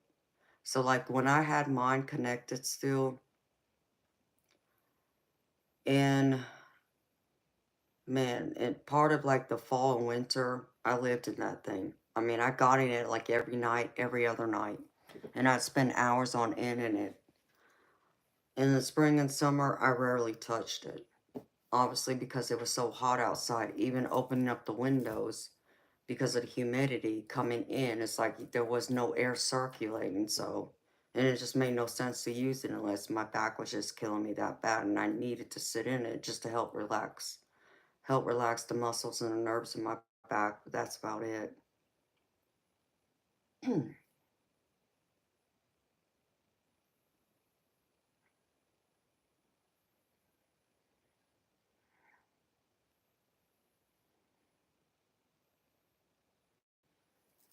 Okay, it's time for both of y'all to go now.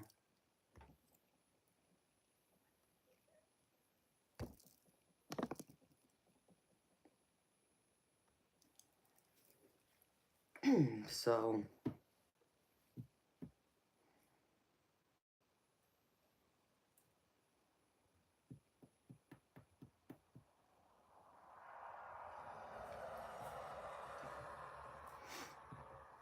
yeah, I mean, it's not too bad now. Now, Alec, I really don't know, baby, because I haven't used my hot tub in about 3 years, I want to say. About 3 years. So, think like right before COVID was the last time I used that hot tub. Like, I mean, like within like a couple months before COVID hit was the last time I used that hot tub.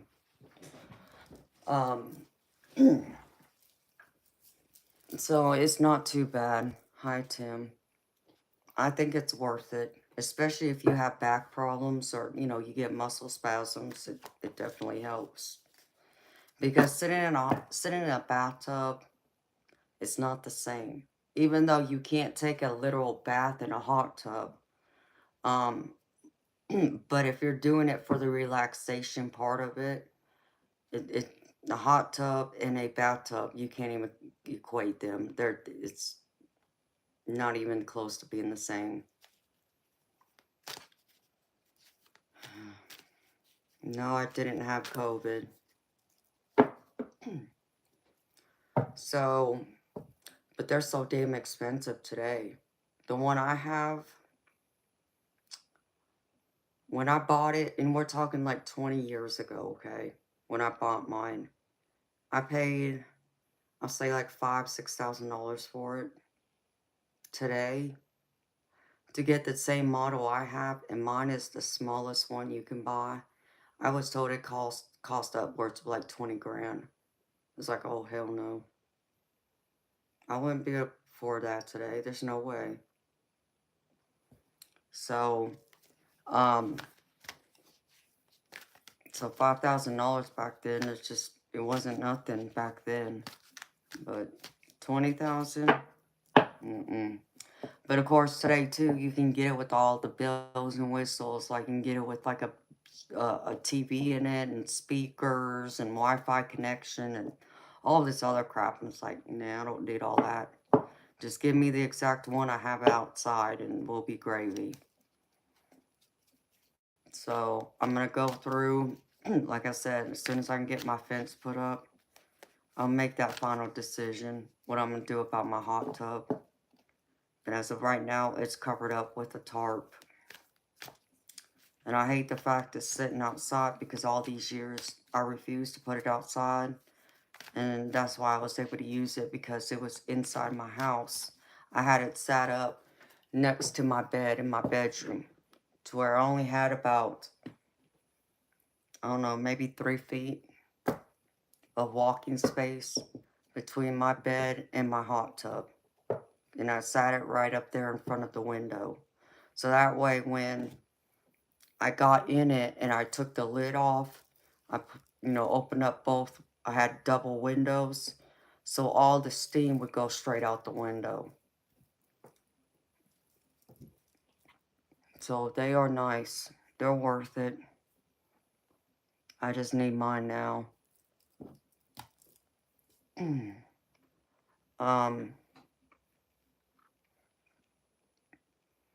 I've seen people put them in decks too.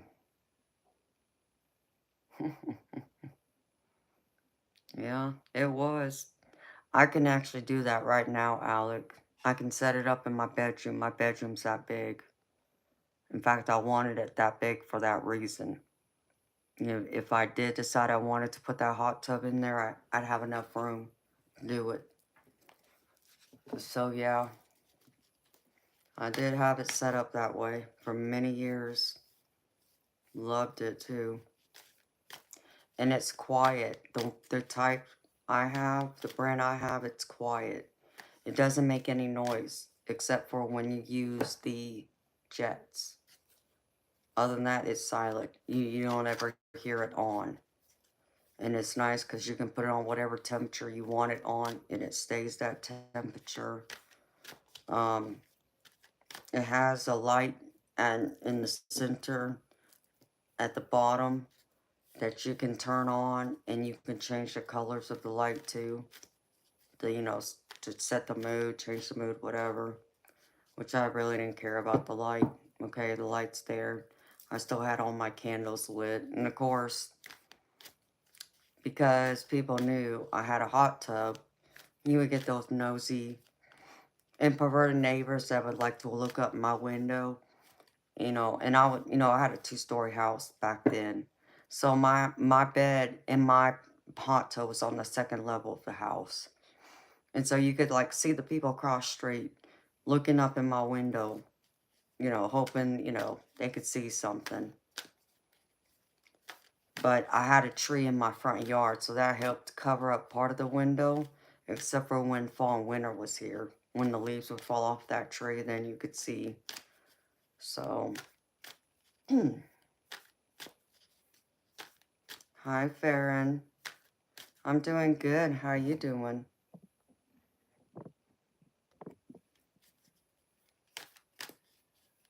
How you feeling, sweetheart?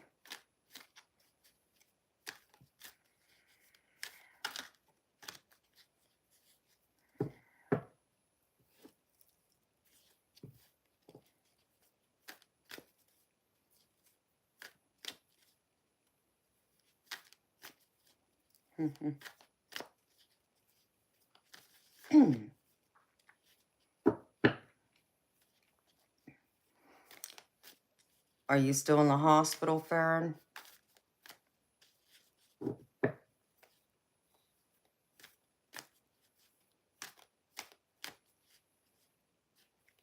Hello, Christian. No, I'm getting hot. And I guess I need to close this window now. Yeah, I think so. Hold on.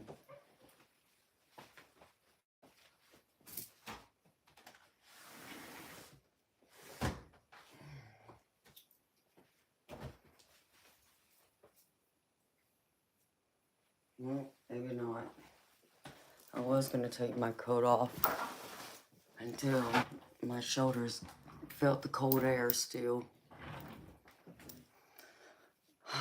Okay, Farron, well, what did they say, honey? Did they put you on the ventilator?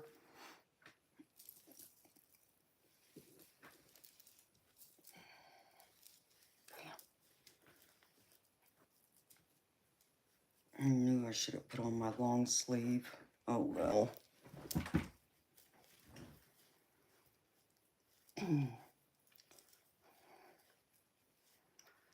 Well, did it seem like it helped?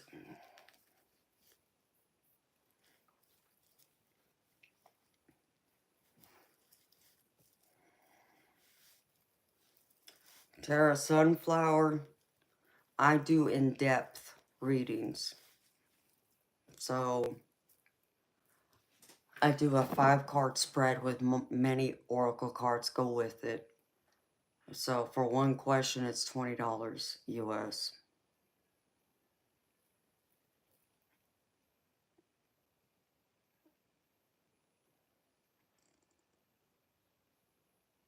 Well, I'm hoping you're feeling somewhat better. You say you're feeling somewhat better.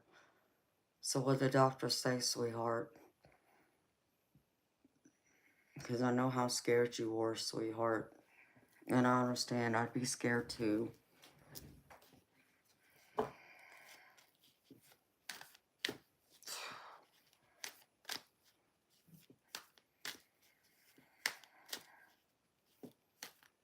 I don't know, Sarah Sunflower. Because I don't know what you're asking about. You know, because just so you know, it's $20 no matter what, sweetheart. Um,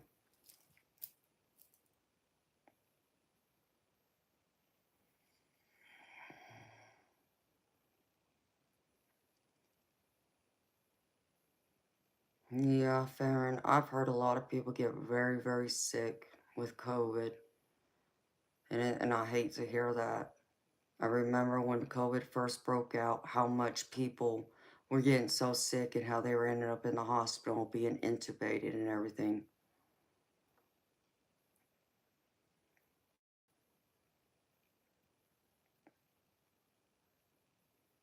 Okay, Tara Sunflower.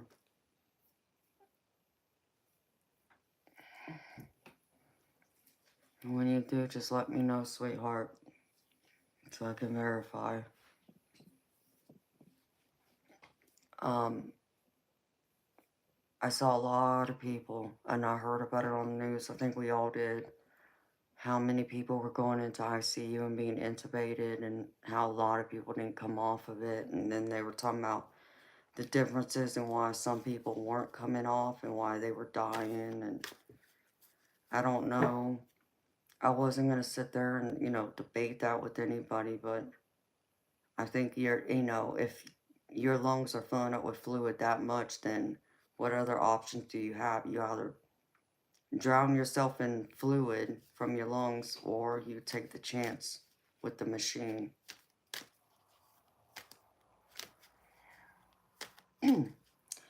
Alec, baby,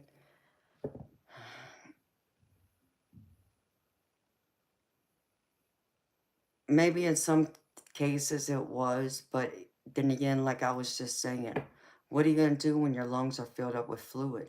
That's your only option. There is no other option. When you get COVID, especially when you get pneumonia, your lungs fill up with fluid, baby. You need a release. You got to give your body a chance to rest. And your lungs can't rest, nor can they work properly if they're filling up with fluid. And that's what was happening to all those people, as their lungs were filling up with fluid. And normally people waited too long before going to the hospital and getting treatment out of fear. So,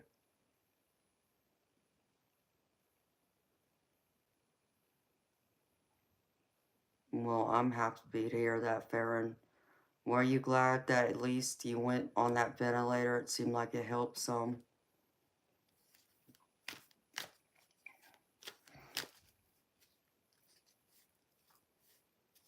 Because Alec, like my mama, and it's completely different, but then again, it's not. My mama had emphysema, and she had the worst type of emphysema. And her air sacs were being drowned constantly in mucus. And there was nothing, okay, honey, and there was nothing anybody could do. She was never ever going to get better. The only thing that was ever going to make her better was a lung transplant. So whenever she would get like bronchitis or even a bad cold, her body couldn't fight it off because of her lungs already being, what's the word? I'm drawing a blank.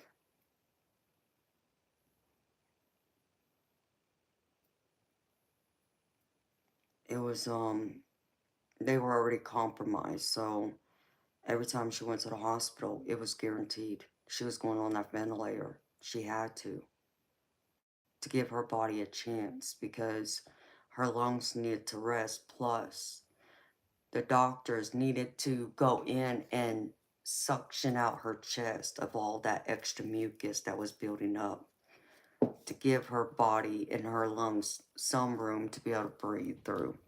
And it was nasty, Alec. Let me tell you. There would be these containers. They looked like jugs, and they were about this big. And they would hang up on the wall behind the bed. And there was a tube, and you could see where the doctors were, like, suctioning out the mucus out of my mama's chest. And I could sit there and I'd watch those buckets fill up with fluid. Both buckets were filled up by the time she came out of that ICU. That's a lot of liquid, a lot of fluid. Anybody could have died if they had not gone on that machine. So when I think of that compared to like COVID, it's a lot of the same thing. It's just that people waited too late to go to the hospital. So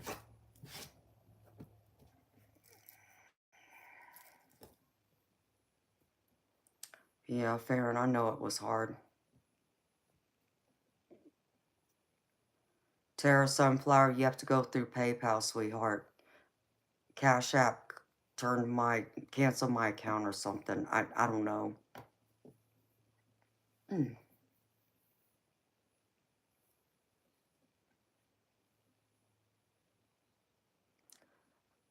So Farron, one of my mods posted the link for my PayPal.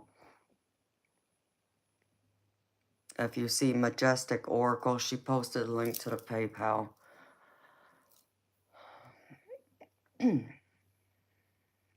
Correct. Alec, anytime you're intubated, they have to medically sedate you. So they give you medicine to put you in what is known as a medicated coma. So you don't know anything that's going on. You're put to sleep. Just like as if you were to be put to sleep having surgery. It's the same thing.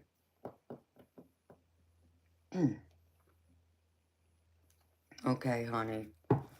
Oh, really? They did the same thing to you, Tara? That sucks, honey. I don't understand. So, it was rough. It was rough seeing that. I can't, I saw my mom on that ventilator more than 20 times. More times than I can count on my hands and toes. And that's no exaggeration because it seemed like on average she was going into the hospital every couple months. And she had to be put on that ventilator. And then the last year of her life, it seemed like it was every month. It was guaranteed she was going back because her air sacs were pretty much almost all gone by that point. So she really had nothing left.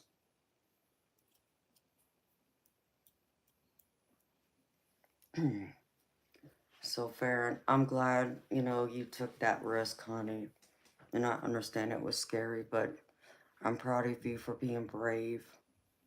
Because just imagine if you hadn't, you may not be here right now, you know.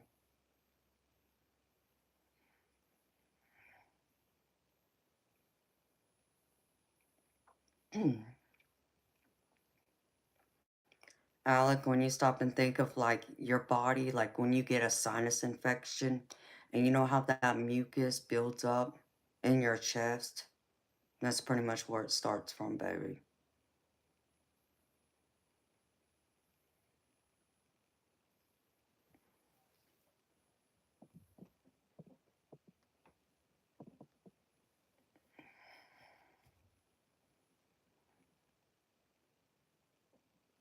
And it sounds crazy, but over time, it's just like when you get a cold, your body produces all that snot.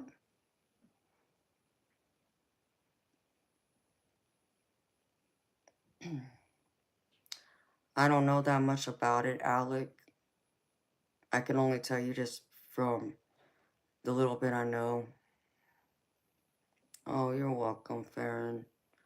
I just wanted you to feel better, honey.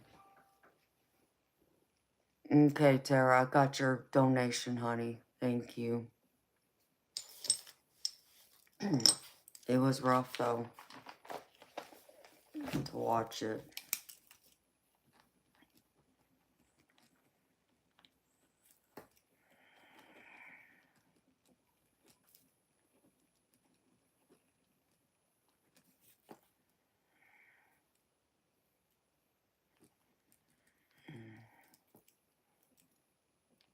All right, beautiful. What's your question, honey?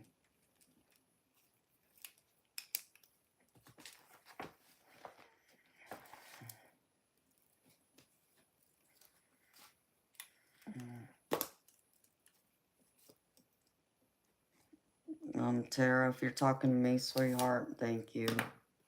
My mama's in a better place now. Though I miss her terribly, but she's not suffering anymore.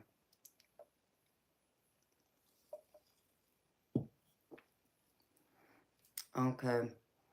Well, beautiful. If it's like about how the person feels, I can't go into their energy because they're not here. But I can do like a general love reading. So you tell me, sweetheart, what you would like me to do here. You can ask the question. I can tell you if it's third party or not. Because what I can do, Tara, is I can go into your energy. And based in your energy, I could feel around about your energy with that person. But I can't like directly go into their energy and be like, oh, they feel this way about you or that way. I can only base it off the energy in your energy, if that makes any sense. Oh, well, thank you, sweetheart. Like I said, yeah, it sucks. I miss her. It'll be 24 years Thanksgiving that she's been gone. But she's my guardian angel now, you know? Yeah, I'd love to have her back physically, but I have her here spiritually.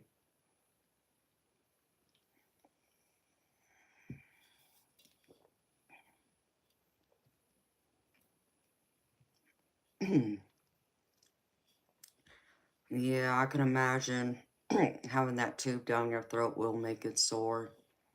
And you will get stronger, Farron. You're already getting stronger.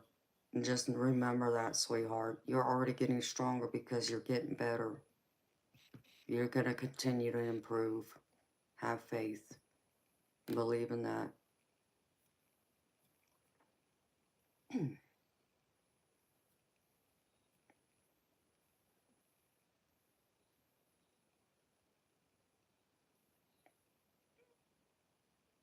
Okay.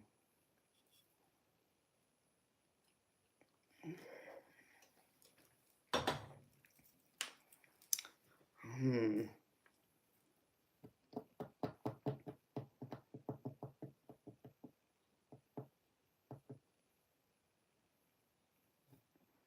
Okay, sweetheart.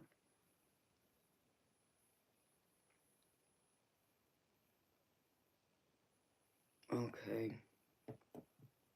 I can do this like this way. I can ask Spirit about like what can you do to see if romance will blossom on your end. Ooh, excuse me. So Tara, like I would do this, sweetheart. And before I pull any cards for you, beautiful. Um,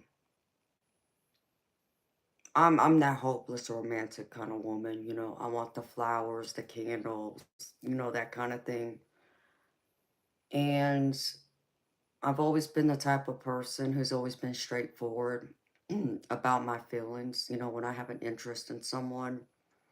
And I've always been the type of person who's never been afraid to ask them how they feel about me. So, just as a woman, sweetheart, and as just a human being, even, I would tell you, why don't you ask him how he feels about you, okay? And understand that I get people are afraid. I understand there's the fear of rejection, okay? And yeah, that does sting, right? And I'm not, taking away from that. But, beautiful, let me say this.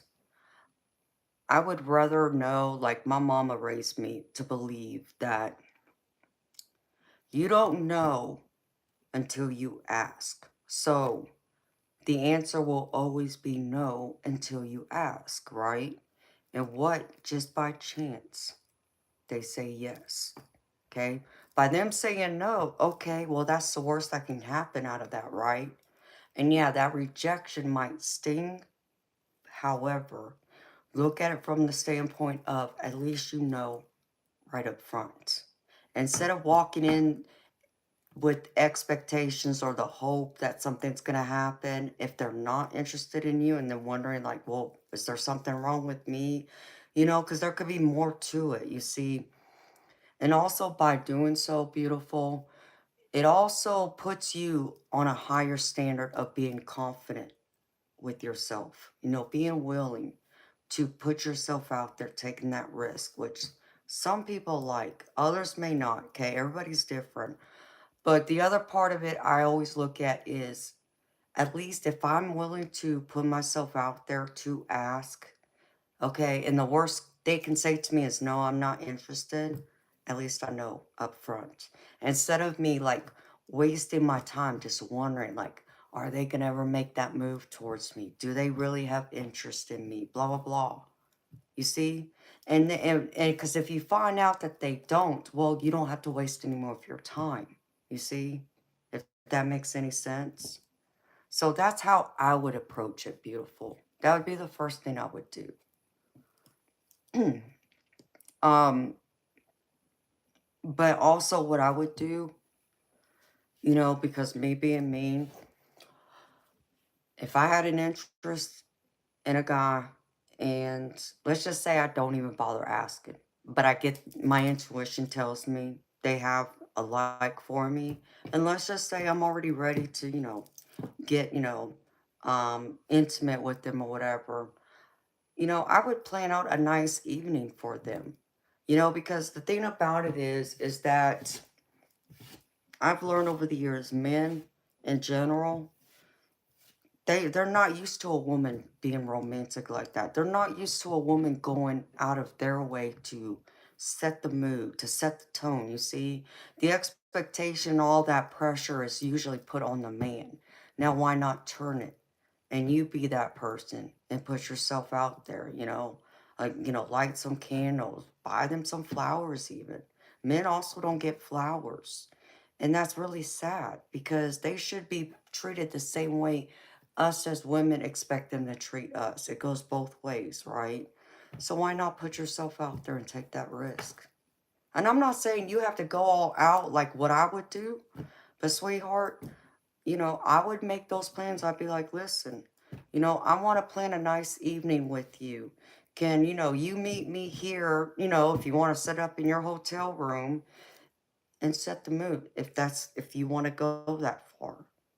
Because I guarantee you, out of anything, Tara, I would put money on it that they've never been bought flowers. Okay? I would bet money for one. Two, I would also pretty much bet that most women, if not all, have never gone out of their way for them like that to show them that they're interested in them or that they care. You see? So that would be me though, sweetheart.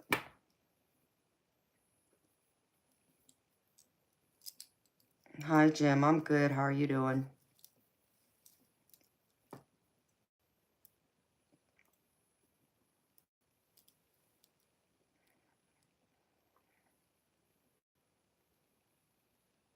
You know, and I just think it's good to go put ourselves out there like that. It's no, guys don't think it's weird. Sweetheart, let me tell you something.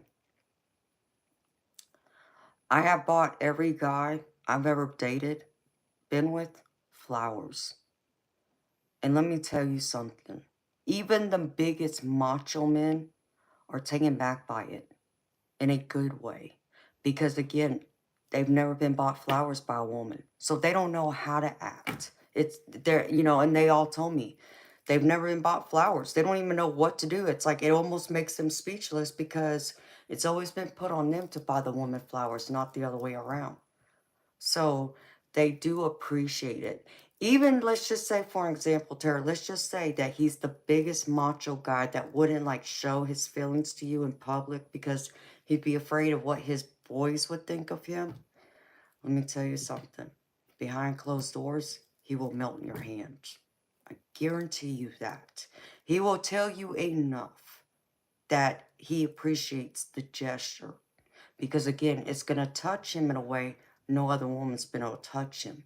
That you at least put that effort out there to let him know that he is special to you in that way. Okay? Um, when I've gone out of my way, and let's just say I planned for Valentine's Day, honey, I made my whole house, as it was put to me, look like a scene from the movies. And I mean, honey, I went all out. I had rose petals throughout that whole house. Every room in that house, including the bathrooms, had candles in them. And I also went through and bought all kinds of candy. I bought all kinds of cards. Um, I also bought a bunch of stuffed animals. And I even had flowers delivered to him at work. Over the moon. Over the moon. And then he even comes home and tells me that every guy that walked by his office smelled those roses and had to go in there and ask him, "Where'd you get those flowers from? Oh, is that for your wife?" "No, I got flowers. She sent them to me." And all those guys were like, "Man, I wish my wife and my girlfriend would do that. They never buy me flowers." So no, they shouldn't find it weird. It should be the exact opposite. So that's me. Um, like I've even gone out and written the love letters on paper. I even get some fancy stationery to write it on. I've written poems. They all love the poems I wrote. Um, I have even bought them jewelry. And like my husband, he has a lot of jewelry I bought him over the years. I'm talking about diamond rings. He has a thick gold Figaro chain and bracelet that matches. A custom diamond bracelet I have made. A diamond Rolex watch. I mean, I treat my man the same way I want him to treat me. And to me, that's just fair, right? So even my exes, they got a diamond ring from me. And one of them, I did buy them like a gold chain or something too.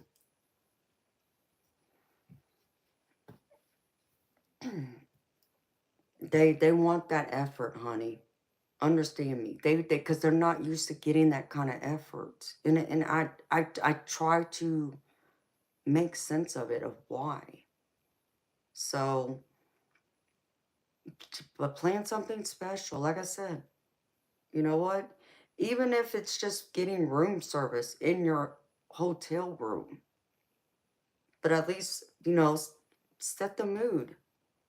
Buy them some flowers. Get him a nice little card with or, write him a handwritten note to tell him how you feel.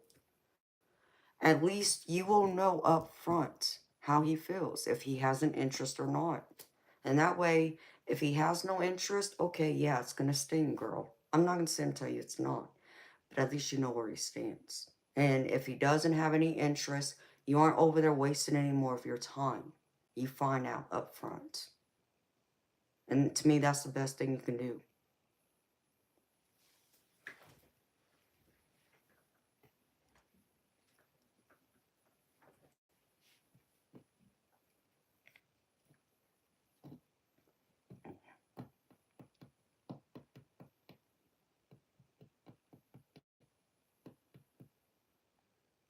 See, Jim and Alex telling you, put the effort out there. I understand it's new, sweetheart. But like I said, do you think that he would expect you to do something like that right off the bat? You see what I mean? I think that would blow him away even more. Because this would be your opportunity. You know how guys go out there um, and they think all about that first date, right?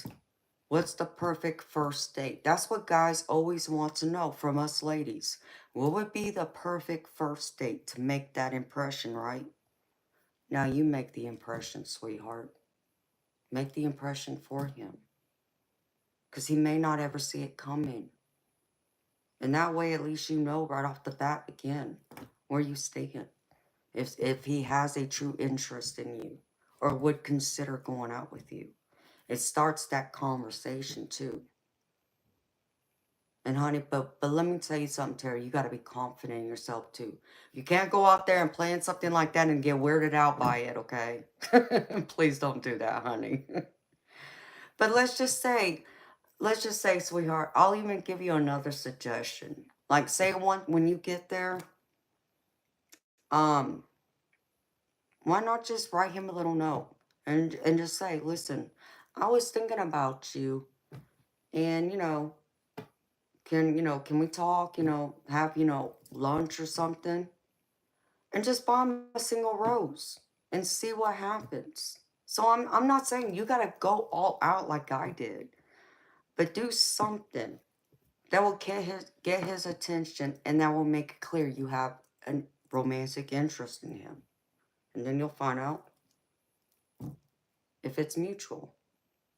That's all, girlfriend. I mean, no,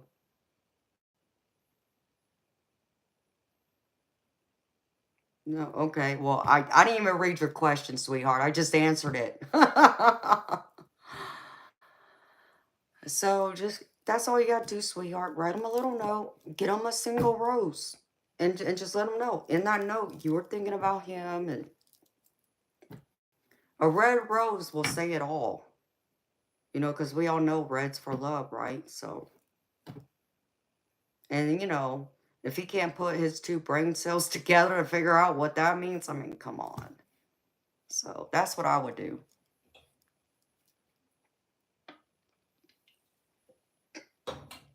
I mean, hell, Tara, you can even go through and have it there delivered to him before you even get there.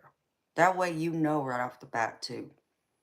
Instead of you being the one that actually hands him the flower, why not see if a local florist will, deliver, a little thing of flowers to him? Some red roses. And that would be another way. Because then, you never know, girlfriend. He might be like, oh, wow, she has an interest in me. He might do something special then because he already knows that you have an interest before you arrive. That'd be another way to do it.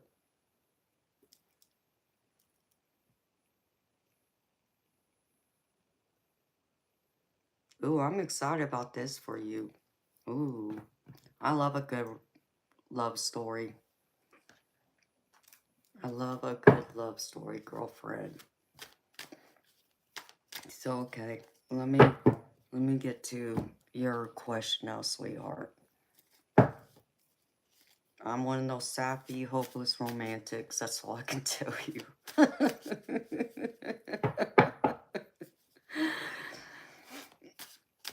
Okay, Farad. Well, get some rest, sweetheart. Take care of yourself. And I will continue praying for you, sweetheart. Sending love and healing light your way, Farad.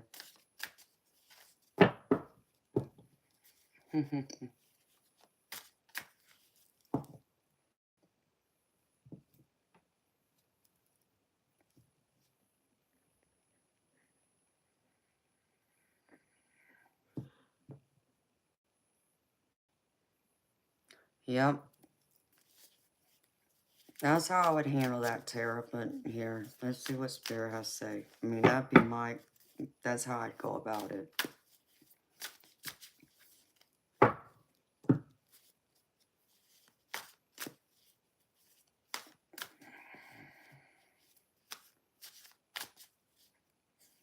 Oh, Jim. No, I love that. I'm so happy to hear your girlfriend did that for you. See, I'm the type of girl, I buy flowers for my man just because. It doesn't have to be a special occasion.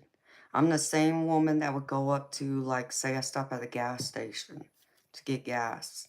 And I'd go inside the convenience store and get him his favorite drink or his favorite candy. Just because. Because doing little things like that, just because, not because it's asked of you or because it's a special occasion, just goes farther to show that they were on your mind. And that's your way of letting them know that, they were on your mind. You see?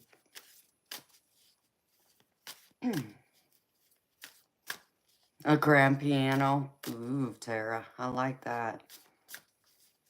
So I would do that too. Um, yep, it is the little things. It's not always about the big extravagant things. It's the little things. So like,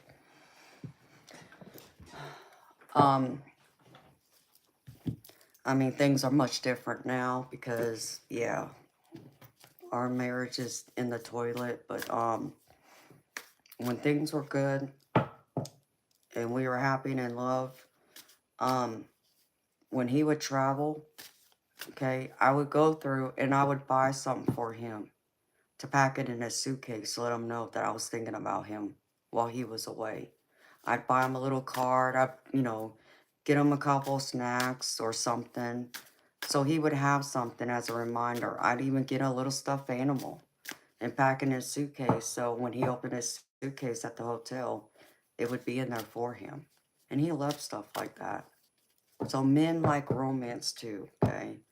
The only other thing I've always had a problem with most relationships, and this is just in general, y'all.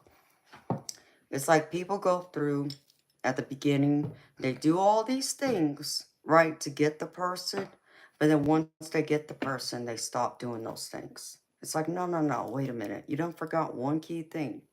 What it took for you to get that person, for them to fall in love with you, for them to feel the way they feel about you, for them to want to be serious with you, is the same thing it's going to take to keep them. People forget that too. It's like people stop courting each other when they get married or get serious. Like, what the hell? Exactly. So, it's all of them things, honey. Girl, I can give you so many, little ideas you can do. Because I'm that sappy, hopeless romantic. There ain't no hope for me. Okay,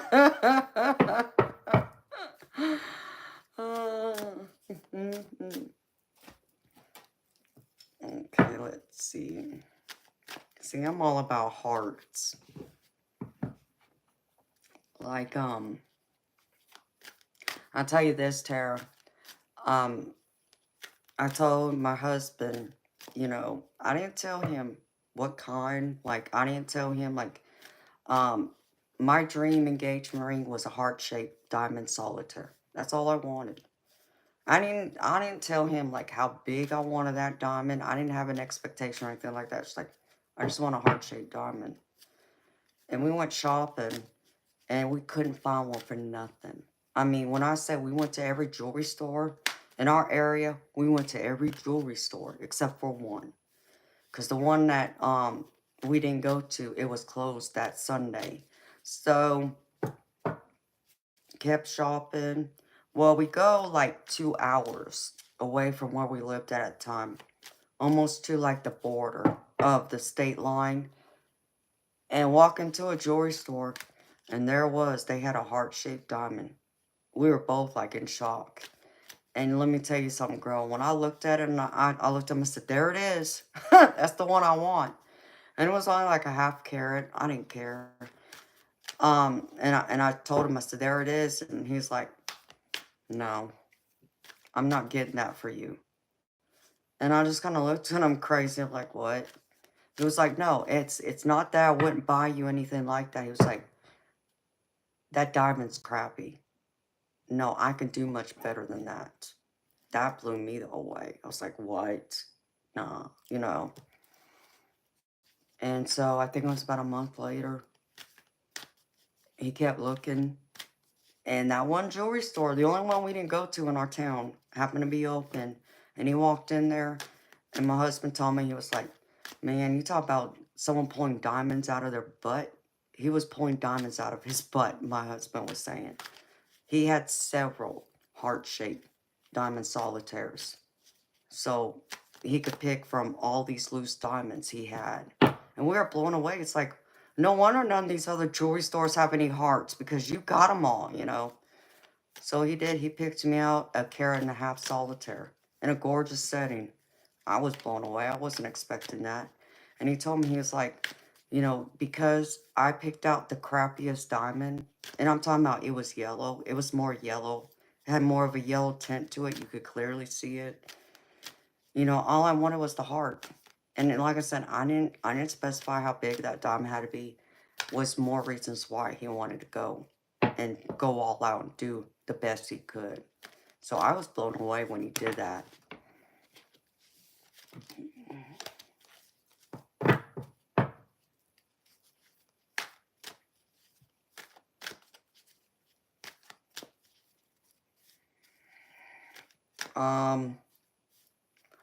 I don't know, Jim. How long y'all been together? Did you give her a ring already? Hi, Sam. Did you present her with a ring, baby? I mean, how long y'all been together?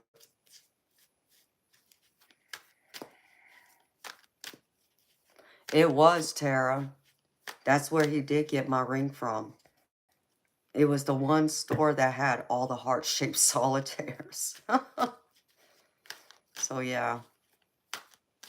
And then years later, for our 10th wedding anniversary, he upgraded my solitaire, got me a 2-carat solitaire. And then for our 15th, he had my whole ring remade, custom made, with more diamonds, a bigger carat weight. So here, I'll show it to you, Tara. I don't wear it because, like I said, our marriage isn't the same, but here's my ring. This is what he had custom made. So that's all I wanted was that center stone, that heart shape. Yep, he did that. He had it custom made by the same jeweler that had the heart shape. And I do have a couple other rings he had. This was another one. This was like a, he asked me to marry him again, but that was like, what, our 16th year? Because we were going to renew our vows, but then by our 18th, 19th year, things went down the drain. So,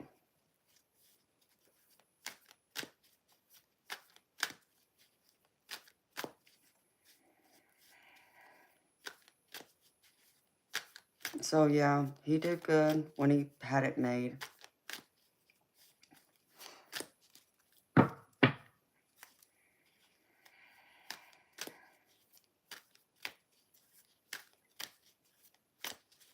Good morning, Roger. How you doing? Okay. Jim, y'all been together 4 months, you said, baby?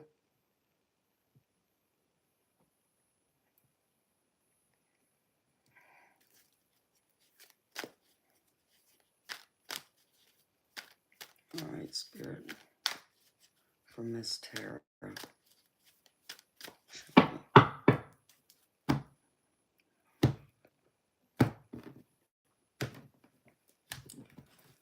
So, a lot changed a couple years before COVID, but he broke my heart on my 40th birthday. But it is what it is. Ain't nothing I can do, you know. No, I'm hot. Hold on.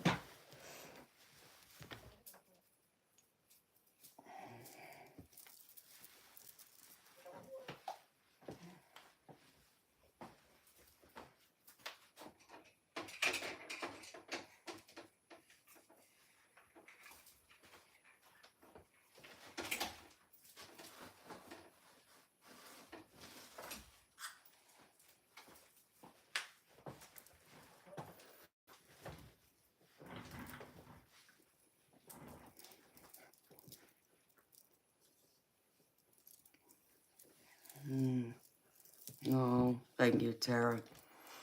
You know, it is what it is. You know, he just decided that other people were more important than I am. So, and then he ended up losing his job. Robin, I tried. But he shattered my heart. It just, you can't glue it back together. So,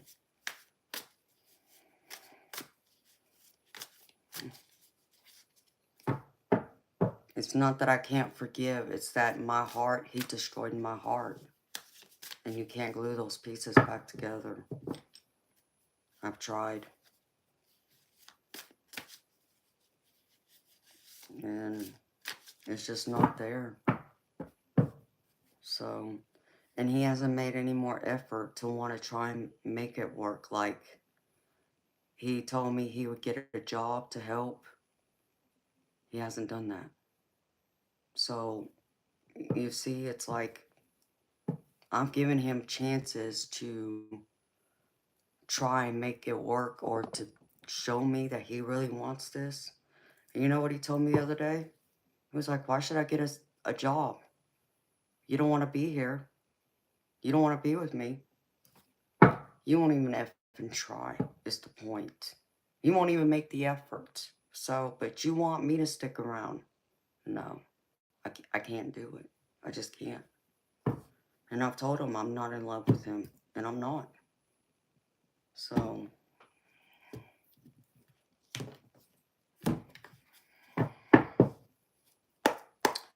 yes, Robin, I think so. When he lost his job, he changed. He changed drastically. Like, he wasn't the man I fell in love with and married. And then there was all the other excuses that came with it. It's like, I can't. Like, he left me with the house at the old house to pack the house up by myself while he went out and had fun. I was left with the responsibility of trying to figure out what we were going to do next, and also to pack up all our stuff to get us out of that house in time.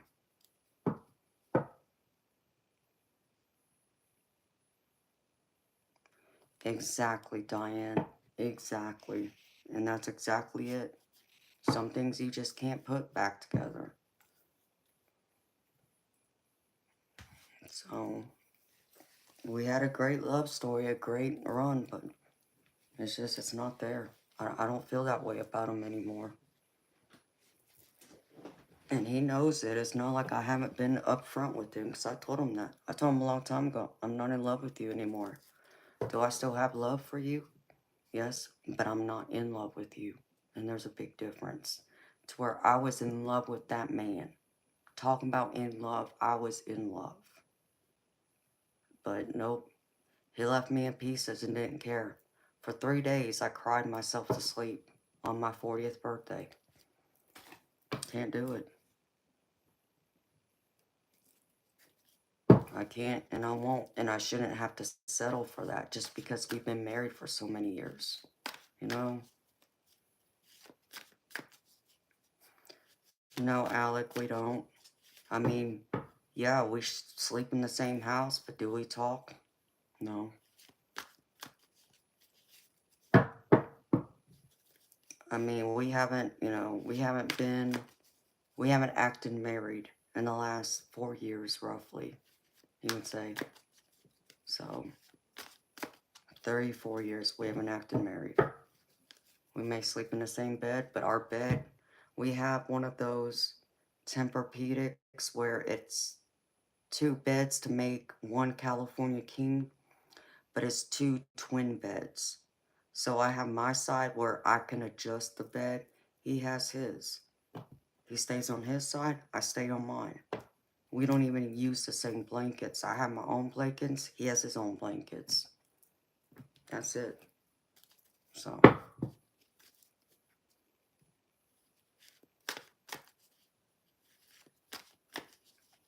no, Robin, there's not.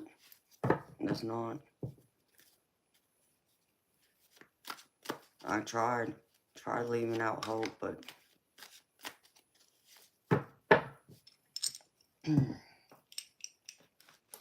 and he doesn't feel I'm a priority, or our life together isn't a priority to make the effort to go out there and get a job. No, I'm not settling. I'm not.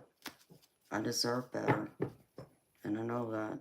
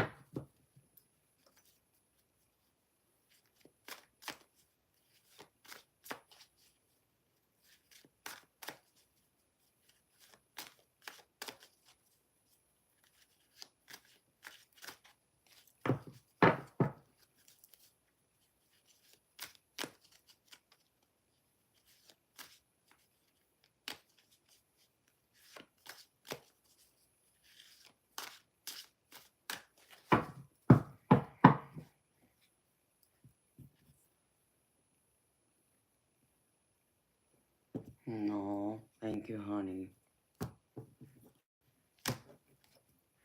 Abby, I'm in the United States.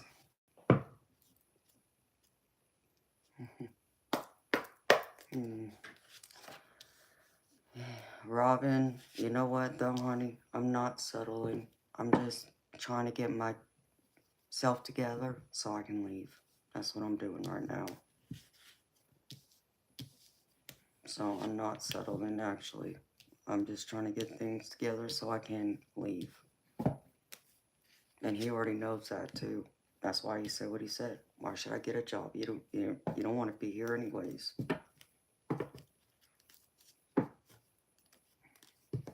No, thank you, Tara Sunflower. I know I got love from y'all. And that's good for me, you know.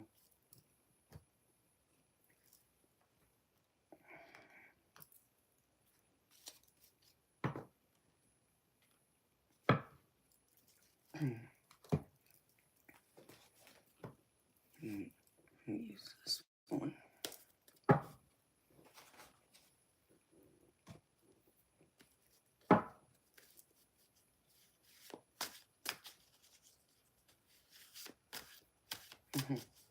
No, thank you, Robin.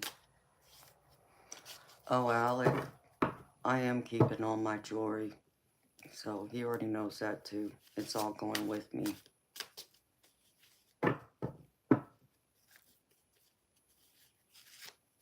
Absolutely. Oh, thank you, beautiful Tara. I appreciate you, sweetheart. Even my brother told me to get out. So, and my daddy's best friend told me the same thing. So they see what's been going on.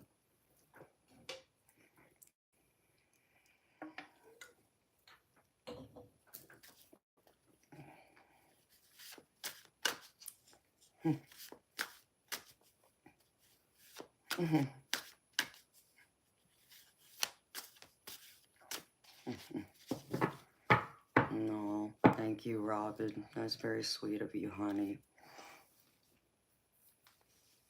I just have to wait because I need to figure out what I can do as far as a place of my own and all that.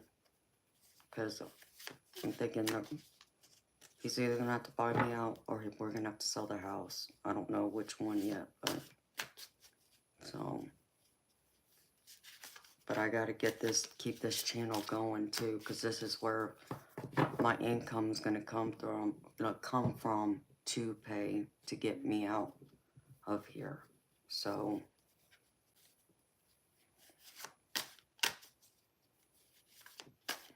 it will, Tara, and I do believe that.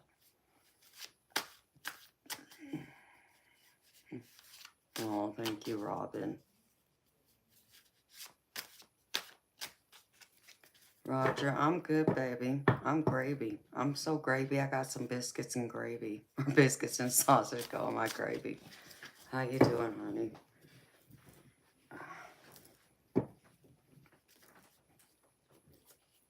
Always.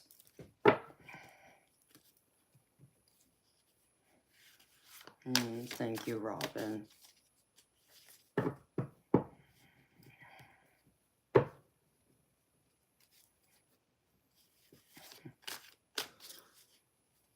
I know, Fiona. You're right, honey.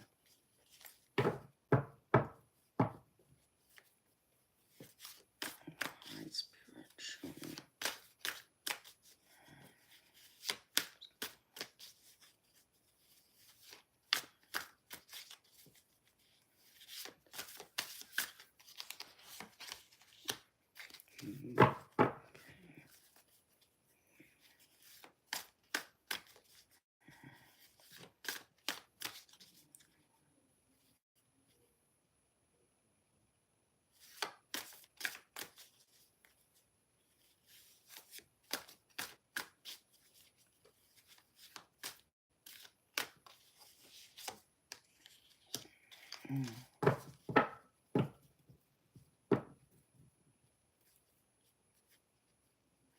Yes, Tara.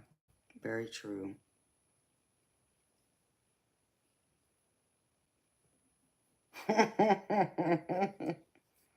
Yum, Alec. Roger, you're funny, baby. 10.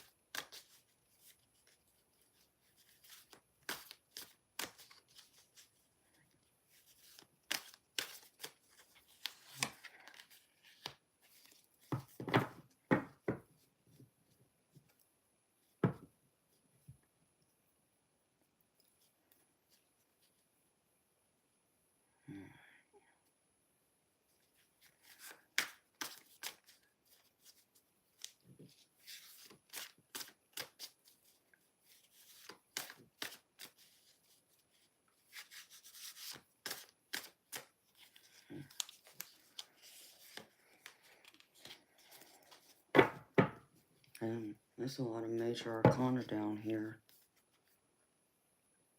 Oops.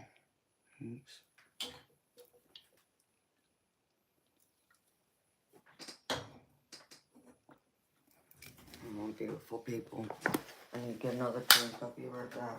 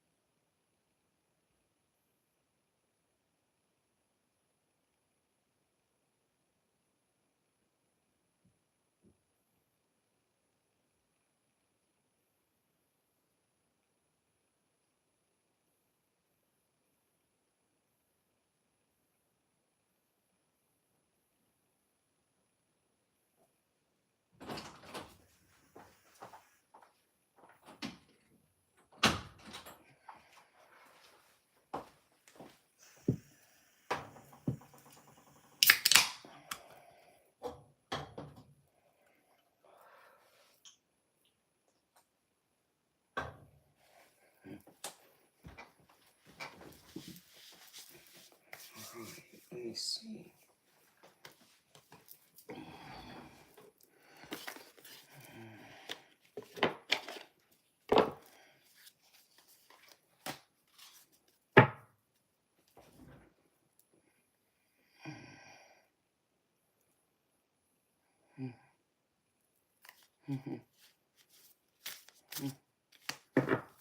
Hi, pal car. I'm good, baby. How you doing? Oh, Roger, I'm good, baby.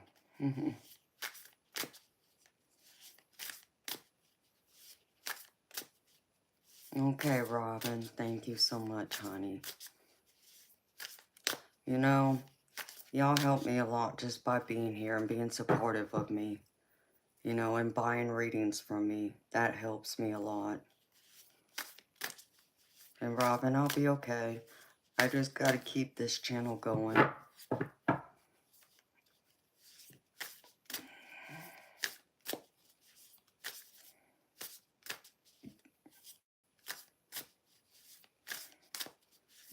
Do I have Insta? You mean Instagram? No, I don't have Instagram.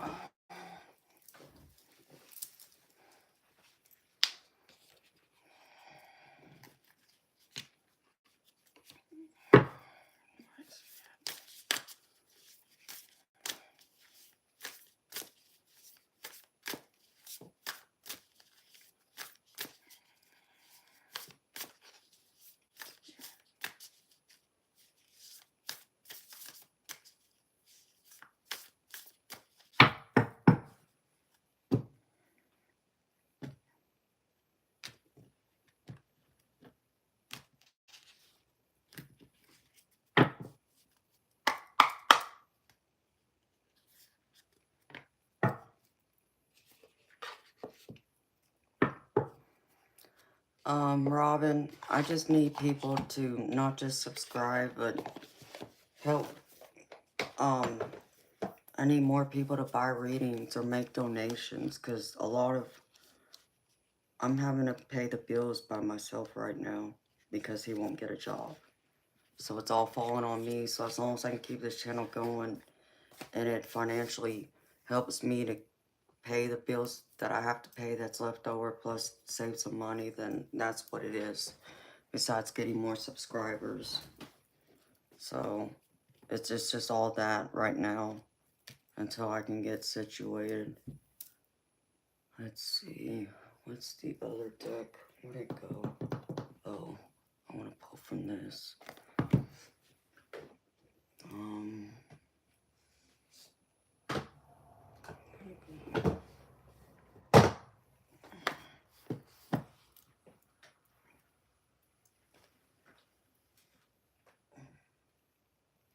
Where did my other deck go?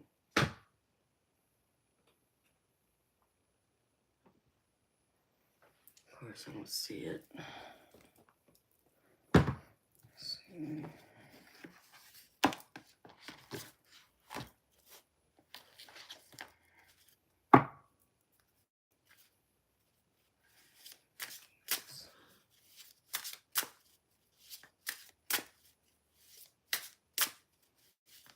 Start on Etsy for readings.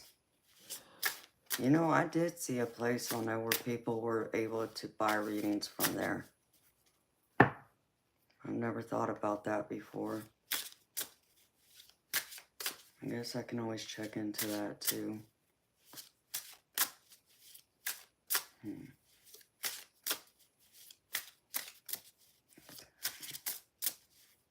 I might do a couple of different things, but yeah, that's part of it. Until I can go through and get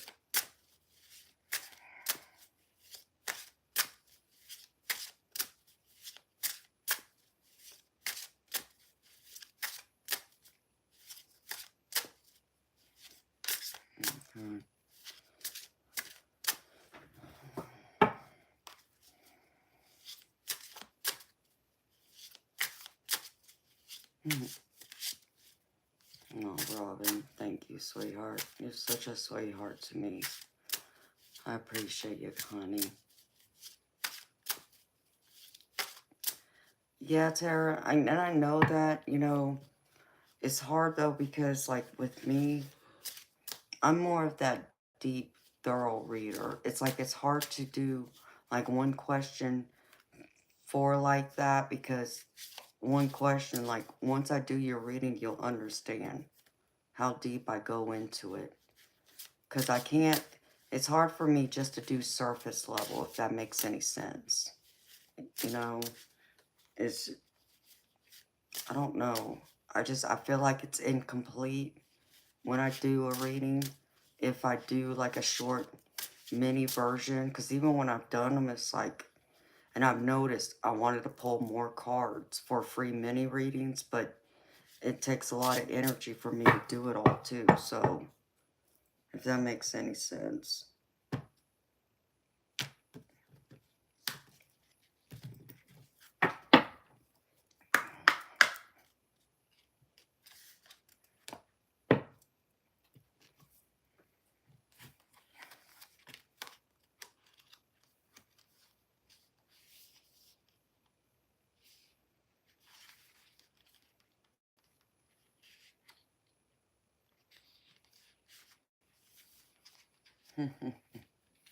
I get you, Tara. Yeah.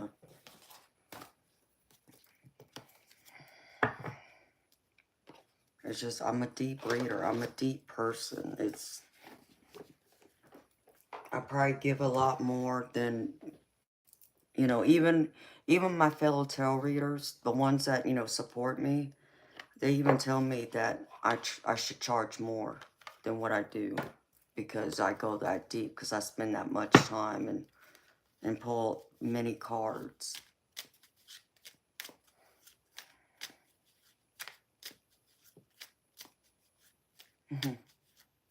Oh, Robin, thank you, honey. That means a lot to me to hear that from y'all. And that keeps me to want to keep going too.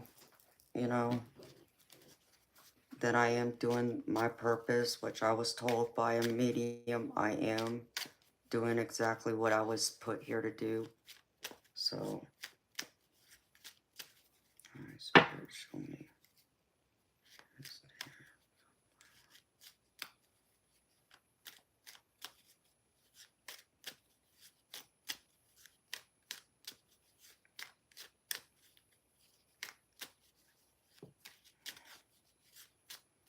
You know what? There was another deck I needed to use.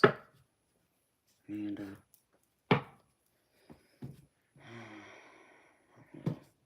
do it this way.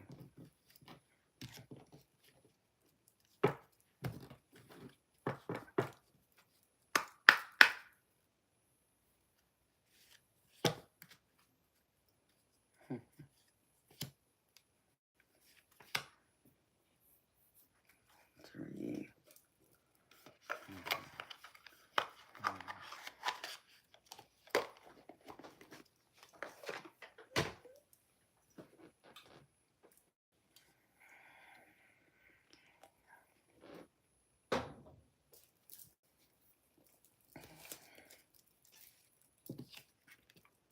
No, that's interesting.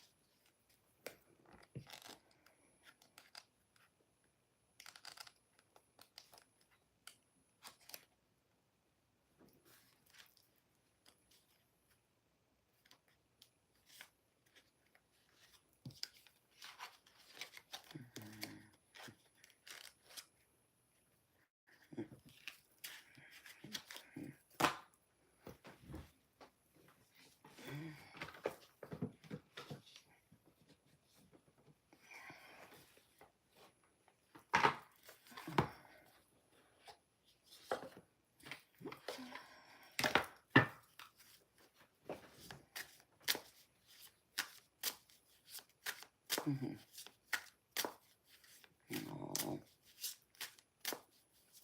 thank you, Robin. You're so sweet, honey. Thank you. That means a lot to me.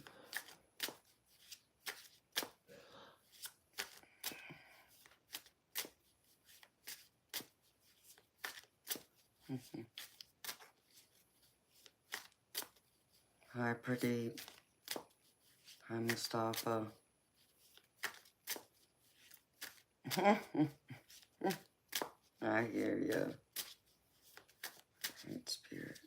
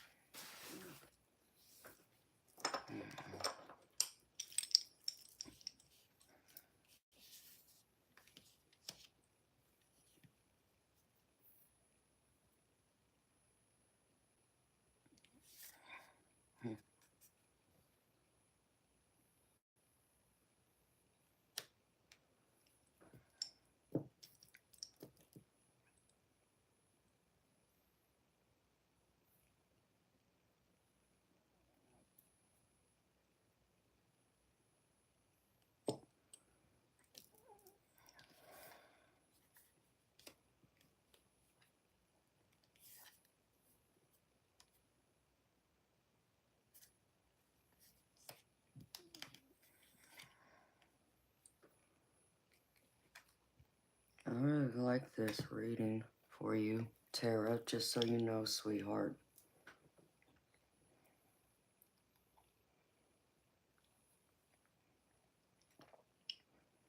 Oh, Robin, that makes me so happy, honey. That has helped you so much.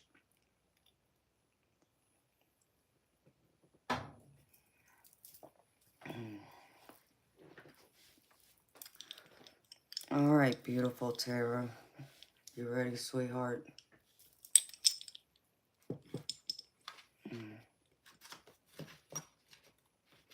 Yeah, I mean, the cards I'm looking at, I'm liking.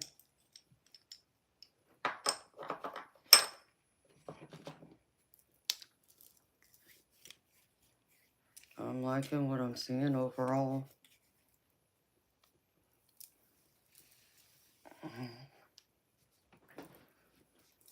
Let's see if this makes sense to you, girlfriend. Ooh, excuse me.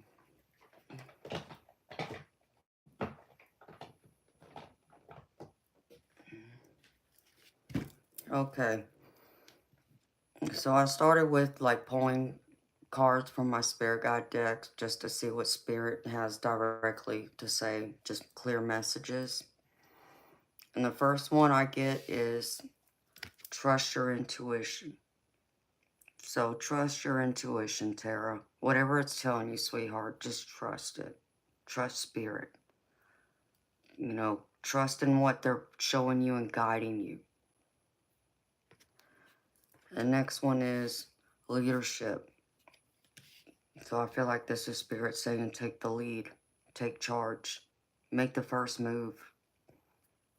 You know, sometimes it means, you know, having to take the reins and show someone that you're confident and you're sincere about, you know, what you want, your interests, and so forth. And what's crazy is next to it is express your feelings. So I feel like spirit saying take charge, be open and honest and willing to put yourself out there and express your feelings. Share, you know, what's on your heart, what's on your mind. And trust that, you know, no matter how it turns out, sweetheart, at least you put yourself out there. You know, you took that risk. And as I always like to say, love is always worth the risk. And the last one is epiphany.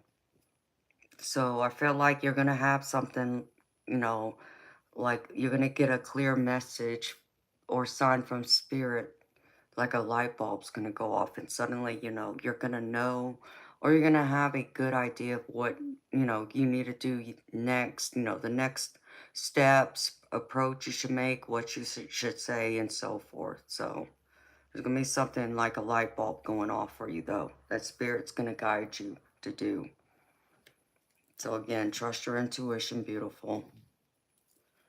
And then for the tarot, first card I get is the Star card.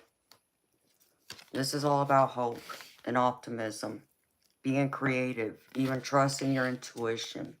So I feel like this is you needing to see and be optimistic about the future, about the potential of what can be if you put yourself out there and take the first steps. Because again, I even get the leadership card, which is the Emperor. This is all about being the leader, taking charge, you know, putting yourself out there, being disciplined and focused on what it is you're wanting to do and go after, and then taking those steps to go towards it. Okay. And the next one is the Wheel of Fortune. This is all about, you know, the wheel turning for the better, you know, turning in your favor. So forward movement, forward progress, the change of luck. I feel like luck is on your side here, if you can trust in that, because even with the Wheel of Fortune here, I even get the Two of Wands, which is all about creativity, putting yourself out there and someone wanting to work with you. So whatever you do, whatever, you know, creative ideas or thoughts, the way you approach this, you know, taking this trip, going to, you know, see him, putting yourself out there, finding a creative way to express, your interest in him, Spirit's telling me it's going to be successful. That's what this card tells me right there with the Wheel of Fortune.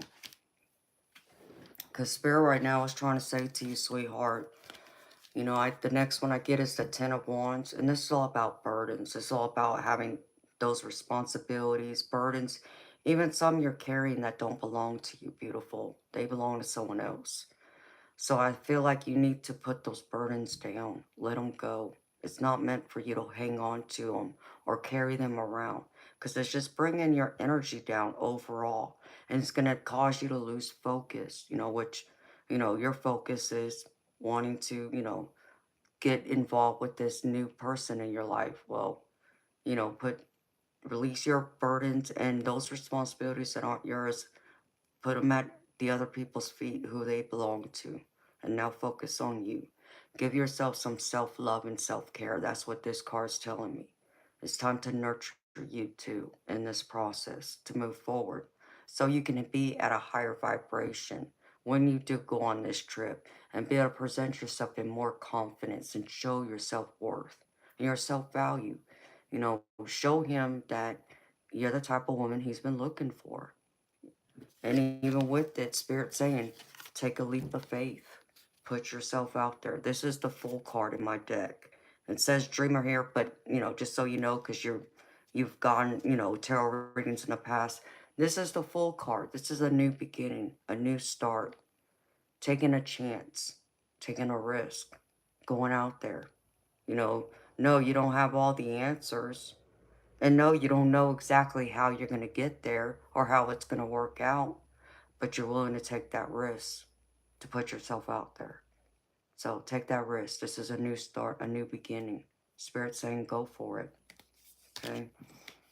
And in the process, I get also the Two of Pentacles. And this is like a card of balance. It's a card of priorities. It's also a card of being more playful, like your inner child. I feel like when I read the energy from this for you, sweetheart, this like really tells me like this is you needing to be more open, loosen yourself up a little more, to find that inner child, that inner playfulness to come out. And I feel like that's going to help attract him towards you. So, and whether, it works out with you or maybe it works out with someone else, I still feel overall to put yourself out there, to be more playful, loosen up and have some fun is what Spirit's saying, because they're telling me, like, I get the Three of Swords, and this is all about you going through a heartache, okay? So I feel like, whatever your last relationship was, you've gone through that hurt already, okay? And you're coming to the end of it, is what this energy is telling me. You've healed those wounds. You're leaving that now in the past. So now Spirit's saying it's time for you to now have some fun and be more playful. You've licked your wounds and, sewed up your heart. Now it's time to go forward onto the new, you know, possibility in your life, the new potential. And the last one is the Eight of Pentacles. This is all about putting yourself, investing your time into what you're working on. This normally is about like your career, but the way I'm reading this for you is like you willing to put in that work to see where this can go on your end. You taking those steps forward, taking that risk, investing your time and energy into putting into the possibilities of what this can be. Okay. And Spirit's telling you to go ahead and put your time and energy into it. And they're asking you to step up and be courageous with it. Have some strength and be courageous. It's not strength like, bad because, he may not be interested in you. Whether he is or not, beautiful, it's the fact of you being strong enough to put yourself out there, take that risk, and invest the time to show someone your interest to see the potential. Okay, to take a chance, good, bad, or indifferent, kind of like how my mama, always said, the answer will always be no until you ask. So right now, the answer is no. But, maybe tomorrow's not going to be no. Because if you put your foot out there and, put your foot in that water just to test it out to see, does he have an interest in you? Well, you're not going to know that until you let him know that you're curious and you're interested in him first. Because sometimes maybe he's shy. You never know. Even some of the most good-looking people out there, both men and women, I'm talking in general, but on both sides, they may look, like a hot supermodel, we'll say, or, what do they call them? The, something else in Hollywood, like the actors. They may look like they got everything going for themselves, but deep down inside, they might be very shy and not as confident as they portray themselves to be. And that's what you don't know. It's very possible he could be one of those types that's very shy, that's very bashful, or it may take a lot to bring him out of his shell to ever take those first steps. Because the same way, like, you're trying to size him up to see if he has an interest, you never know. He could be doing the same thing, but you just don't know that. But men do that though. It's just like when we walk into, let's just say a restaurant, and let's just say, you walk in with some friends and you sit at a table and you see a guy kind of eyeing you and you're trying to figure out, does he like me? Is he interested? Because he's over there trying to size you up, trying to figure out, you know, has she looked at me? Does she show interest? It's the same thing. It goes on both sides. It's like that you need a little bit of confidence and you need like that wink from across the room that says, yes, I'm interested. Please come talk to me. You know, they do it too, honey.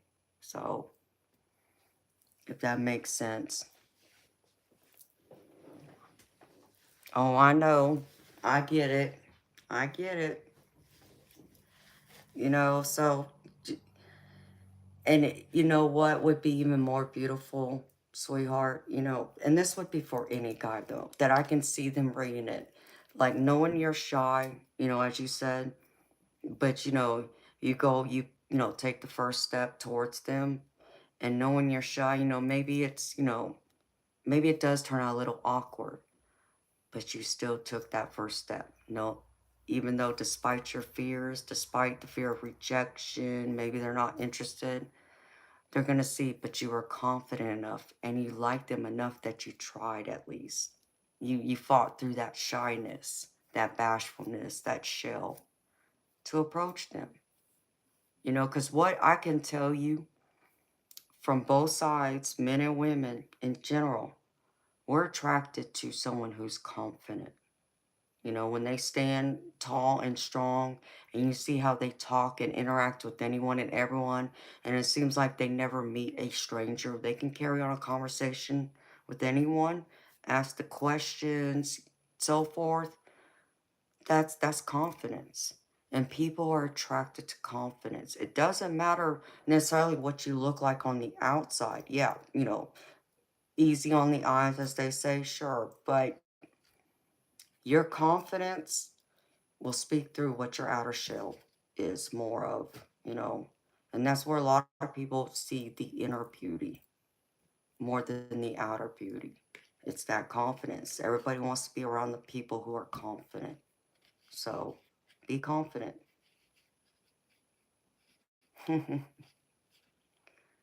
Yeah, we all want someone who's confident, you know. But at the end of the day, he's still gonna, if he has interest in you, he's still gonna like you for you, because there's something that's gonna be unique about you that nobody else has. But like I said, you can still be shy in general, but the fact that you put and you fought through that shyness just to let him know that you have interest in him, he'll dig it. All right, and these are the oracle cards I pulled for you, sweetheart. I pulled several, so let's see. Oh, I love this card. This is from my Healing Spirits Oracle. And it says, your soul will find those you are meant to experience life with. You are never alone in this world or the universe itself. Even if you feel that you are waiting for another person to come into your life to complete you, the wise old spirit sages are reminding you that the human journey is short and impermanent compared with your spirit life. When you find contentment in yourself, a light will shine in the universe and it will be noticed by those who are naturally attracted to you. Be at peace with yourself now, and the right connections will join you soon. Remember, on your personal journey through each life, many individuals will cross your path. Some good for you, and others bring in difficulties for you to overcome. This part of your journey is about lessons, not right or wrong. Look closely at the people you have attracted thus far and learn to accept your life lessons and grow because of them. I really love this card. And this is true too, sweetheart. And a lot of people who are here now been, subscribers of my channel for a while, and they've heard me say this before. You know, the things and people who are meant for you will never pass you by. And understand me, beautiful, the people who are meant to be in your life will be there. They will find you, or you will find them. And it's not going to matter what you say or do.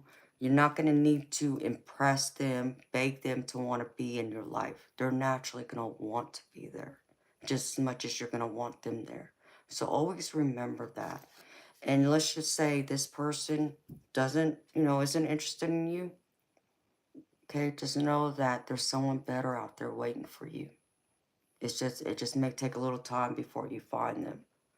But sometimes the universe has a way of stepping in and intervening in a way that, okay, you say you want love and you have an interest, but maybe spirit sees something different. Maybe they feel you still got a little bit more healing to do before you go down that road. Just as an example, I'm not saying that's what it is, but I'm just saying as an example. They will stop from you meeting that right person until you are ready and they are ready. That's just one of the things they do. And sometimes it's also them trying to protect us from the people who are wrong for us. We may, think that this person, oh, they're really into us, but then spirit's like, but they're not the right one for you. Or no, they're going to bring nothing but, chaos and heartache. So they block them from coming into your life. Spirit does have a way of doing that. And I've seen it happen again and again. So understand me, beautiful. Let's just say he doesn't have an interest in you. Just know deep in your heart, you're worthy. Okay? You're worthy of love and deserving of it, just like the rest of us. It just means there's someone else out there that's better suited for you. All right? And the next one I pulled is from the Resurrection Oracle. Welcome to your life. It's called Turning Point. I've never pulled this card before. Choices we make. And it says, there are pivotal moments in life that are huge turning points. It's the choices we make that lead us down certain roads that are sometimes forked, meaning you need to make further decisions along the way. These moments can be exciting and even nerve-wracking, or maybe you are absolutely ready for this and can enter these turning points fearless and brave with your arms outstretched. The unknown is indeed scary, but you've got this. Have trust in your choices and face those moments head on. It is nice to reminisce and think about things the way they once were, but change is calling, beckoning you to shake things up a bit, helping to shape this thing we call life. Look deep inside yourself. You already know the steps to take that will help you navigate these landmark moments. I love this. I've never pulled this card before, but I love this. So look at this as a turning point. Like, the Full card, the Dreamer card, a new start. Take the risk. Be fearless and brave, like that card said. You never know until you put yourself out there or try. And that's when the best things can come and happen. Okay. Let me see, where'd it go? Alright. Okay. Oops. These cards are small, I'm sorry. The last card, just what, this one? Turning point.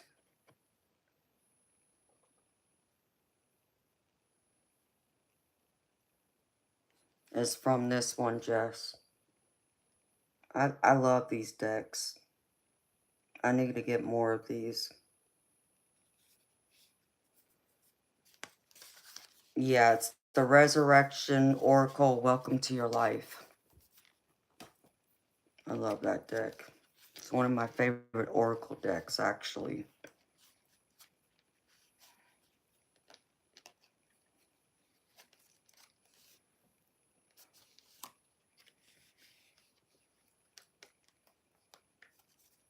Okay, honey. All right, Tara. Let's see. For you, beautiful lady, the first one is Fates. Okay. And like I said, honey, this is like a pocket edition, so I apologize. I gotta get the full edition. Um, it says, other people are who they are. You can't change them. The challenge is to accept them as they are and not try to make them otherwise to suit you. This is a time to look at how you attempt to mold people to fit your view of how they should be so you can remain in the relationship and avoid discomfort. What if who they are and whatever is happening between you and them in this situation is perfect from the perspective of spirit? Now is the time to accept what you cannot change, even if it means that you honor yourself, spirit, and the other person by moving on. So this like tells me like maybe this person doesn't turn out to be everything you want them to be, but maybe they are who they're supposed to be. Um, and you can love them or let them go, you know. We can't shape people into who we want them to be. We have to put ourselves out there and love them unconditionally and take them as they are. And hope that us being in their lives, that if they, if we point something out to them that maybe we bother us or, we think that they can grow and be better people, that they would want to take steps forward to make those changes to be better. Not just better for um, others, but better for themselves too. So,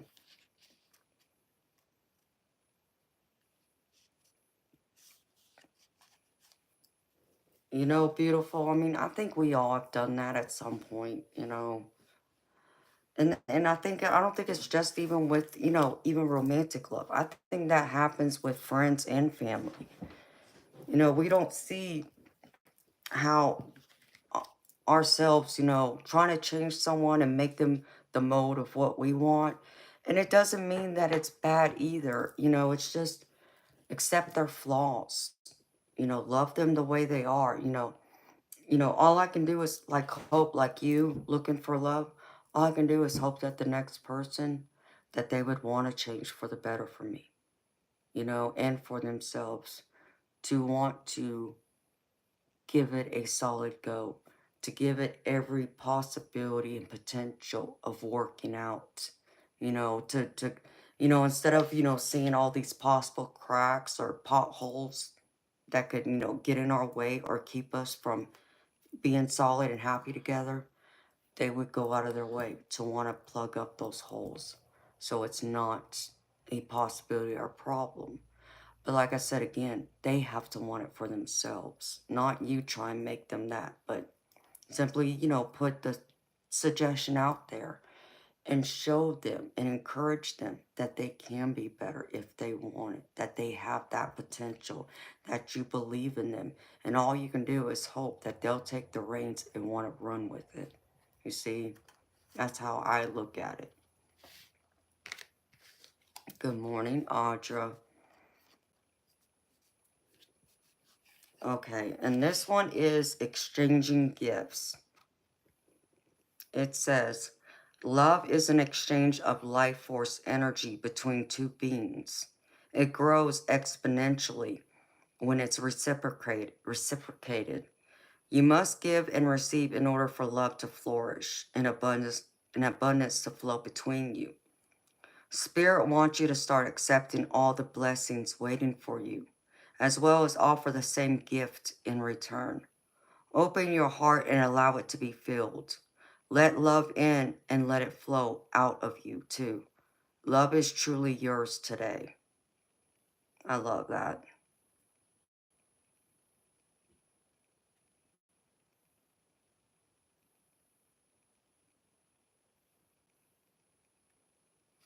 I love that for you, Tara.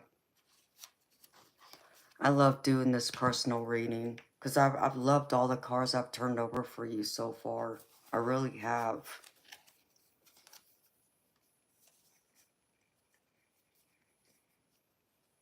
Oh, Lord, Jess, don't get lost, honey.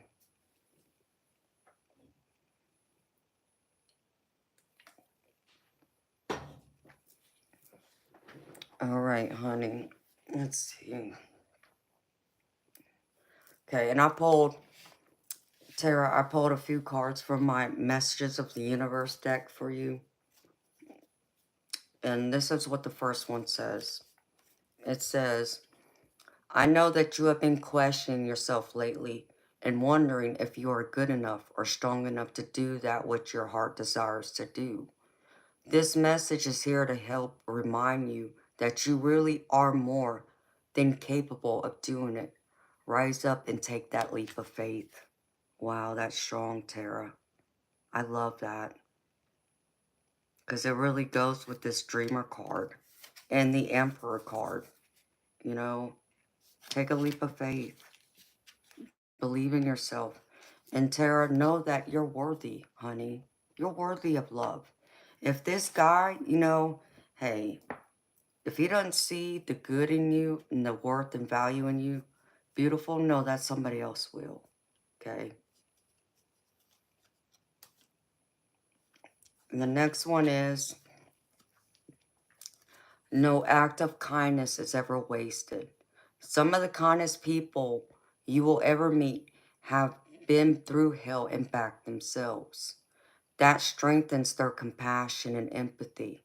If this is describing you, keep being the beautiful soul that you are. So Tara, keep being the beautiful soul that you are. And know that the right people, like I told you earlier, beautiful, the right people who are meant to be in your life will be there. They will find you or you will find them. And they will want to be there and stay in your life. Just always remember that, sweetheart. And the next one is, if you are feeling stuck in any area of your life, whether it is in a relationship, a job, or just a situation, ask yourself, what is stopping me from leaving? Yes, leaving is scary, but sometimes it is the right step to take. Be brave. We are right beside you. Tara, know that people are going to be right beside you, including spirit. They will always be there, sweetheart, to help direct you. Know that you have a whole spirit team watching over you. And know that you can do anything you put your mind to, sweetheart. And this doesn't just apply to romance, honey. This is, in general, your overall life, you know. And sometimes we have to put ourselves out there and take the risk, you know. Yeah, sometimes we have to walk away from the people who aren't good for us, who aren't meant for us. And yeah, it can be scary, but put the confidence and courage. Know that you have that you are brave and you are strong enough. and know that you will survive it no matter what. So Tara, if this guy, like I said, if he has no interest in you, like I said, someone else, there's someone better out there suited for you, honey, just waiting in the wings. And then the last one I got for you, beautiful Tara, is no matter what happens, no matter how far you seem to be away from where you want to be, never stop believing that you will somehow make it. Have an unrelenting belief that things will work out, that the long road has a purpose. And this is what I've been saying to you from the start. Know that, honey, and believe in this.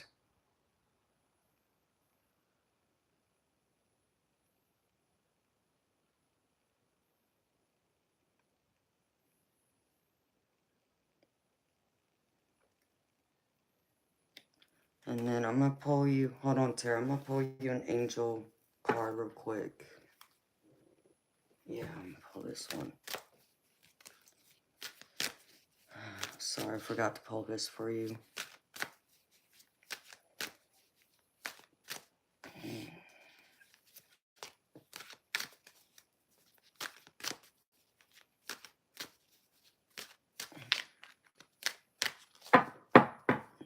Beautiful. Let's see. Ooh, I think I like this one too. I pulled for you, Tara, Michael, and this is clearing the way. This is a time of great change. Know that all of the roadblocks and challenges you have been facing are part of a great shift that is unfolding in your life.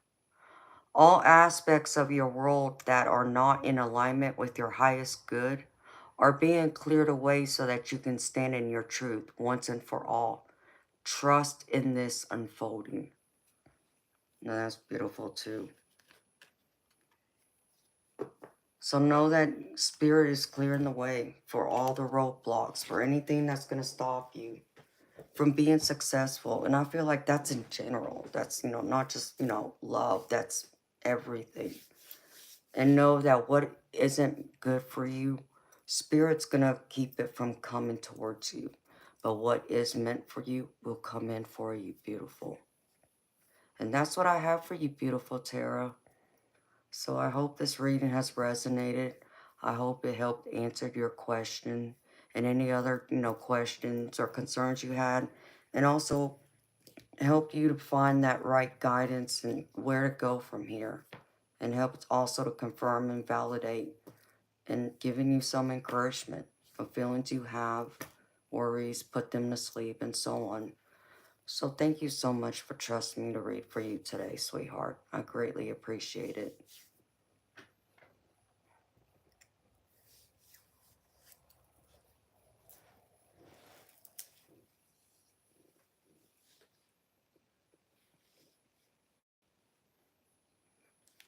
Oh, Audra, thank you, sweetheart. Here, let me do this.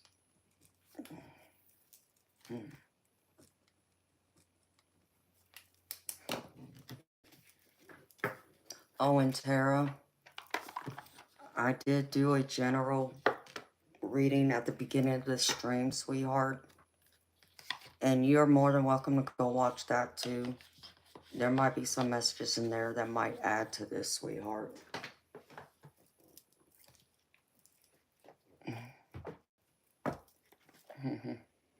You are so welcome, honey. Thank you. Thank you again for trusting me to do your reading. Okay, put this up. And Tara, beautiful, just let me tell you something, sweetheart. Don't settle, okay? If let's just say that you go out there and there's red flags there that tells you he won't be a good fit for you. Don't ignore him, honey. Trust him, okay? Don't ignore those red flags or don't think, oh, I'll be able to change him. No, sweetheart. Don't put yourself through that, okay? You deserve someone better, that you won't have to go out of your way to try and change or get them to see something, you know. Like I said, you know,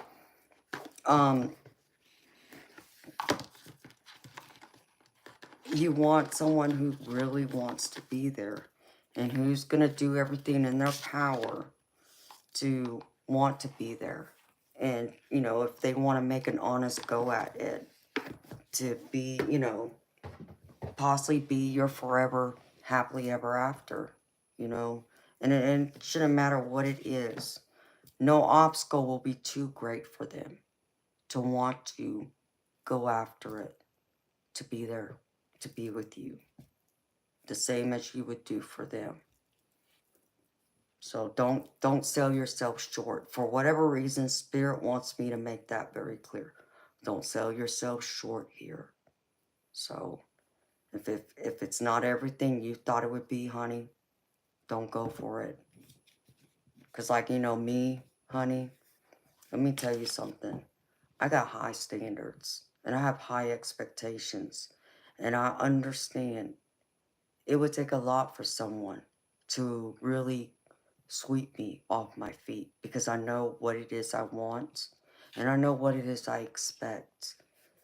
And that's a tall um list to fill, okay? I my husband at one point in time did. He truly did. He checked all them boxes for me. And he did go out of his way for a long time, but then when he stopped, it wilted over like a flower, you know. So to find someone that can do all that again, you know, and give me the best that this life has to offer, it's going to take a lot. It's going to be a tall hill to climb. But what I do know is I'm worth it. And I know I'm deserving of it.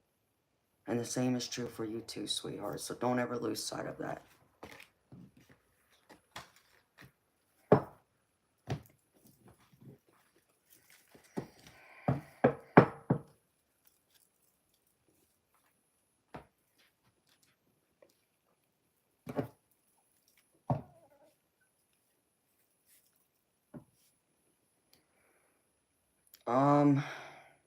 Damn it, I already put them cards up. It's showing me if you put yourself out there that, yeah, it could be.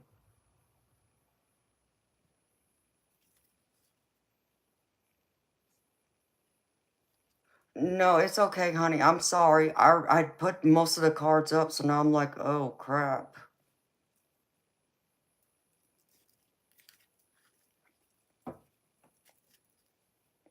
What's wrong, Eternal Light?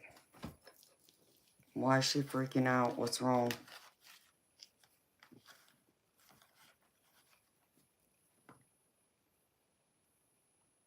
I just know. I wish I had gone through and taken a picture of those cards. It was what? 8 of Pentacles and Strength.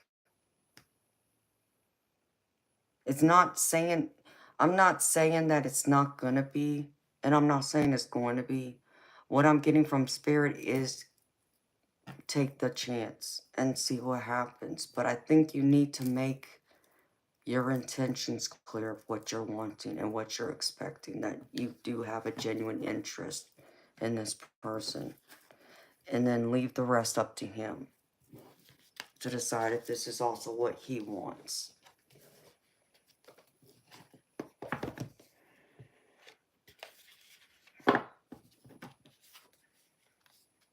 Oh, okay. Rihanna Garcia, if you want a reading, it's $20 US, sweetheart. I don't do free readings.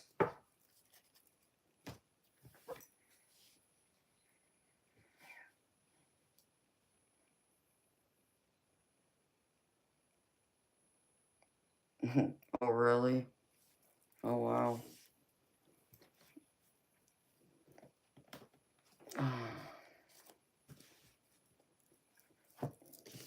Okay, let's see.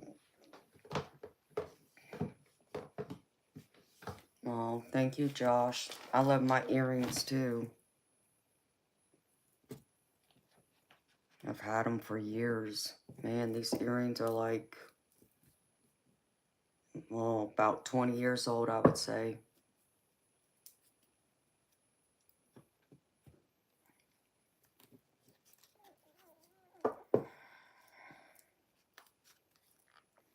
Rhiannon, there's, if you see in the chat, my name's highlighted in yellow. All you gotta do is click on that. There's a PayPal there. Hi, Callie, dude. Yes, I'm still on. I'm working, baby.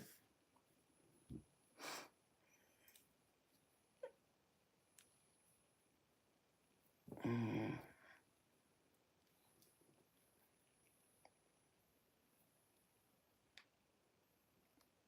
Hi, Troy. How you doing, baby? Okay, Audra, I just got it. Sweetheart, thank you.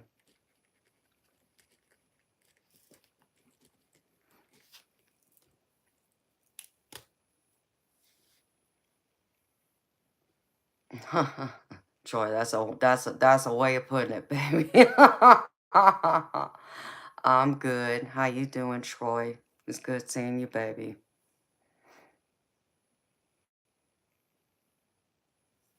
Yep. Oh, you know what my daddy always told me? Life's a bee, then you marry one, then you die. It's like, thank you, daddy. Really? Come on now. All right. That's too funny.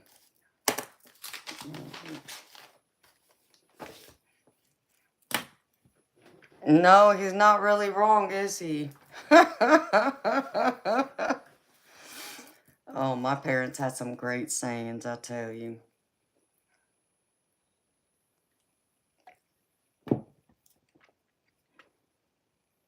Oh, really, Audra?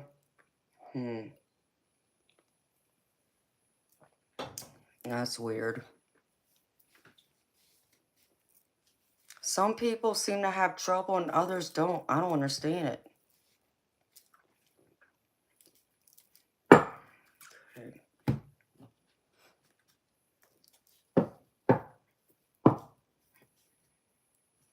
No, Christopher, because Tara, did you have problems using that link, sweetheart?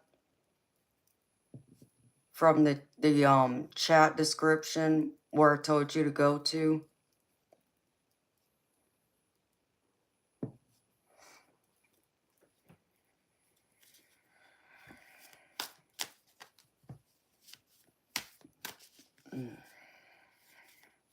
No? See, that's what I mean. Some people are having trouble and others aren't. That's what I don't understand. Excuse me. I mean, here, let me do something and I'll just see if this works.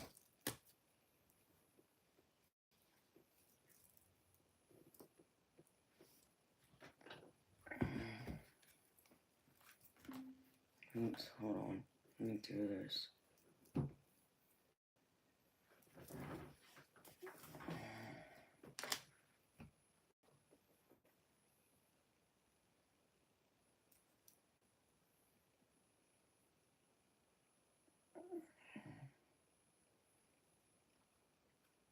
Because all I have to do is do this.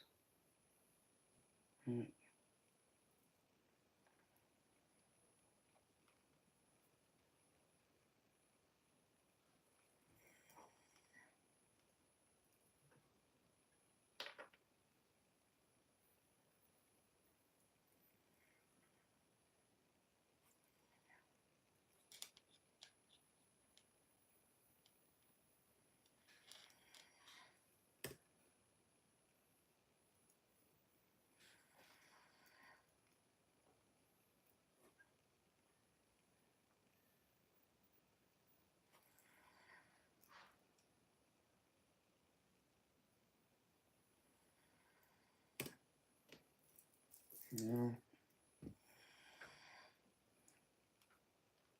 See if those work. It should work.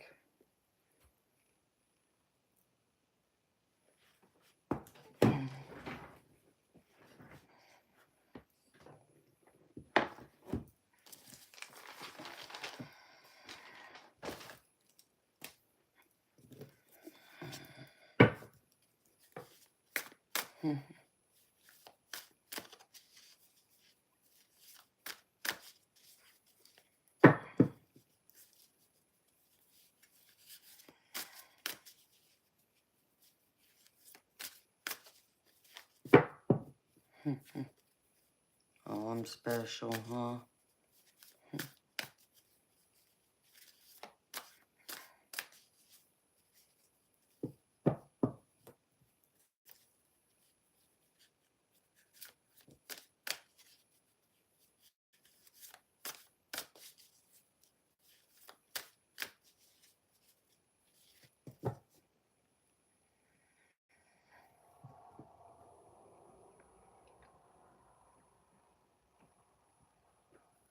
Do I need to post my email address too?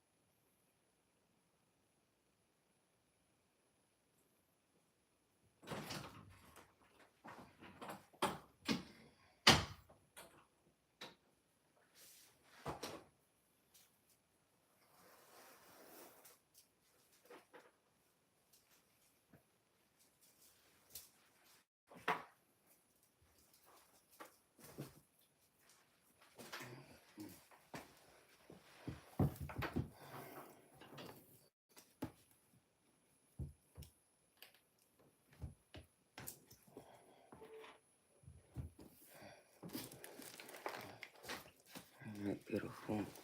Sorry about that.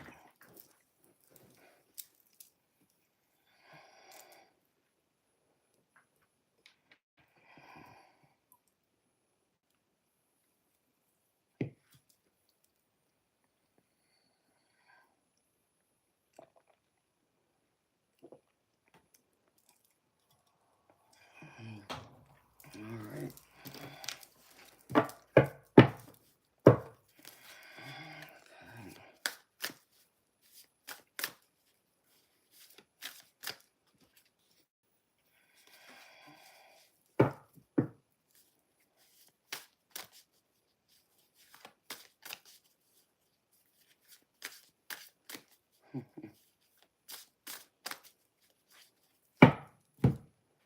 Ouch.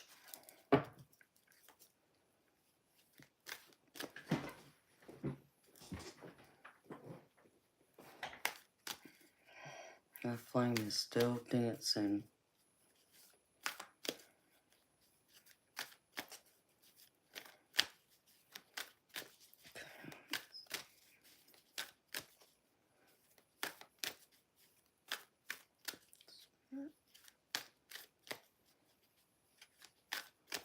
Welcome back, Jim.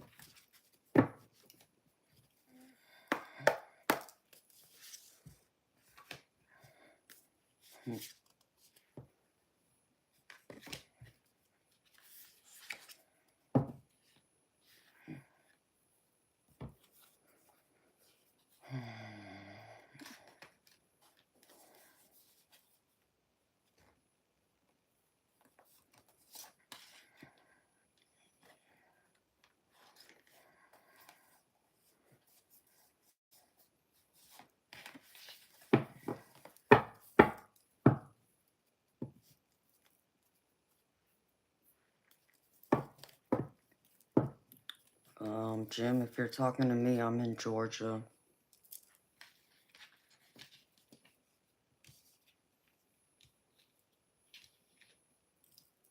Let's see.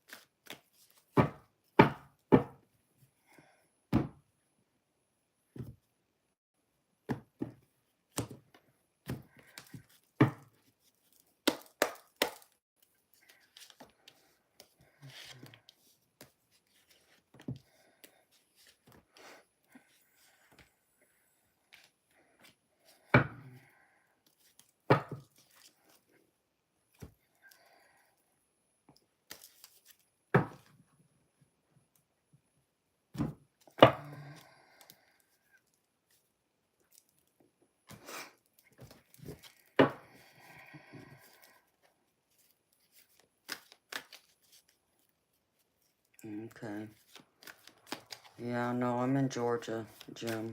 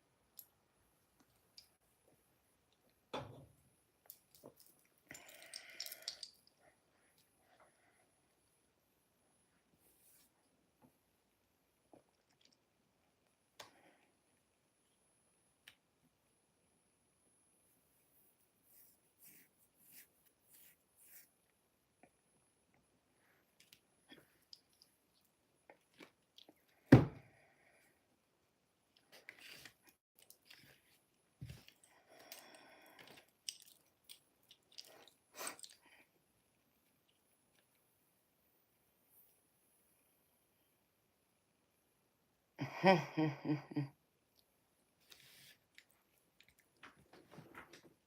15 lights. Yes, I'm still up, baby.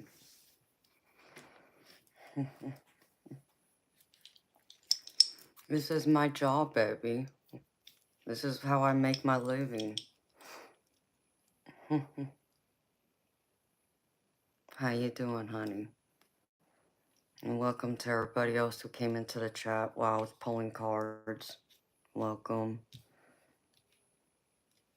I'm gravy. I'm always gravy. I'm so gravy, I'm gonna be making me some biscuits and sausage gravy by this afternoon.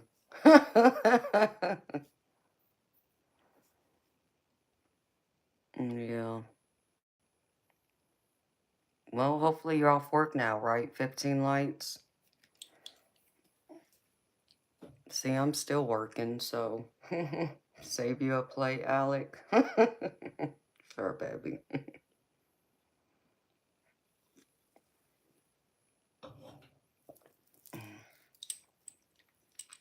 Okay. We arrived just in time for the general chat read.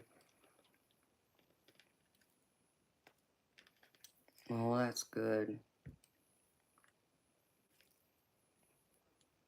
Alright, beautiful people. This is a general chat reading. Paid for by Miss Audra, so if y'all can please thank her, I would greatly appreciate it.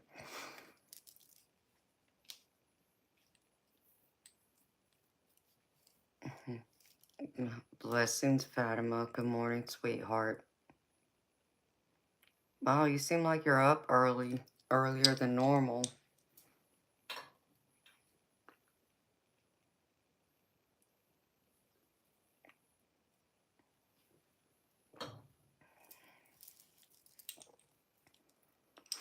Yes, Alec, Audra paid again.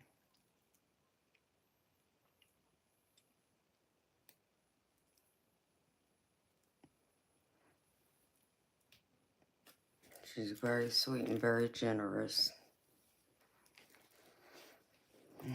Morning, Mo. How you doing, sweetheart? Alright, beautiful people. This is a general chat reading, so please take what resonates and leave the rest. And if it doesn't resonate, please don't force it to fit, y'all. Okay? We don't want to manifest things out, especially the things we don't want. So don't try and make it fit. If it doesn't fit, it's not meant for you. Just leave it behind for someone else. And if nothing resonates for you today, well, maybe it wasn't meant for you today. But it doesn't mean it couldn't be meant for you somewhere down the road in the future. Because this is a timeless reading, so it will be here. If ever you feel drawn or pulled to it again, you're more than welcome to come back and listen to it. All right, beautiful people. Aw, Audra, you're so sweet, honey. Thank you. That makes me feel good knowing that y'all feel I'm worth it. Thank you. That's the best compliment I can get from y'all. Especially when y'all come back and pay for my readings. That means the world to me, so I appreciate all of y'all. Alright, beautiful people. So, first one is express your feelings. So, if you're feeling, a certain way about something, about a situation or someone, express your feelings. That's what Spirit's saying, to go ahead and be open and feel confident and comfortable in expressing what's on your mind or what's on your heart. And in doing so, it's going to create a stronger connection with that person or group of people. So, and we all are human. We all want that, human connection, that human contact. So always be strong in expressing your feelings for that connection. That's one of the most beautiful things about living, right? Is having people in our life and in our world who truly care about us and who we care for. So create that connection. And next one is thoughts create your reality. You know how I just said, don't force something to fit if it doesn't, because how you have a way of making that manifest into reality. This is exactly what this card is saying. Thoughts create your reality. So know that there's things that you can think of that you can turn into reality. Your actions will follow what your thoughts are saying. So, it's like y'all hear me say, don't self-sabotage by telling yourself you're not good enough, you're not worthy enough. You tell yourself that enough, it's going to show. It's going to show in your actions. It's going to show in the way you present yourself to the world. It's going to show in your work. It's going to show in every aspect of your life. This is the same thing. It's just that if you're dreaming of, like, I don't know, owning your own business, for an example, you have that thought, you have that desire, well, that can become your reality just by thinking it. But the same thing is true, that if you're thinking the worst, well, what's going to happen? The worst will happen. Exactly what you thought of. But this goes with goals. So this tells me this is something good, something positive that you want to create. So remember, thoughts create your reality. And it's all about your goals. So what are those goals that you have? Think of them. And that in turn will create your reality. And the last one is live your bliss. So what is it that makes you blissful, makes you happy? Feel like you're king or queen of the world. Spirit saying it's time to live it. You dream it and now make it reality. Invent. I get the invention card with it. And only you can invent and create your happiness. Nobody else can do it for you. The only person who can make you happy is yourself. Yes, you have friends and family in your world that can contribute to your happiness, but at the end of the day, it's you that creates your own happiness, your own bliss. So be the inventor of your happiness. All right, beautiful people. And the first card I get out of tarot is the Page of Swords. And this is telling me that there's some plans you have, things you're thinking about, kind of like this thoughts create your reality, that you're trying to manifest and you're wanting to work towards. And Spirit's saying it's going to be challenging, but if you stay focused, you will get there, because I get the Hermit card with it. And the Hermit card tells me that it's time for you to go deep, deep within to get those answers, to ask those questions. And with asking, Spirit will answer. So what is it you're trying to work on? What are those plans? What are those goals? You don't want delays, so it's time to go deep within. Self-discovery, self-reflection, for you to get those answers, to work on whatever it is, those goals and dreams you're trying to work towards. So don't be afraid to kind of shut the world out a little bit if you must, in order to get those answers. We all deserve our alone time. And that's being healthy and happy. It's not selfishness. So don't ever allow anyone to tell you it's selfish to want to be alone or spend some time alone. That's called self-care, which is self-love, not selfishness. All right. And next one is Seven of Pentacles. And this is all about your plans, your goals, what you're wanting to create, what you've already taken action toward, is now well soiled in the ground, and it's just taking time for it to take root. It may mean a pause, something may be put on pause, but it doesn't mean that it's not going to take root eventually. It just may take a little bit longer. So this means you need to have some extra patience. And with it, I get the Ace of Cups, which this with it is all about a new relationship sprouting. Maybe this is romance, but this can also be a new friendship, a new person you meet that you can see being a lifelong friend. Or maybe this is even a family member you haven't seen in a long time who's coming back into your world. This card is telling me that it's time for you to open your heart to that person and trust. Give it a chance for that relationship to develop, to evolve, for it to take root. That what plans and actions you've taken towards it are now in the ground. It just may mean there might be a pause, a bump in the road, but that's okay. It's nothing for you to worry about. It's still going to grow and evolve if you give it the chance and continue to take action towards it. So apply it how it fits, y'all, whether that's romance, friends, or family. And the next one is the Three of Pentacles. This is all about working together with people. You know, this is like, you know, you can apply this to your career, to your job, being a team player, working well with others, people wanting to work with you. Maybe it's to create a new project, or maybe it's something, you know, in your personal life. Maybe it's a project at home, or something like in one of your hobbies or interests that you're working on, and people are wanting to work alongside you and work with you, and they're willing to give you that recognition for your hard work and what you contribute to it. They want to partner with you, and by doing so, you're going to find that your hard work is going to pay off, because you're going to be celebrating. I get the Three of Cups with this, and it's all about celebration. Maybe this is like working on a project at work that you're now going to be celebrating, because your manager is going to give you the recognition you're looking for your hard work.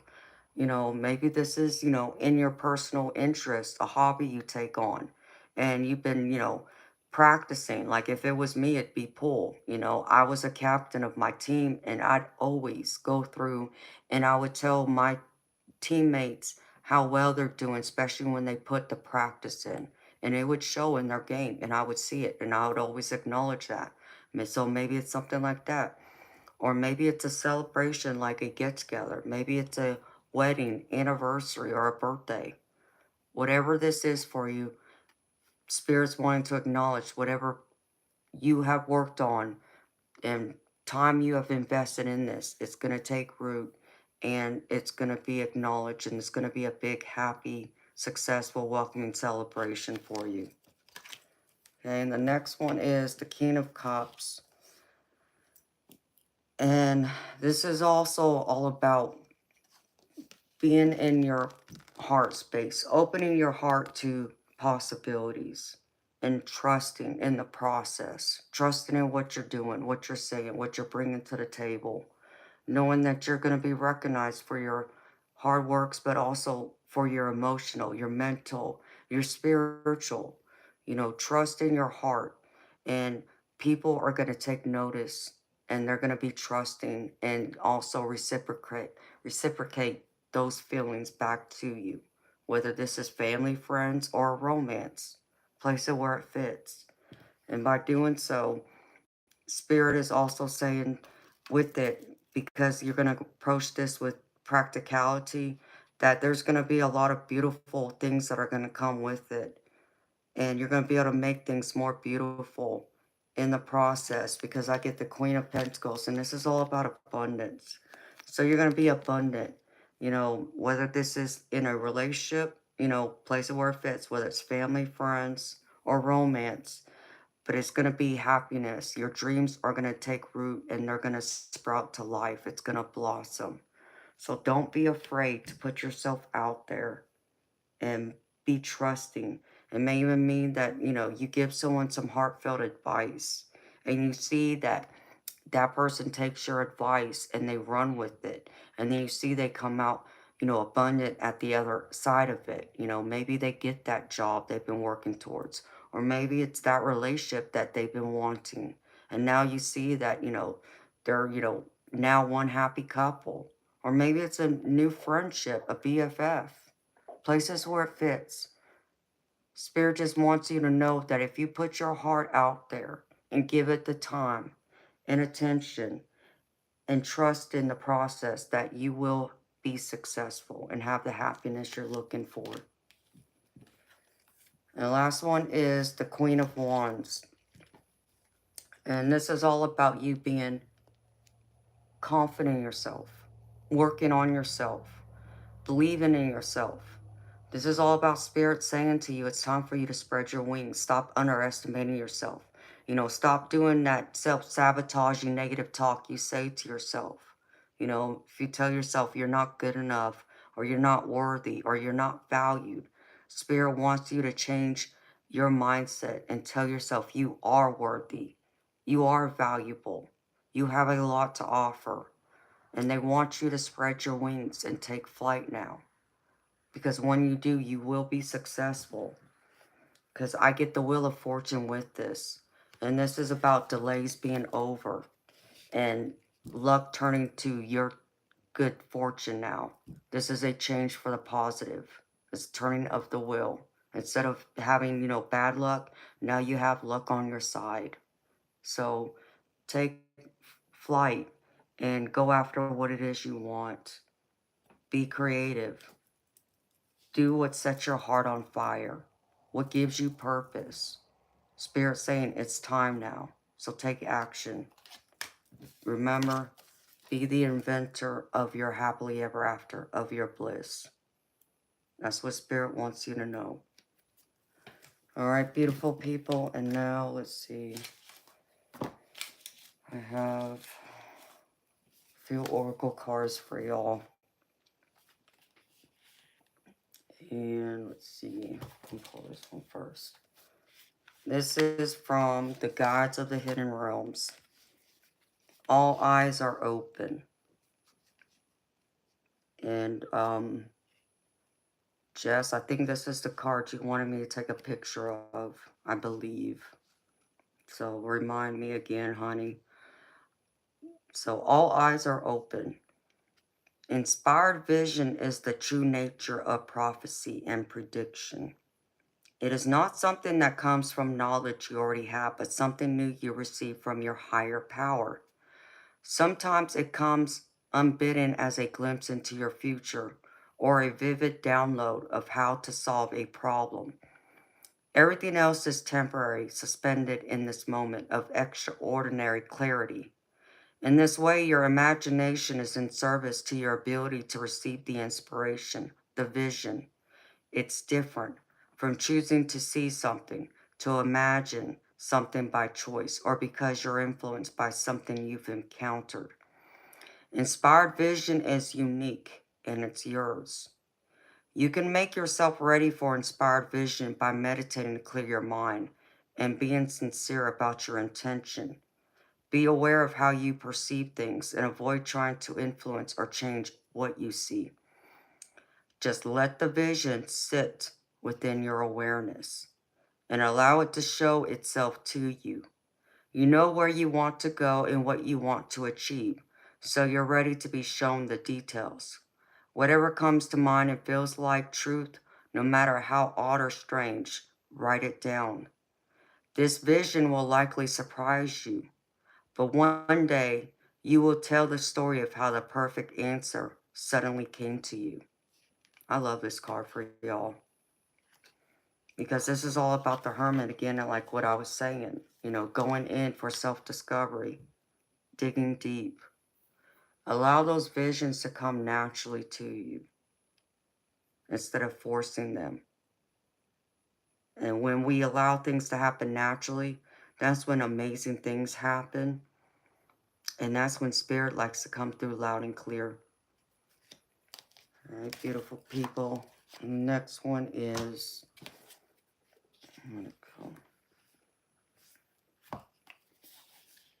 this is the Priestess of Light Oracle. And the card I pulled is Healing Earth, the power to give and receive healing. The priestess of the earth stands with her back against a sacred ancient tree, channeling life-giving energy to and from Mother Earth herself. This card reveals that a time of great healing is at hand for you, for others, and even for the planet. If you have a physical concern, now is the time to call up earth energy and bring it into your body, mind, chakras, and energy system. You can also bring together divine healing rays to commune with the earth energy in your own heart center, radiating through every cell of your being. You have a powerful energy vibrating within, which can heal yourself and others. In fact, this card is calling you to awaken that power and bring that loving resonance to the people and issues that need it most. You may have spent past lives working in some type of healing capacity, whether of a formal, mainstream sort, such as a doctor or nurse, or an energetic or spiritual one, such as a shaman or hands-on healer. If you feel so compelled, Listen to the call of your soul and let yourself explore the healer's path in these or other arts. There is a much broader message in this card, however, for you are also called to heal the earth itself. We are at a point in our shared karmic journey where we must make choices that honor our environment and bring healing to the land, the seas, and all the inhabitants of our precious planet. Know that you are a force in making this a reality. Sending your loving, healing intentions outward will bring blessings to the planet, to you, and to every creature. I like this card too. All right, beautiful people. And then the intuitive whispers. Move your body to move your emotion. Get up and move. So much of life has become sedentary, and it is time to mix things up and get moving in ways that feel nourishing for you. Movement is good for both our physical and mental health. Your emotions will shift when you move your physical body. So if you are feeling stuck in any area of your life right now, get up and wiggle those hips. What is your go-to movement of choice? For some, it is intense exercise like going to the gym or running. For others, it is dancing, yoga, or going for a walk in nature. There is no right or wrong way to move, but this is your nudge to rediscover what movement feels, nourishing for your soul. Get playful and reconnect to your inner child so that you delight in movement without any judgment. I love that. So get up and move around, people. That's what Spirit wants y'all to do. All right. Let's see. And then I pulled a few messages from my universe deck. So the first one is, when you hold on to the past, it stops you from living in the present. Release any old hurts or worries or regrets. Commit to being in the here and now. Forgive yourself for where you think you may have been wrong. You deserve inner peace. Let it go.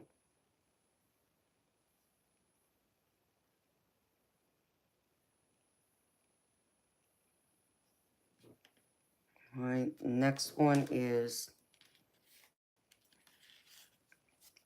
the journey wasn't the smoothest or the most pleasant lately, but everything is coming together. Your patience, strength, and perseverance will soon be rewarded. The wait is almost over. Hold on. So know it's almost over. All those challenges have brought you to where you are now.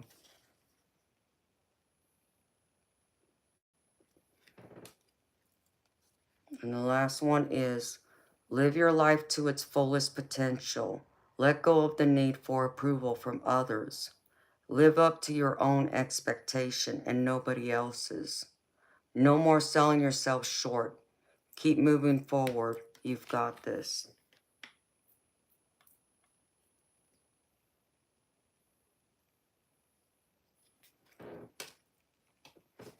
And then the angel number card I pulled for y'all today is 444, protection.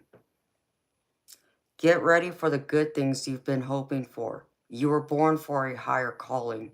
Put your energy into going toward your ambitions, and the universe will align itself to provide you with the right people, circumstances, and resources to make things happen.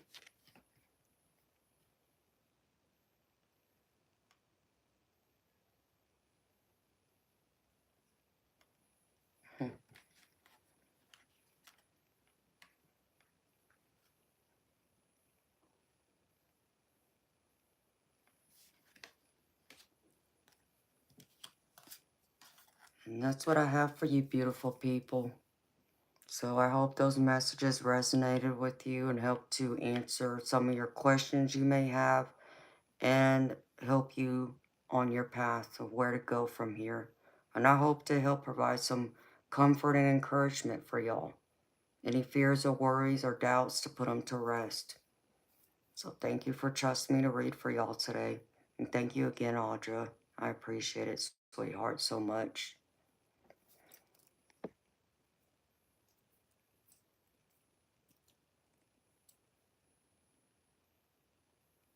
Oh, Audra, I know.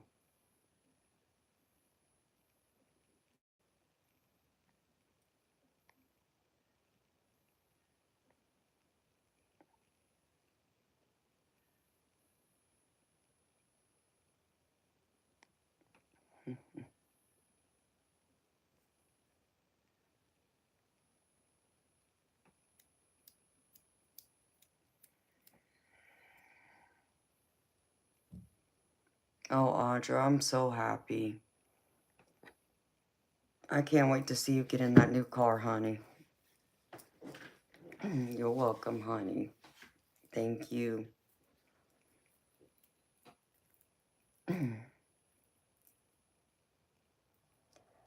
Hi, Pastor. How you doing, baby? And God bless you too, honey. It's good seeing you again.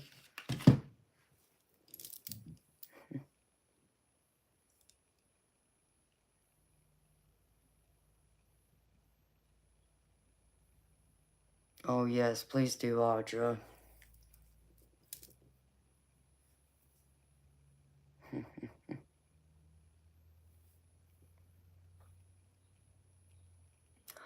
Ooh. Christopher, you reminded me of something.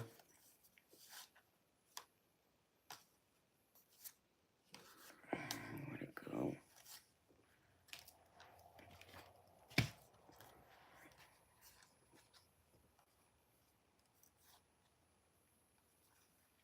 I did pull, real quick, y'all. I did pull a few of my,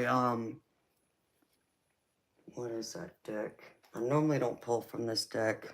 I just don't like to, but something told me to pull from it this morning. So if you have an interest in romance right now, this might be your curiosity here. If you're wondering how someone might be thinking about you, or maybe this is how they think, how you think about them. First one I got is only you, devoted, attached, and crave.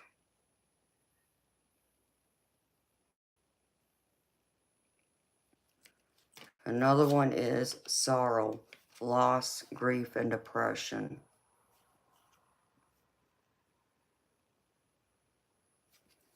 And the last one I pulled is intuition, heart song, telepathy, inner knowing.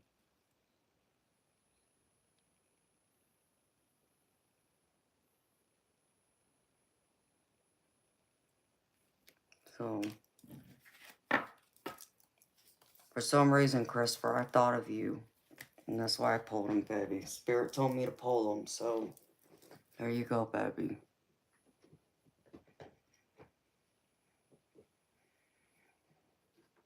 No. Thank you, Pastor. You're gonna make me blush, baby.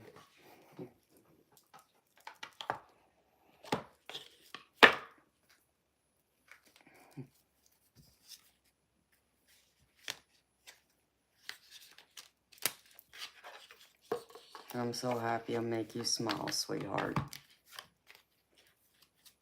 I want everybody to feel good.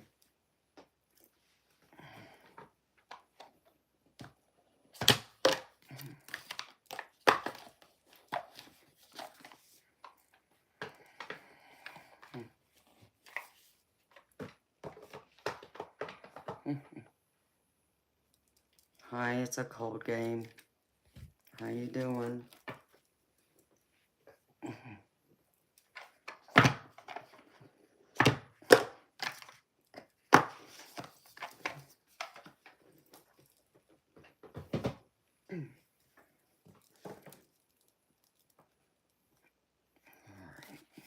This up. 6 o'clock.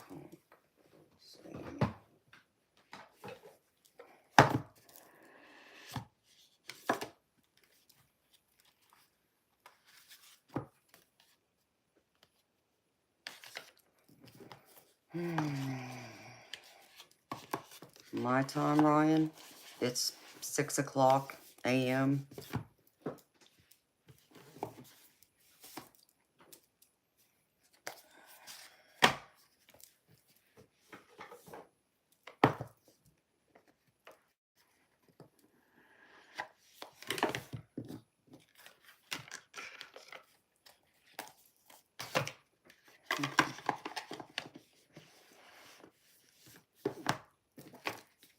Yeah, what Audra said.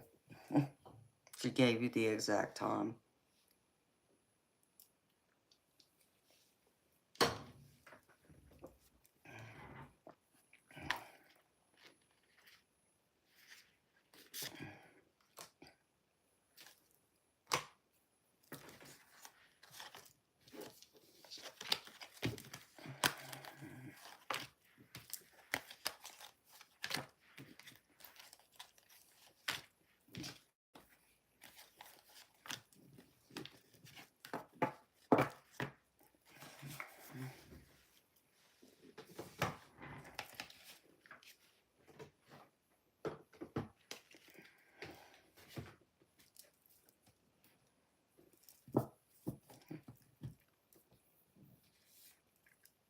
No, thank you, Daisy.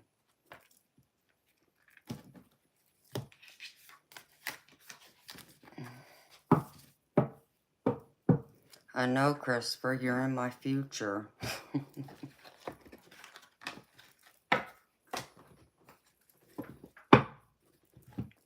That's what I always get a kick out of.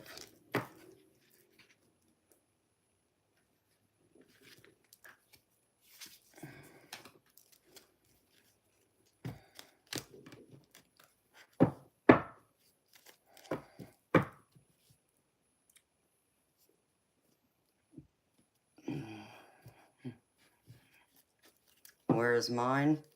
Sitting on the couch where he's always at.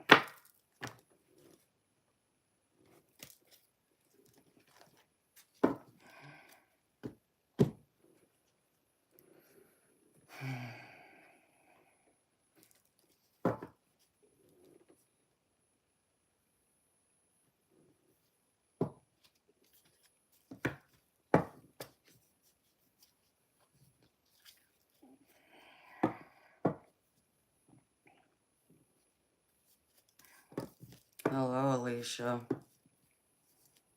Well, if you're looking for a tarot reading, sweetheart, it's $20 US for me to do a reading.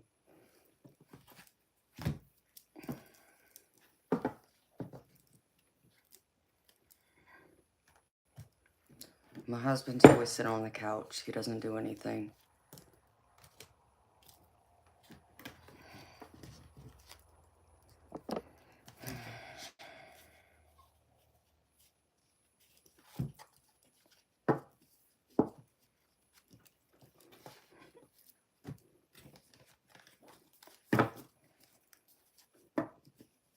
You're welcome.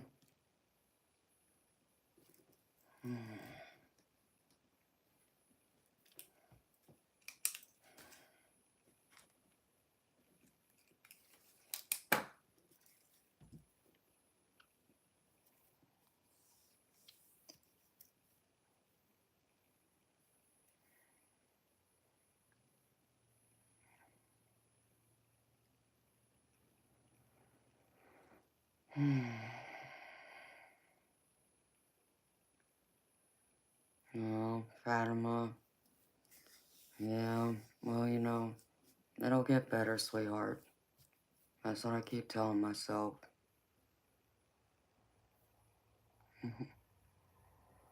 Oh, Christopher. Sweet dreams to you too, baby. Thank you for being here. Get some sleep, and I wish the same for you too, baby.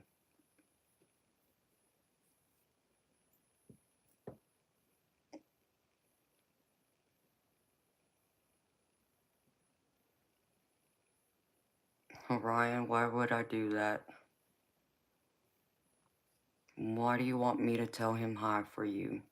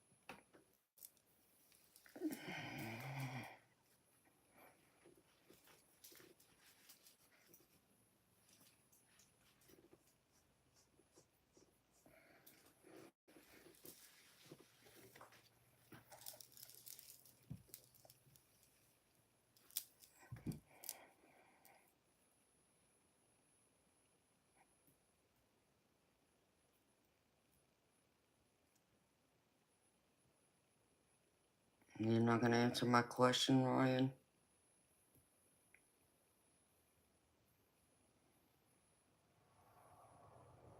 Okay, eternal light.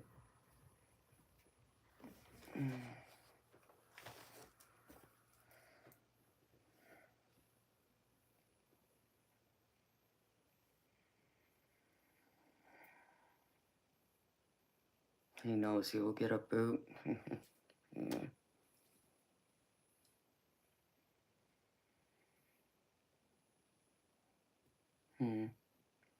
Yeah, well, I don't see him wanting to make friends with anybody on here, so.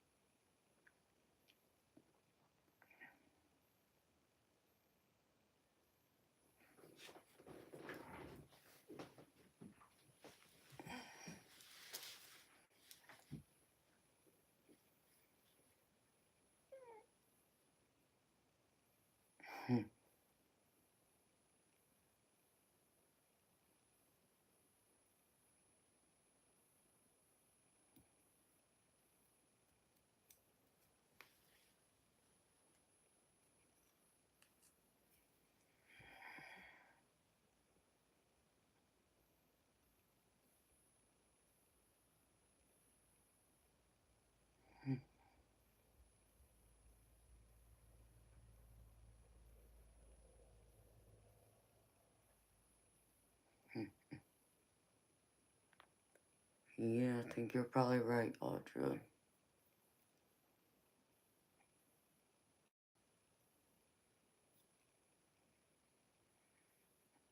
Yeah, I know that, honey. And I appreciate that. I mean, you're actually going easy on him, because I think if Jess was here, she'd probably say a lot more than that.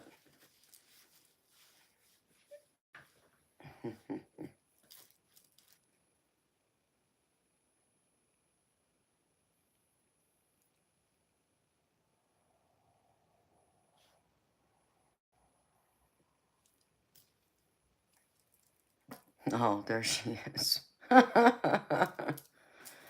Oh, yeah, Diane would have hadn't even given him a chance. Yeah, it's true, too. Oh, nothing, Ryan. Jess, you can read it, honey. She's like, I heard you.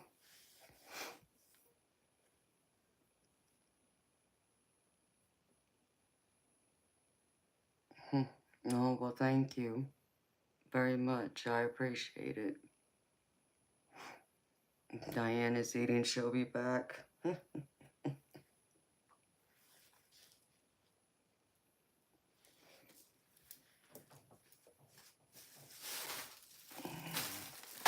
Yeah, it's dinner time for her.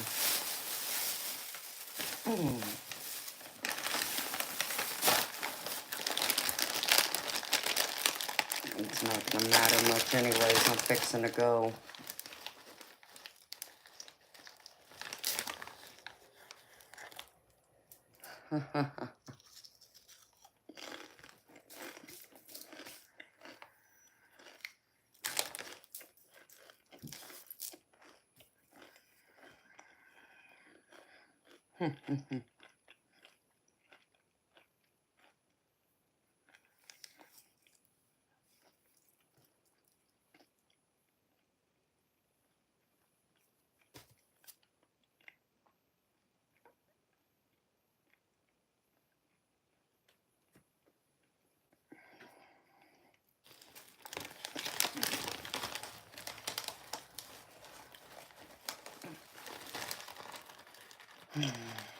Well, I've been on here 8 hours. So, and the sun's gonna be coming up here soon.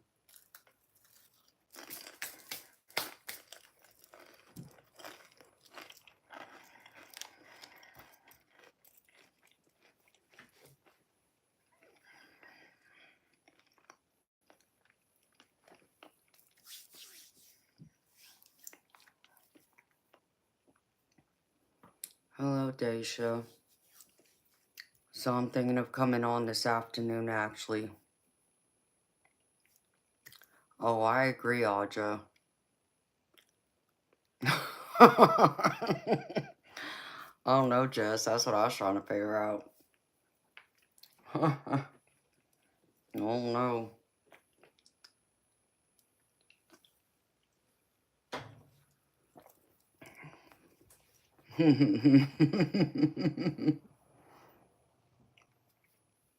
Mm-hmm. It's something, apparently. I don't know. Maybe I'll wait for him to go to sleep, and maybe when he wakes up, I'll tell him. Because I might come on this afternoon sometime. I haven't decided yet.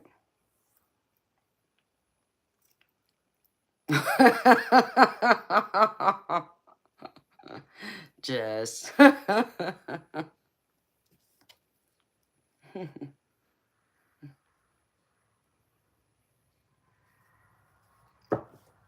um, hello, Jamie. You know, that's not something I want to talk about right now, sweetheart. But, so maybe I'll be here this afternoon.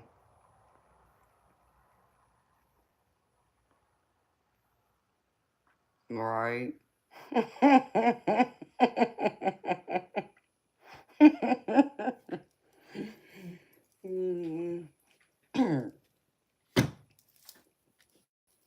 If I don't come back this afternoon, I'll be back by 10 p.m. Eastern tonight for another night of Insomnia Maniacs Tarot. So,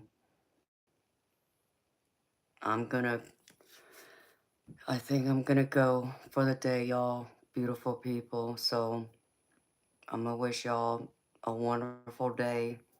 Much happiness, abundance, positivity, all that good stuff we all want. I know you're still in that rabbit hole. Don't get lost, girlfriend. I need you tonight. So, y'all have a wonderful day. And if you're around, please come see me tonight, 10 p.m. Eastern. And please make sure you're subscribed so y'all get notifications for when I do come on in case I decide to come on this early afternoon. I won't. You don't think so? We'll see. So, y'all have a beautiful day. Till next time. Bye.